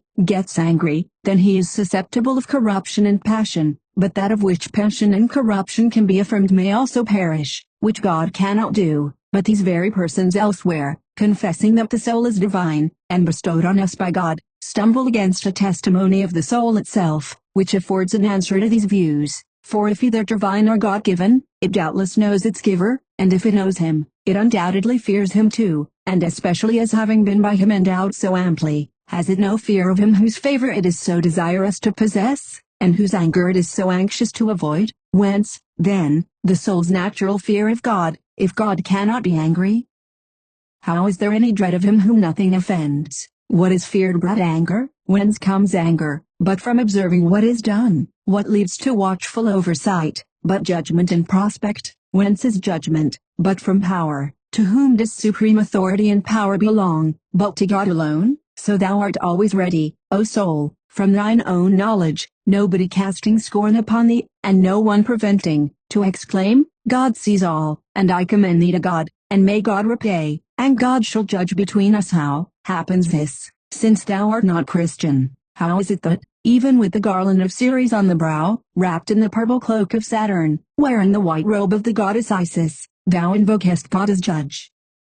Standing under the statue of Aesculapius, adorning the brazen image of Juno, arraying the helmet of Minerva with dusky figures, thou never thinkest of appealing to any of these deities. In thy known form thou appealest to a god who is elsewhere. Thou permittest honor to be rendered in thy temples to a foreign god. Oh, striking testimony to truth, which in the very midst of demons obtains a witness for us Christians. Chapter 3. But when we say that there are demons, as though, in the simple fact that we alone expel them from the men's bodies, we did not also prove their existence, some disciple of Chrysippus begins to curl the lip. Yet thy curses sufficiently attest that there are such beings, and that they are objects of thy strong dislike, as what comes to thee as a fit expression of thy strong hatred of him. Thou callest the man a damon who annoys thee with his filthiness, or malice, or insolence, or any other vice which we ascribe to evil spirits. In expressing vexation, contempt, or abhorrence, thou hast Satan constantly upon thy lips, the very same we hold to be the angel of evil, the source of error, the corrupter of the whole world, by whom in the beginning man was entrapped into breaking the commandment of God, and, the man, being given over to death on account of his sin, the entire human race, tainted in their descent from him, were made a channel for transmitting his condemnation. Thou sayest, then, thy destroyer, and though he is fully known only to Christians, or to whatever sect confesses the Lord, yet, even thou hast some acquaintance with him while yet thou abhorrest him. Chapter 4. Even now, as the matter refers to thy opinion on a point the more closely belonging to thee, insofar as it bears on thy personal well-being, we maintain that after life has passed away thou still remainest in existence, and lookest forward to a day of judgment, and according to thy deserts art assigned to misery or bliss, in either way if it forever, that, to be capable of this, thy former substance must needs return to thee, the matter and the memory of the very same human being, for neither good nor evil couldst thou feel if thou wert not endowed again with that sensitive bodily organization, and there would be no grounds for judgment without the presentation of the very person to whom the sufferings of judgment were due. That Christian view, though much nobler than the Pythagorean, as it does not transfer thee into beasts, though more complete than the Platonic, since it endows thee again with a body, though more worthy of honor than the Epicurean, as it preserves thee from annihilation, yet, because of the name connected with it, it is held to be nothing but vanity and folly, and, as it is called, a mere presumption. But we are not ashamed of ourselves if our presumption is found to have thy support. Well, in the first place, when thou speakest of one who is dead, thou sayest of him, poor man, poor, surely, not because he has been taken from the good of life, but because he has been given over to punishment and condemnation. But at another time thou speakest of the dead as free from trouble. Thou professest to think life a burden, and death a blessing. Thou art wont, too, to speak of the dead as in repose, when, returning to their graves beyond the city gates with food and dainties, thou art wont to present offerings to thyself rather than to them, or when, coming from the graves again, thou art staggering under the effects of wine. But I want thy sober opinion. Thou callest the dead poor when thou speakest thine own thoughts, when thou art at a distance from them, for at their feast, where in a sense they are present and recline along with thee, it would never dare to cast reproach upon their lot. Thou canst not but adulate those for whose sake thou art feasting it so sumptuously. Dost thou then speak of him as poor who feels not? How happens it that thou cursest, as one capable of suffering from thy curse, the man whose memory comes back on thee with the sting in it of some old injury? It is thine imprecation that the earth may lie heavy on him, and that there may be trouble to his ashes in the realm of the dead. In like manner, in thy kindly feeling to him to whom thou art indebted for favors, thou entreatest repose to his bones and ashes, and thy desire is that among the dead he may have pleasant rest. If thou hast no power of suffering after death, if no feeling remains, if, in a word, severance from the body is the annihilation of thee, what makes thee lie against thyself, as if thou couldst suffer in another state? Nay, why dost thou fear death at all? There is nothing after death to be feared, if there is nothing to be felt. For though it may be said that death is dreadful not for anything it threatens afterwards, but because it deprives us of the good of life, yet, on the other hand, as it puts an end to life's discomforts, which are far more numerous, death's terrors are mitigated by a gain that more than outweighs the loss. and there is no occasion to be troubled about a loss of good things, which is amply made up for by so great a blessing as relief from every trouble. There is nothing dreadful in that which delivers from all that is to be dreaded. If thou shrinkest from giving up life because thy experience of it has been sweet, at any rate there is no need to be in any alarm about death if thou hast no knowledge that it is evil. Thy dread of it is the proof that thou art aware of its evil. Thou wouldst never think it evil, thou wouldst have no fear of it at all, if thou wert not sure that after it there is something to make it evil, and so a thing of terror. Let us leave unnoted at this time that natural way of fearing death. It is a poor thing for anyone to fear what is inevitable. I take up the other side, and argue on the ground of a joyful hope beyond our term of earthly life, for desire of posthumous fame is with almost every class an inborn thing. I have not time to speak of the Curtii, and the Reguli, or the brave men of Greece, who afford us innumerable cases of death despised for after renown, who at this day is without the desire that he may be often remembered when he is dead, who does not give all endeavor to preserve his name by works of literature, or by the simple glory of his virtues, or by the splendor even of his tomb. How is it the nature of the soul to have these posthumous ambitions and with such amazing effort to prepare the things it can only use after it ceases? It would care nothing about the future, if the future were quite unknown to it. But perhaps thou thinkest thyself surer, after thy exit from the body, of continuing still to feel, than of any future resurrection, which is a doctrine laid at our doors, one of our presumptuous suppositions. But it is also the doctrine of the soul, for if anyone inquires about a person lately dead as though he were alive, it occurs at once to say, he has gone, he is expected to return, then. Chapter 5. These testimonies of the soul are simple as true, commonplace as simple, universal as commonplace, natural as universal, divine as natural. I don't think they can appear frivolous or feeble to anyone, if he reflect on the majesty of nature, from which the soul derives its authority. If you acknowledge the authority of the mistress, you will own it also in the disciple. Well, nature is the mistress here, and her disciple is the soul, but everything the one has taught or the other learned, has come from God, the teacher of the teacher, and what the soul may know from the teachings of its chief instructor, thou canst judge from that which is within thee. Think of that which enables thee to think, reflect on that which in forebodings is the prophet, the augur in omens, the foreseer of coming events. Is it a wonderful thing, if, being the gift of God to man, it knows how to divine? Is it anything very strange, if it knows the God by whom it was bestowed? Even fallen as it is, the victim of the great adversary's machinations, it does not forget its Creator, His goodness and law, and the final end both of itself and of its foe. Is it singular then, if, divine in its origin, its revelations agree with the knowledge God has given to His own people? But he who does not regard those outbursts of the soul as the teaching of a congenital nature and the secret deposit of an inborn knowledge, will say that the habit and, so to say, the vice of speaking in this way has been acquired and confirmed from the opinions of published books widely spread among men. Unquestionably the soul existed before letters, and speech before books, and ideas before the writing of them, and man himself before the poet and philosopher. Is it then to be believed, that before literature and its publication no utterances of the sort we have pointed out came from the lips of men? Did nobody speak of God and His goodness? Nobody of death? Nobody of the dead? Speech went a-begging, I suppose, nay, the subjects being still a-wanting, without which it cannot even exist at this day, when it is so much more copious, and rich, and wise. It could not exist at all if the things which are now so easily suggested, that cling to us so constantly, that are so very near to us, that are somehow born on our very lips, had no existence in ancient times,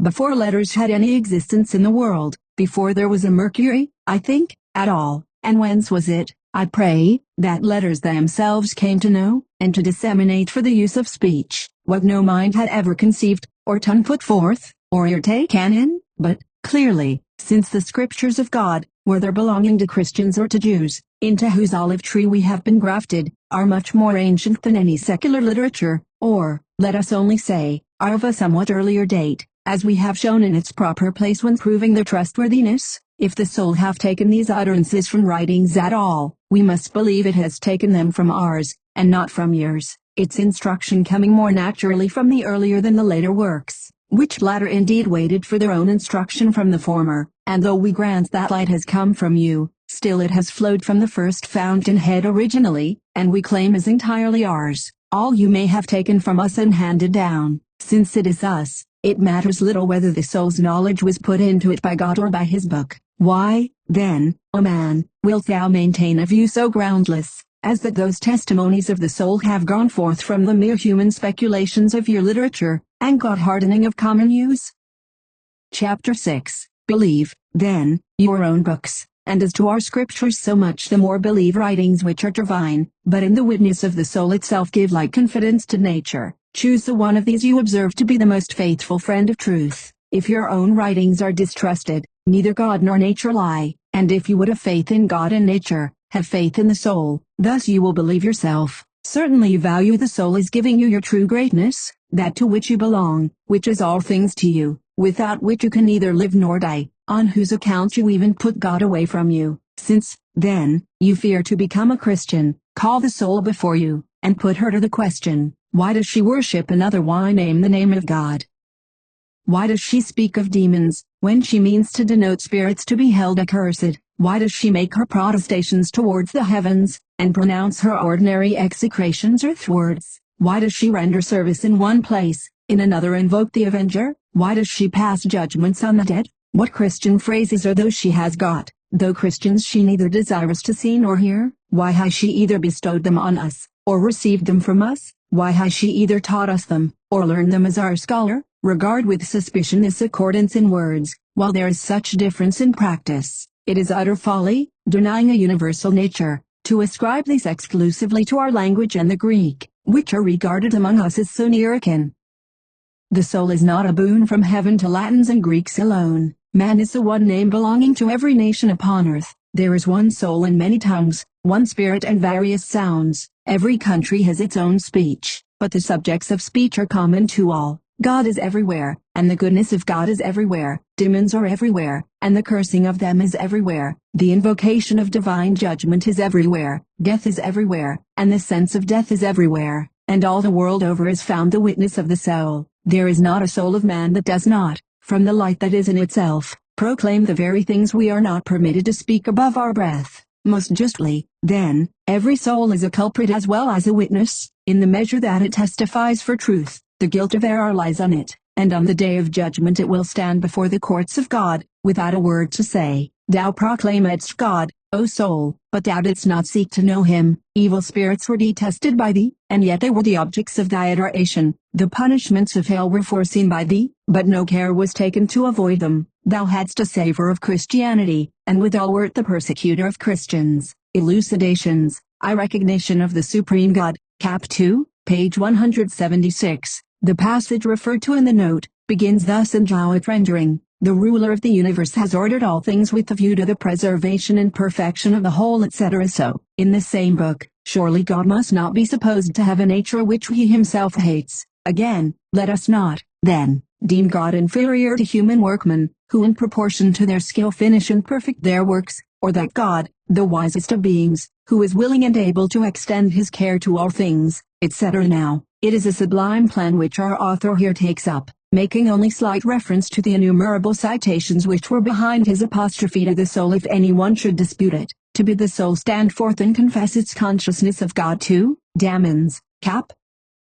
V. page 176. Those who would pursue the subject of demonology, which Tertullian opens in this admirable treatise, should follow it up in a writer whom Tertullian greatly influenced, in many particulars, even when he presents a remarkable contrast. The 9th book of the City of God is devoted to inquiries which throw considerable light on some of the startling sayings of our author as to the heathen systems, and their testimony to the soul's consciousness of God and of the great enemy of God and the inferior spirit of evil. A treatise on the soul, Chapter 1. It is not to the philosophers that we resort for information about the soul but to God. Having discussed with Hermogenes the single point of the origin of the soul, so far as his assumption led me, that the soul consisted rather in an adaptation of matter than of the inspiration of God, I now turn to the other questions incidental to the subject, and, in my treatment of these, I shall evidently have mostly to contend with the philosophers. In the very prison of Socrates they skirmished about the state of the soul. I have my doubts at once whether the time was an opportune one for their great master, to say nothing of the place, although that perhaps does not much matter. For what could the soul of Socrates then contemplate with clearness and serenity? The sacred ship had returned, from Delos, The hemlock draught to which he had been condemned had been drunk. Death was now present before him. His mind was, as one may suppose, naturally excited at every emotion, or if nature had lost her influence, it must have been deprived of all power of thought, or let it have been as placid and tranquil so you please, inflexible, in spite of the claims of natural duty, at the tears of her who was so soon to be his widow, and at the sight of his thenceforward orphan children. Yet his soul must have been moved even by its very efforts to suppress emotion, and his constancy itself must have been shaken, as he struggled against the disturbance of the excitement around him. Besides, what other thoughts could any man entertain who had been unjustly condemned to die, but such as should solace him for the injury done to him? Especially would this be the case with that glorious creature, the philosopher, to whom injurious treatment would not suggest a craving for consolation, but rather the feeling of resentment and indignation. Accordingly, after his sentence, when his wife came to him with her effeminate cry, "O Socrates, you are unjustly condemned," he seemed already to find joy in answering, "Would you then wish me justly condemned?" It is therefore not to be wondered at, if even in his prison, from a desire to break the foul hands of Anytus and Melitus, he, in the face of death itself, asserts the immortality of the soul by a strong assumption such as was wanted to frustrate the wrong they had inflicted upon him, so that all the wisdom of Socrates, at that moment, proceeded from the affectation of an assumed composure, rather than the firm conviction of ascertained truth. For by whom has truth ever been discovered without God? By whom has God ever been found without Christ? By whom has Christ ever been explored without the Holy Spirit? By whom has the Holy Spirit ever been attained without the mysterious gift of faith? Socrates, as none can doubt, was actuated by a different spirit, for they say that a demon clave to him from his boyhood, the very worst teacher certainly, notwithstanding the high place assigned to it by poets and philosophers, even next to, nay, along with, the gods themselves. The teachings of the power of Christ had not yet been given. That power, which alone can confute this most pernicious influence of evil that has nothing good in it, but is rather the author of all error, and the seducer from all truth. Now if Socrates was pronounced the wisest of men by the oracle of the Pythian demon, which, you may be sure, neatly managed the business for his friend, of how much greater dignity and constancy is the assertion of the Christian wisdom, before the very breath of which the whole host of demons is scattered. This wisdom of the school of heaven frankly and without reserve denies the gods of this world, and shows no such inconsistency as to order a cock to be sacrificed to Aesculapius. No new gods and demons does it introduce, but expels the old ones. It corrupts not youth, but instructs them in all goodness and moderation, and so it bears the unjust condemnation not of one city only, but of all the world, in the cause of that truth which incurs indeed the greater hatred in proportion to its fullness, so that it tastes death not out of a poisoned cup almost in the way of jollity, but it exhausts it in every kind of bitter cruelty, on gibbets and in holocausts. Meanwhile, in the still gloomier prison of the world amongst Chersobeses and Fatis, in every investigation concerning man's soul, it directs its inquiry according to the rules of God. At all events, you can show us no more powerful expounder of the soul than the author thereof. From God you may learn about that which you hold of God, but from none else will you get this knowledge, if you get it not from God. For who is to reveal that which God has hidden? To the quarter must we resort in our inquiries whence we are most safe even in deriving our ignorance, for it is really better for us not to know a thing, because he has not revealed it to us, than to know it according to man's wisdom, because he has been bold enough to assume it. Chapter 2. The Christian has sure and simple knowledge concerning the subject before us. Of course we shall not deny that philosophers have sometimes thought the same things as ourselves. The testimony of truth is the issue thereof. It sometimes happens even in a storm, when the boundaries of sky and sea are lost in confusion, that some harbor is stumbled on, by the laboring ship, by some happy chance, and sometimes in the very shades of night, through blind luck alone, one finds access to a spot, or egress from it. In nature, however, most conclusions are suggested, as it were, by that common intelligence wherewith God has been pleased to endow the soul of man. This intelligence has been caught up by philosophy, and, with the view of glorifying her own art, has been inflated. It is not to be wondered at that I use this language, with straining after that facility of language which is practiced in the building up and pulling down of everything, and which has greater aptitude for persuading men by speaking than by teaching. She assigns to things their forms and conditions, sometimes makes them common and public, sometimes appropriates them to private use, On certainty she capriciously stamps the character of uncertainty. She appeals to precedents, as if all things are capable of being compared together. She describes all things by rule and definition, allotting diverse properties even to similar objects. She attributes nothing to the divine permission, but assumes as her principles the laws of nature. I could bear with her pretensions, if only she were herself true to nature, and would prove to me that she had a mastery over nature as being associated with its creation. She thought, no doubt, that she was deriving her mysteries from sacred sources, as men deem them, because in ancient times most authors were supposed to be, I will not say godlike, but actually gods, as, for instance, the Egyptian Mercury, to whom Plato paid very great deference, and the Phrygian Silenus, to whom Midas lent his long ears, when the shepherds brought him to him, and Hermotimus,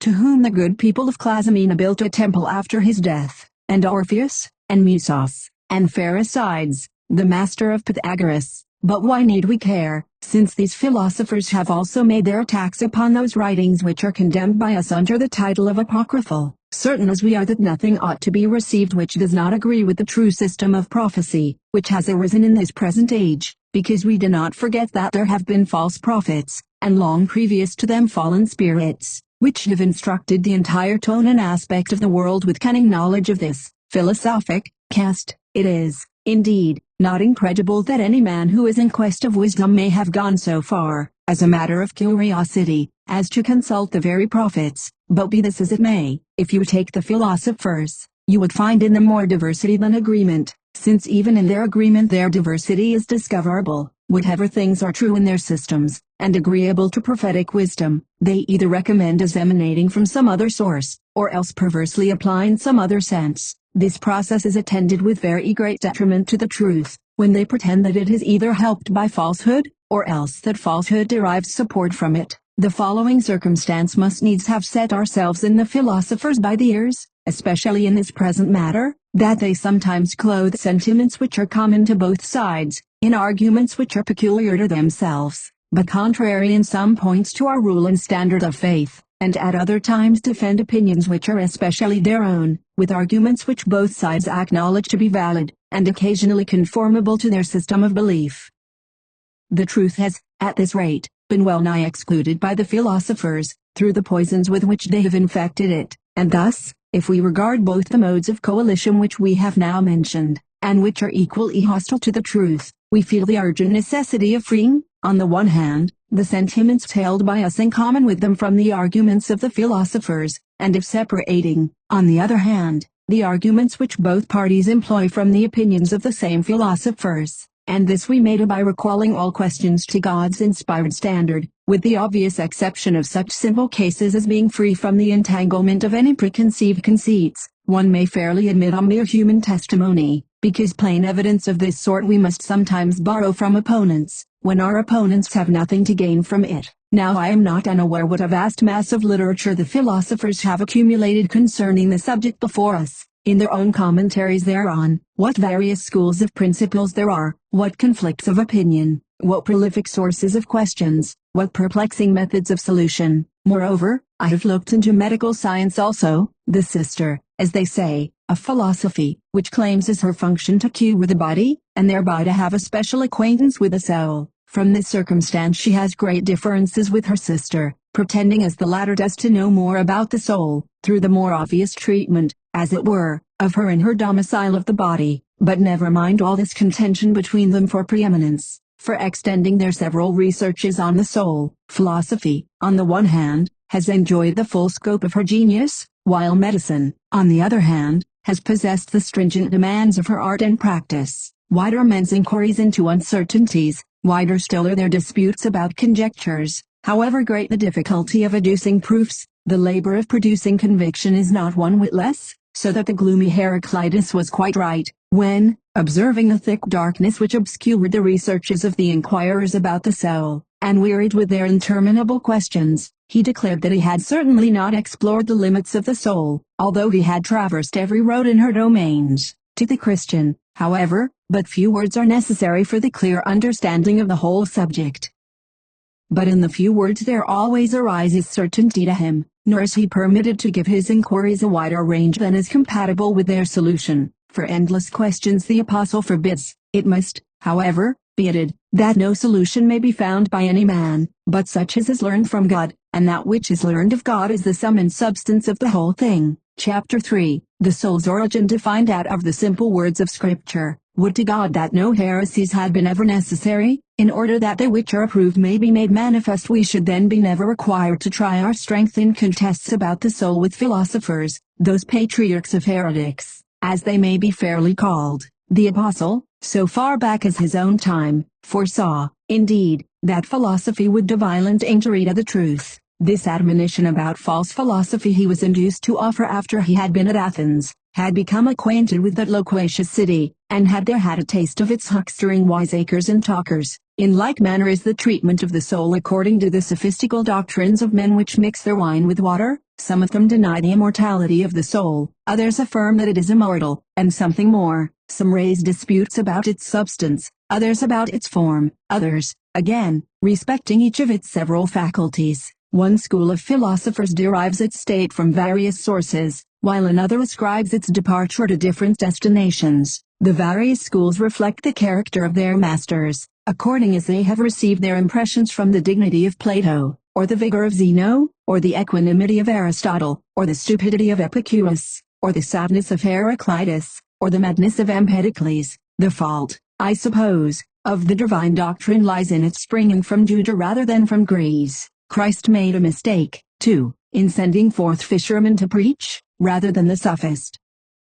Whatever noxious vapors, accordingly, exhaled from philosophy, obscure the clear and wholesome atmosphere of truth, it will be for Christians to clear away, both by shattering to pieces the arguments which are drawn from the principles of things, I mean those of the philosophers, and by opposing to them the maxims of heavenly wisdom, that is, such as are revealed by the Lord, in order that both the pitfalls wherewith philosophy captivates the heathen may be removed, and the means employed by heresy to shake the faith of Christians may be repressed. We have already decided one point in our controversy with Hermogenes, as we said at the beginning of this treatise, when we claimed the soul to be formed by the breathing of God, and not that of matter. We relied even there on the clear direction of the inspired statement which informs us how that the Lord God breathed on man's face the breath of life, so that man became a living soul, by that inspiration of God. Of course, on this point, therefore, nothing further need be investigated or advanced by us. It has its own treatise, and its own heretic. I shall regard it as my introduction to the other branches of the subject. Chapter 4. In opposition to Plato, the soul was created and originated at birth. After settling the origin of the soul, its condition or state comes up next. For when we acknowledge that the soul originates in the breath of God, it follows that we attribute a beginning to it.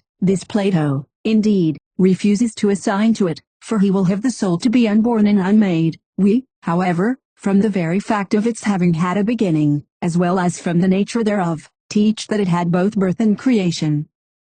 And when we ascribe both birth and creation to it, we have made no mistake, for being born, indeed, is one thing, and being made is another, the former being the term which is best suited to living beings. When distinctions, however, have places and times of their own, they occasionally possess also reciprocity of application among themselves. Thus, the being made admits of being taken in the sense of being brought forth, inasmuch as everything which receives being or existence, in any way whatever, is in fact generated, for the maker may really be called the parent of the thing that is made, in the sense Plato also uses the phraseology. So far, therefore, as concerns our belief in the soul's being made or born, the opinion of the philosopher is overthrown by the authority of prophecy even. Chapter 5. Probable view of the Stoics, that the soul has a corporeal nature. Suppose one summons a Eubulus to his assistance, and a Critolaus, and his Anacrits, and on this occasion Plato's friend Aristotle. They may very possibly hold themselves ready for stripping the soul of its corporeity, unless they happen to see other philosophers opposed to them in their purpose,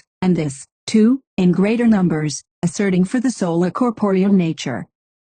Now I am not referring merely to those who mold the soul out of manifest bodily substances, as Hipparchus and Heraclitus, do out of fire, as Hippon and Thales, do out of water, as Empedocles and Critias, do out of blood, as Epicurus, does out of atoms, since even atoms by their coherence form corporeal masses, as Critolaus and his Peripatetics, do out of a certain indescribable quintessence. if that may be called a body, which rather includes and embraces bodily substances. But I call on the Stoics also to help me, who, while declaring almost in our own terms that the soul is a spiritual essence, inasmuch as breath and spirit are in their nature very near akin to each other, will yet have no difficulty in persuading us that the soul is a corporeal substance. Indeed, Zeno, defining the soul to be a spirit generated with the body, constructs his argument in this way: that substance which by its departure causes the living being to die is a corporeal one. Now it is by the departure of the spirit, which is generated with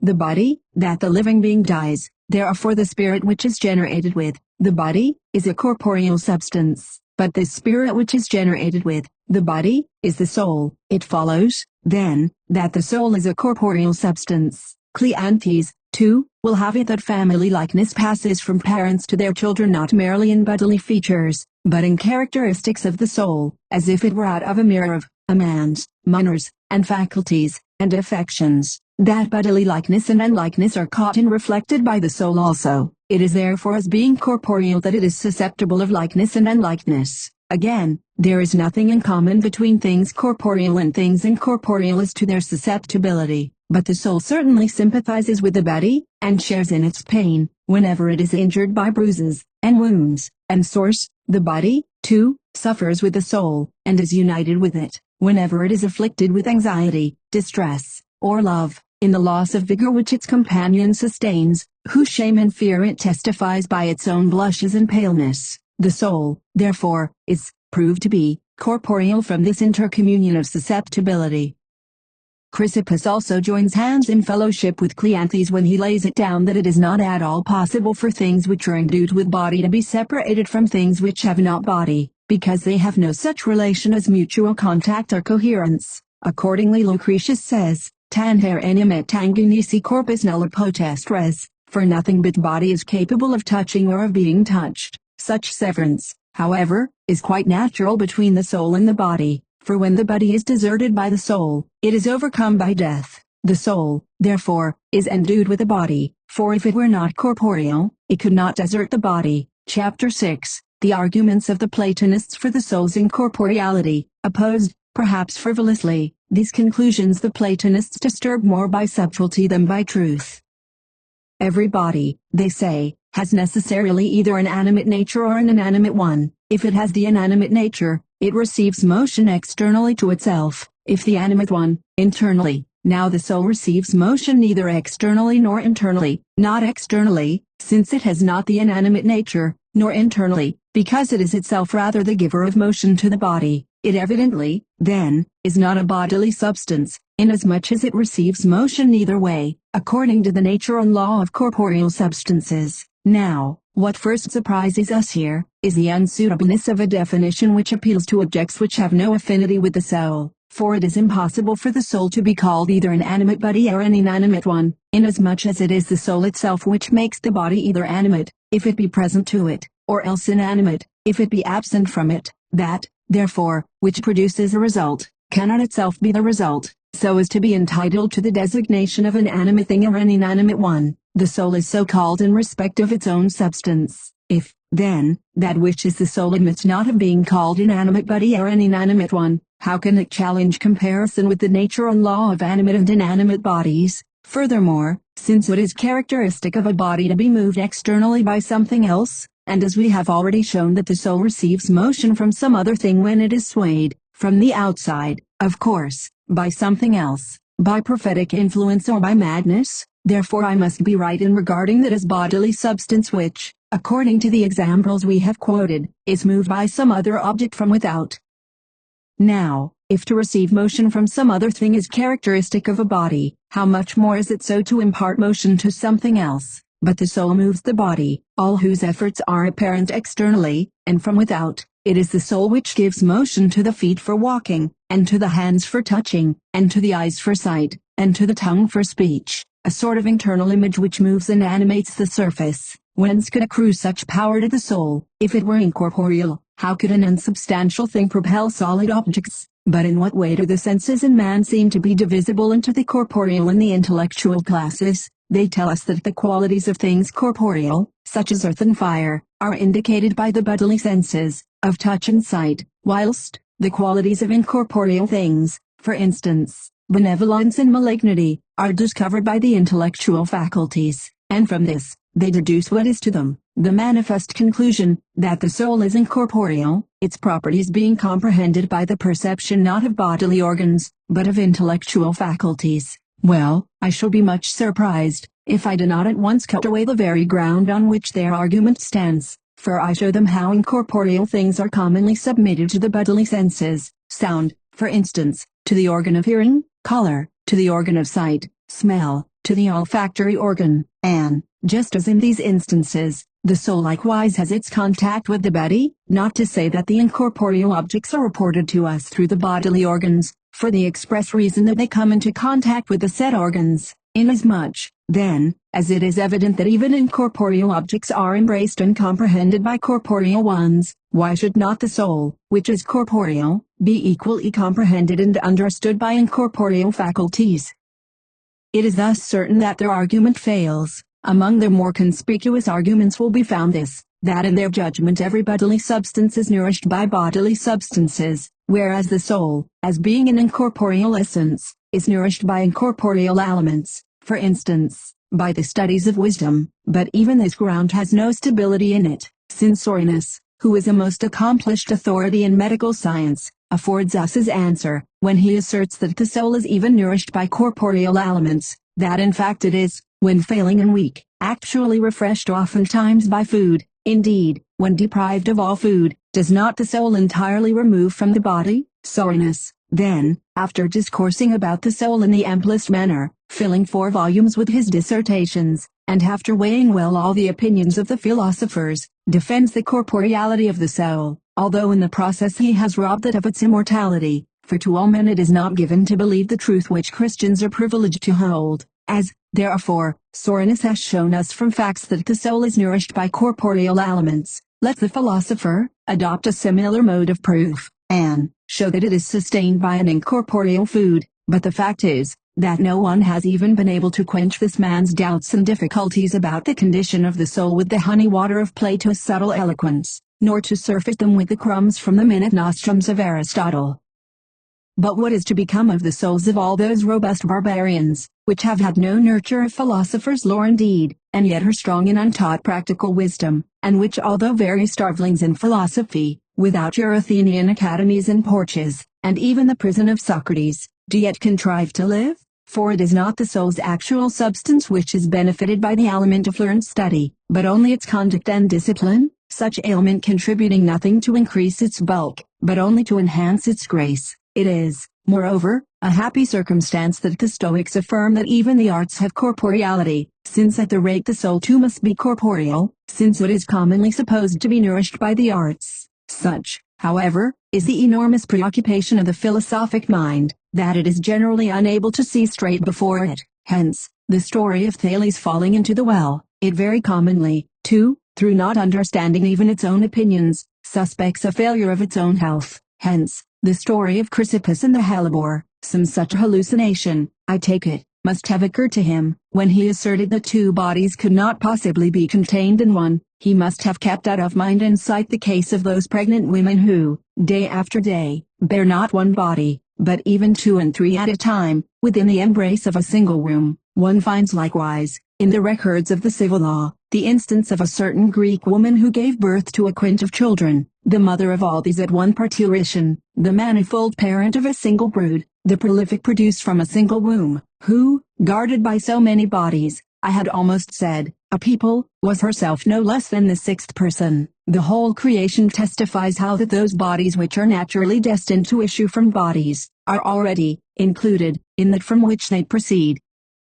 Now that which proceeds from some other thing must needs be second to it. Nothing, however, proceeds out of another thing except by the process of generation, but then they are 2 things. Chapter 7, the soul's corporeality demonstrated out of the Gospels. So far as the philosophers are concerned, we have said enough. As for our own teachers, indeed, our reference to them is ex abundanti, a surplusage of authority. In the Gospel itself they will be found to have the clearest evidence for the corporeal nature of the soul. In hell the soul of a certain man is in torment, punished in flames, suffering excruciating thirst, and imploring from the finger of a happier soul, for his tongue, the solace of a drop of water. Do you suppose that this end of the blessed poor man and the miserable rich man is only imaginary? Then why the name of Lazarus in this narrative, if the circumstance is not in the category of a real occurrence? But even if it is to be regarded as imaginary, it will still be a testimony to truth and reality.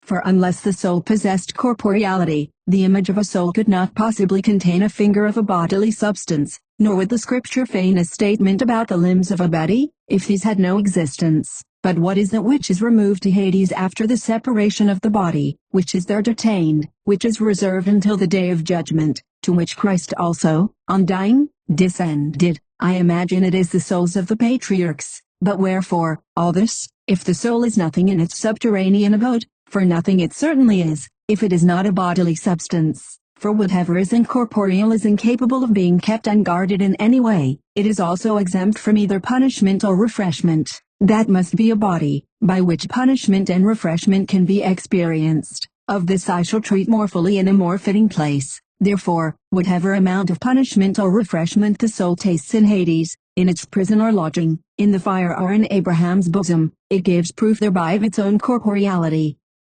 For an incorporeal thing suffers nothing, not having that which makes it capable of suffering, else, if it has such capacity, it must be a bodily substance. For in as far as every corporeal thing is capable of suffering, in so far as that which is capable of suffering also corporeal. Chapter 8. Other Platonist arguments considered. Besides, it would be a harsh and absurd proceeding to exempt anything from the class of corporeal beings, on the ground that it is not exactly like the other constituents of that class, and where individual creatures possess various properties. Does not this variety in works of the same class indicate the greatness of the Creator, in making them at the same time different and yet like, amicably at rivals? Indeed, the philosophers themselves agree in saying that the universe consists of harmonious oppositions, according to Empedocles' theory of friendship and enmity. Thus, then, although corporeal essences are opposed to incorporeal ones, they yet differ from each other in such sort as to amplify their species by their variety, without changing their genus, remaining all alike corporeal, contributing to God's glory in their manifold existence by reason of their variety, so various, by reason of their differences, so diverse, in that some of them possess one kind of perception, others another, some feeding on one kind of aliment, others on another, some, again, possessing visibility, while others are invisible, some being weighty, others light. They are in the habit of saying that the soul must be pronounced incorporeal on this account, because the bodies of the dead, after its departure from them, become heavier, whereas they ought to be lighter, being deprived of the weight of a body, since the soul is a bodily substance. But what, says Sorinus, in answer to this argument, if men should deny that the sea is a bodily substance, because a ship out of the water becomes a heavy and motionless mass? How much truer and stronger, then, is the soul's corporeal essence, which carries about the body, which eventually assumes so great a weight with the nimblest motion. Again, even if the soul is invisible, it is only in strict accordance with the condition of its own corporeality, and suitably to the property of its own essence, as well as to the nature of even those beings to which its destiny made it to be invisible. The eyes of the owl cannot endure the sun, whilst the eagle is so well able to face his glory, that the noble character of its young is determined by the unblinking strength of their gaze, while the eaglet, which turns away its eye from the sun's ray, is expelled from the nest as a degenerate creature. So true is it, therefore, then to one eye an object is invisible, which may be quite plainly seen by another, without implying any incorporeality in that which is not endued with an equally strong power of vision. The sun is indeed a bodily substance, because it is composed of fire. The object, however, which the eaglet at once admits the existence of, the owl denies, without any prejudice. Nevertheless, to the testimony of the eagle, there is the self-same difference in respect of the soul's corporeality, which is,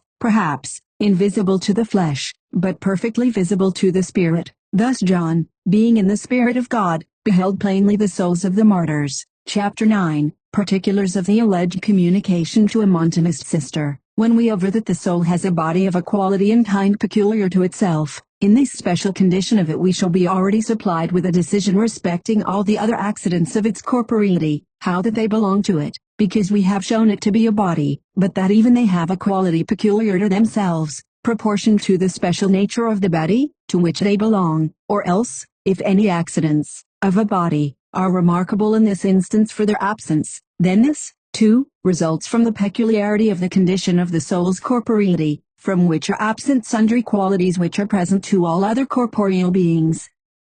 And yet, notwithstanding all this, we shall not be at all inconsistent if we declare that the more usual characteristics of a body, such as invariably accrue to the corporeal condition, belong also to the soul, such as form and limitation, and that triad of dimensions, I mean length, and breadth and height, by which philosophers gauge all bodies. What now remains but for us to give the soul a figure? Plato refuses to do this, as if it endangered the soul's immortality, for everything which is figure is, according to him, compound, and composed of parts, whereas the soul is immortal, and being immortal, it is therefore indissoluble, and being indissoluble, it is figureless, for if, on the contrary, it had figure, it would be of a composite and structural formation. He, however, in some other manner frames for the soul an effigy of intellectual forms, beautiful for its just symmetry and tuitions of philosophy, but misshapen by some contrary qualities. As for ourselves, indeed, we inscribe on the soul the lineaments of corporeity, not simply from the assurance which reasoning has taught us of its corporeal nature, but also from the firm conviction which divine grace impresses on us by revelation.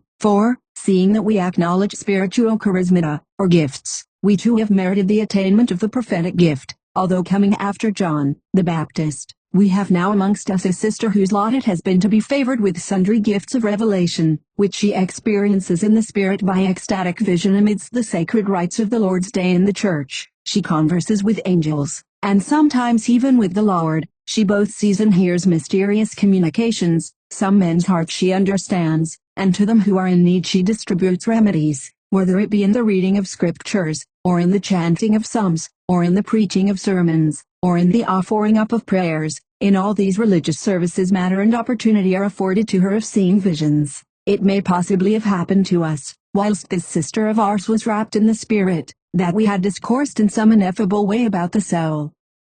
After the people are dismissed at the conclusion of the sacred services, she is in the regular habit of reporting to us whatever things she may have seen in vision, for all her communications are examined with the most scrupulous care, in order that their truth may be probed. Amongst other things, says she, there has been shown to me a soul in bodily shape, and a spirit has been in the habit of appearing to me, not, however, a void and empty illusion, but such as would offer itself to be even grasped by the hand, soft and transparent and of an ethereal color, and in form resembling that of a human being in every respect. This was her vision, and for her witness there was God, and the apostle most assuredly foretold that there were to be spiritual gifts in the church. Now, can you refuse to believe this, even if indubitable evidence on every point is forthcoming for your conviction? Since, then, the soul is a corporeal substance, no doubt it possesses qualities such as those which we have just mentioned, amongst them the property of color, which is inherent in every bodily substance. Now what color would you attribute to the soul but an ethereal transparent one? Not that its substance is actually the ether or air, although this was the opinion of Anicedomus and Anaximenes, and I suppose of Heraclitus also, as some say of him, nor transparent light, although Heraclides of Pontus held it to be so.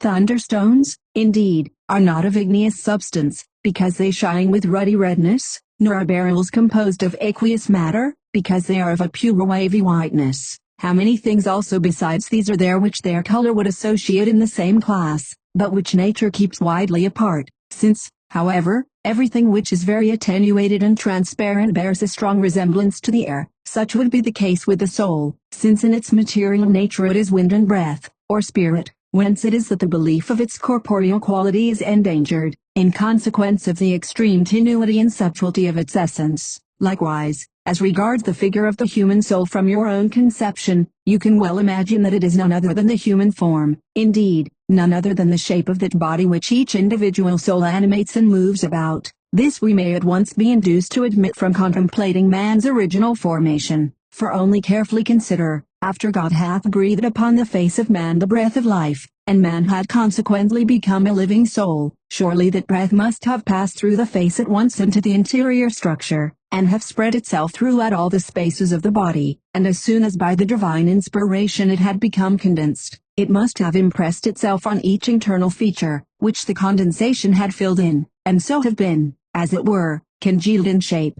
or stereotyped.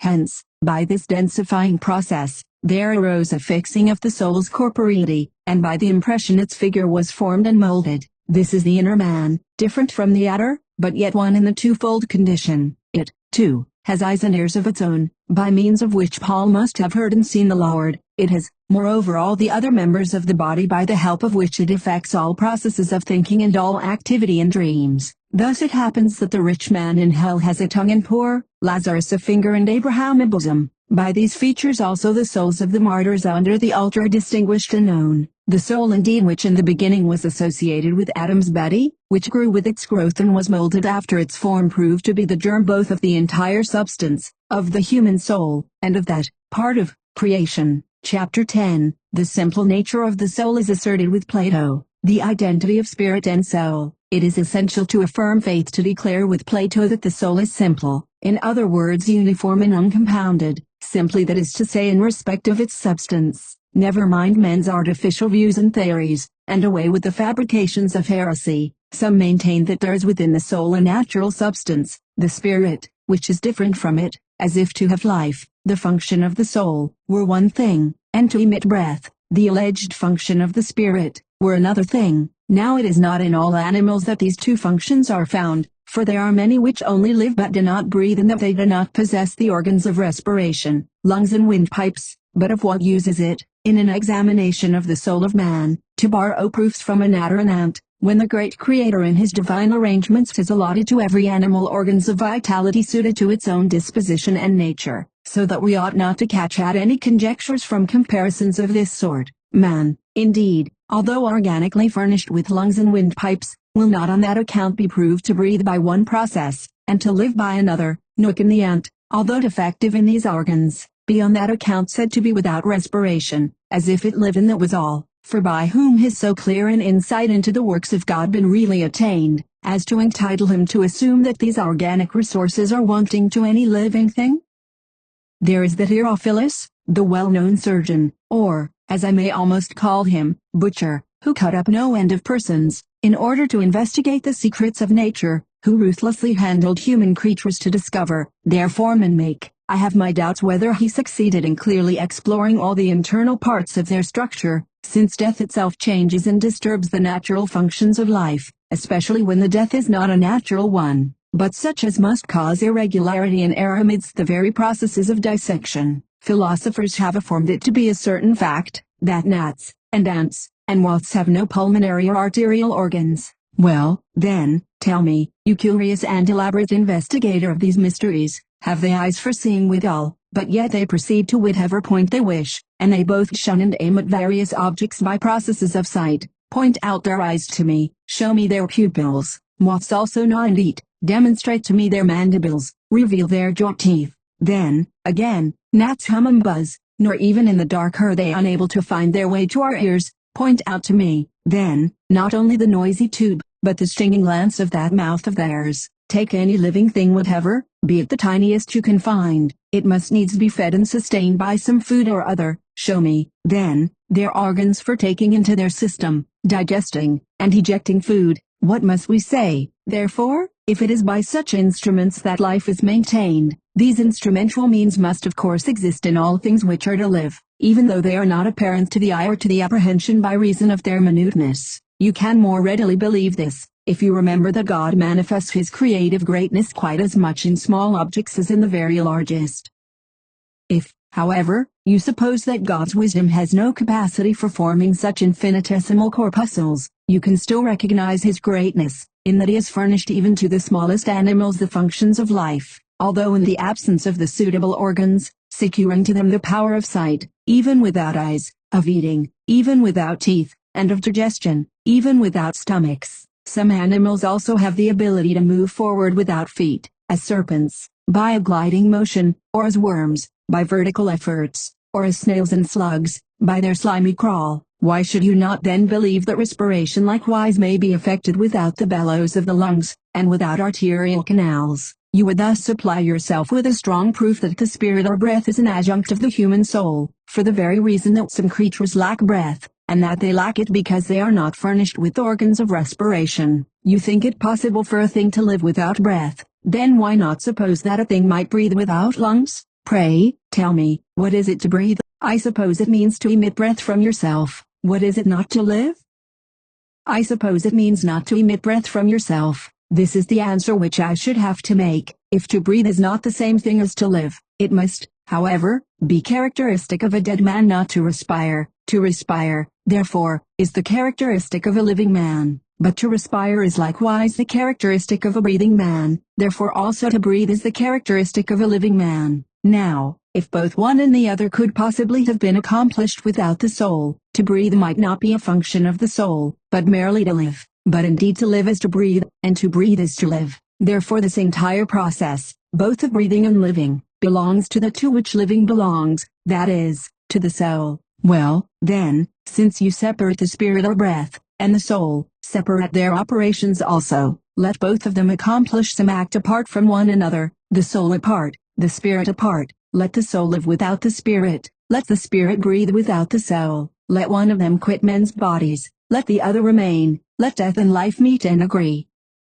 If indeed the soul and the spirit are two, they may be divided, and thus, by the separation of the one which departs from the one which remains, there would accrue the union and meeting together of life and of death. But such a union never will accrue, therefore they are not two, and they cannot be divided, but divided they might have been, if they had been, two. Still two things may surely coalesce in growth, but the two in question never will coalesce, since to live is one thing, and to breathe is another. Substances are distinguished by their operations. How much firmer ground have you for believing that the soul and the spirit are but one, since you assign to them no difference, so that the soul is itself the spirit, respiration being the function of that of which life also is. But what if you insist on supposing that the day is one thing, and the light, which is incidental to the day, is another thing, whereas day is only the light itself? There must, of course, be also different kinds of light, as appears from the ministry of fires. So likewise will there be different sorts of spirits, according as they emanate from God or from the devil. Whenever, indeed, the question is about soul and spirit, the soul will be understood to be itself the spirit, just as the day is the light itself, for a thing is itself identical with it by means of which itself exists. Chapter 11, Spirit, a term expressive of an operation of the soul, not of its nature, to be carefully distinguished from the Spirit of God. But the nature of my present inquiry obliges me to call the soul spirit or breath, because to breathe is ascribed to another substance. We, however, claim this operation for the soul, which we acknowledge to be an indivisible simple substance, and therefore we must call it spirit in a definitive sense, not because of its condition, but of its action, not in respect of its nature, but of its operation, because it respires, and not because it is spirit in any especial sense. For to blow or breathe is to respire, so that we are driven to describe, by the term which indicates this respiration, that is to say spirit, the soul which we hold to be, by the propriety of its action, breath. Moreover, we properly and especially insist on calling it breath, or spirit, in opposition to Hermogenes, who derives the soul from matter instead of from the afflatus or breath of God. He, to be sure, goes flatly against the testimony of Scripture, and with this view converts breath into spirit, because he cannot believe that the creature on which was breathed the Spirit of God fell into sin, and then into condemnation, and therefore he would conclude that the soul came from matter rather than from the Spirit or breath of God. For this reason, we on our side even from that passage, maintain the soul to be breath and not the Spirit, in the scriptural and distinctive sense of the Spirit, and here it is with regret that we apply the term Spirit at all in the lower sense, in consequence of the identical action of respiring and breathing. In that passage, the only question is about the natural substance, to respire being an act of nature. I would not tarry a moment longer on this point, were it not for those heretics who introduce into the soul some spiritual germ which passes my comprehension. They make it to have been conferred upon the soul by the secret liberality of her mother Sophia, wisdom, without the knowledge of the Creator, but Holy Scripture, which has a better knowledge of the soul's maker, or rather God, has told us nothing more than that God breathed on man's face the breath of life, and that man became a living soul, by means of which he was both to live and breathe, at the same time making a sufficiently clear distinction between the spirit and the soul, in such passages as the following, wherein God himself declares, "My spirit went forth from me, and I made the breath of each, and the breath of my spirit became soul. And again, he giveth breath unto the people that are on the earth, and spirit to them that walk thereon. First of all there comes the natural soul, that is to say, the breath, to the people that are on the earth, in other words, to those who act carnally in the flesh. Then afterwards comes the spirit to those who walk thereon, that is, who subdue the works of the flesh, because the apostle also says, that is not first which is spiritual, but that which is natural, or in possession of the natural soul, and afterward that which is spiritual. For, inasmuch as Adam straightway predicted that great mystery of Christ and the church, when he said, this now is bone of my bones, and flesh of my flesh, therefore shall a man leave his father and his mother, and shall cleave unto his wife, and they two shall become one flesh. He experienced the influence of the Spirit, for there fell upon him that ecstasy, which is the Holy Ghost's operative virtue of prophecy, and even the evil spirit too is an influence which comes upon a man. Indeed, the Spirit of God not more really turned Saul into another man, that is to say, into a prophet, when people said one to another, what is this which is come to the son of Kish? Is Saul also among the prophets? Then did the evil spirit afterwards turn him into another man, in other words, into an apostate. Judas likewise was for a long time reckoned among the elect apostles, and was even appointed to the office of their treasurer. He was not yet the traitor, although he was become fraudulent, but afterwards the devil entered into him. Consequently, as the spirit neither of God nor of the devil is naturally planted with a man's soul at his birth, this soul must evidently exist apart and alone, previous to the accession to it of either spirit. If thus apart and alone, it must also be simple and uncompounded as regards its substance, and therefore it cannot respire from any other cause than from the actual condition of its own substance.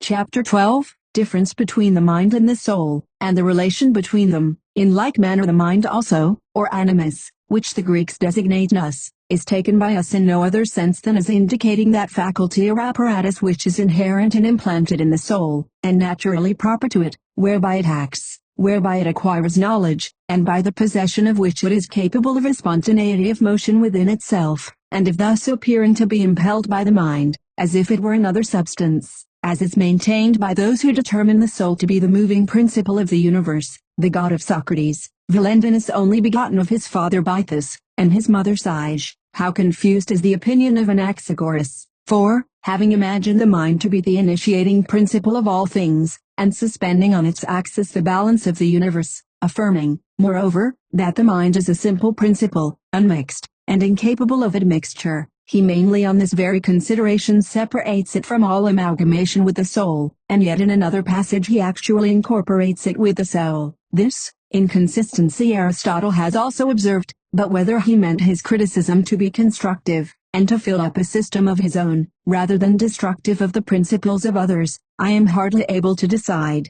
As for himself, indeed, although he postpones his definition of the mind, yet he begins by mentioning, as one of the two natural constituents of the mind, that divine principle which he conjectures to be impassible, or incapable of emotion, and thereby removes from all association with the soul. For whereas it is evident that the soul is susceptible of those emotions which it falls to it naturally to suffer, it must needs suffer either by the mind or with the mind. Now if the soul is by nature associated with the mind, it is impossible to draw the conclusion that the mind is impassible, or again, if the soul suffers not either by the mind or with the mind, it cannot possibly have a natural association with the mind, with which it suffers nothing, and which suffers nothing itself. Moreover, if the soul suffers nothing by the mind and with the mind, it will experience no sensation, nor will it acquire any knowledge, nor will it undergo any emotion through the agency of the mind, as they maintain it will, for Aristotle makes even the senses passions, or states of emotion,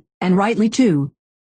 For to exercise the senses is to suffer emotion, because to suffer is to feel. In like manner, to acquire knowledge is to exercise the senses, and to undergo emotion is to exercise the senses, and the whole of this is a state of suffering. But we see that the soul experiences nothing of these things, in such a manner as that the mind also is affected by the emotion, by which, indeed, and with which, all is affected. It follows, therefore, that the mind is capable of admixture, in opposition to Anaxagoras, and passible or susceptible of emotion, contrary to the opinion of Aristotle. Besides, if a separate condition between the soul and mind is to be admitted, so that they be two things in substance, than of one of them. Emotion and sensation, and every sort of taste, and all action and motion, will be the characteristics, whilst of the other the natural condition will be calm, and repose, and stupor. There is therefore no alternative, either the mind must be useless and void, or the soul. But if these affections may certainly be all of them ascribed to both, then in that case the two will be one and the same, and Democritus will carry his point when he suppresses all distinction between the two. The question will arise how two can be one, whether by the confusion of two substances, or by the disposition of one. We, however, affirm that the mind coalesces with the soul, not indeed as being distinct from it in substance, but as being its natural function and agent. Chapter 13, The Soul's Supremacy.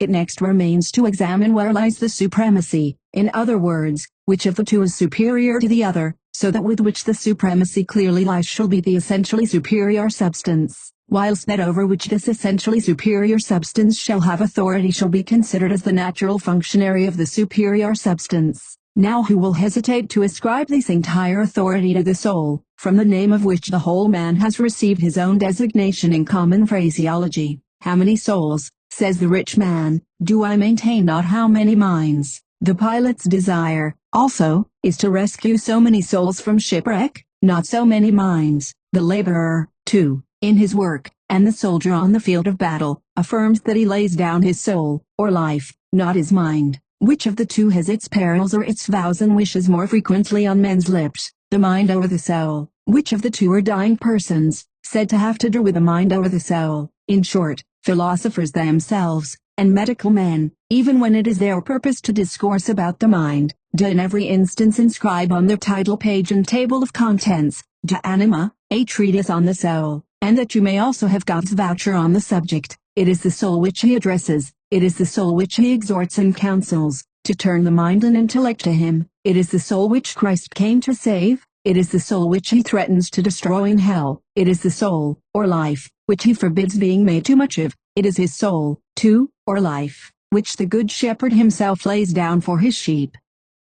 It is to the soul, therefore, that you ascribe the supremacy. In it also you possess that union of substance, of which you perceive the mind to be the instrument, not the ruling power. Chapter 14, The Soul variously divided by the philosophers. This division is not a material dissection, being thus single, simple, and entire in itself. It is as incapable of being composed and put together from external constituents, as it is of being divided in and of itself, inasmuch as it is indissoluble. For if it had been possible to construct it and to destroy it, it would no longer be immortal. Since, however, it is not mortal, it is also incapable of dissolution and division. Now, to be divided means to be dissolved, and to be dissolved means to die. Yet, philosophers have divided the soul into parts. Plato, for instance, into 2, Zeno into 3, Palladius, into 5 or 6, Soranus, into 7, Chrysippus, into as many as 8, and Apollophanes, into as many as 9, whilst certain of the Stoics have found as many as 12 parts in the soul. Posidonius makes even 2 more than these. He starts with 2 leading faculties of the soul, the directing faculty, which they designate Germanicon, and the rational faculty, which they call Logicon, and ultimately subdivided these into 17 parts. Thus variously is the soul dissected by the different schools. Such divisions, however, are not to be regarded so much as parts of the soul, as powers, or faculties, or operations thereof, even as Aristotle himself has regarded some of them as being, for they are not portions or organic parts of the soul's substance, but functions of the soul, such as those of motion, of action, of thought, and whatsoever others they divide in this manner, such, likewise, as the 5 senses themselves, so well known to all, seeing, hearing, tasting, touching, smelling. Now, although they have allotted to the whole of these respectively certain parts of the body as their special domiciles, it does not from that circumstance follow that a like distribution will be suitable to the sections of the soul, for even the body itself would not admit of such a partition as they would of the soul undergo, but of the whole number of the limbs one body is made up, so that the arrangement is rather a concretion than a division. Look at that very wonderful piece of organic mechanism by Archimedes, I mean his hydraulic organ, with its many limbs, parts, bands, passages for the notes, outlets for their sounds, combinations for their harmony, and the array of its pipes. But yet the whole of these details constitute only one instrument. In like manner the wind, which breathes throughout this organ at the impulse of the hydraulic engine, is not divided into separate portions from the fact of its dispersion through the instrument to make it play. It is whole and entire in its substance, although divided in its operation. This example is not remote from the illustration of Strato, and Anaximander, and Heraclitus, for these philosophers maintain the unity of the soul, as diffused over the entire body, and yet in every part the same. Precisely like the wind blown in the pipes throughout the organ, the soul displays its energies in various ways by means of the senses, being not indeed divided, but rather distributed in natural order.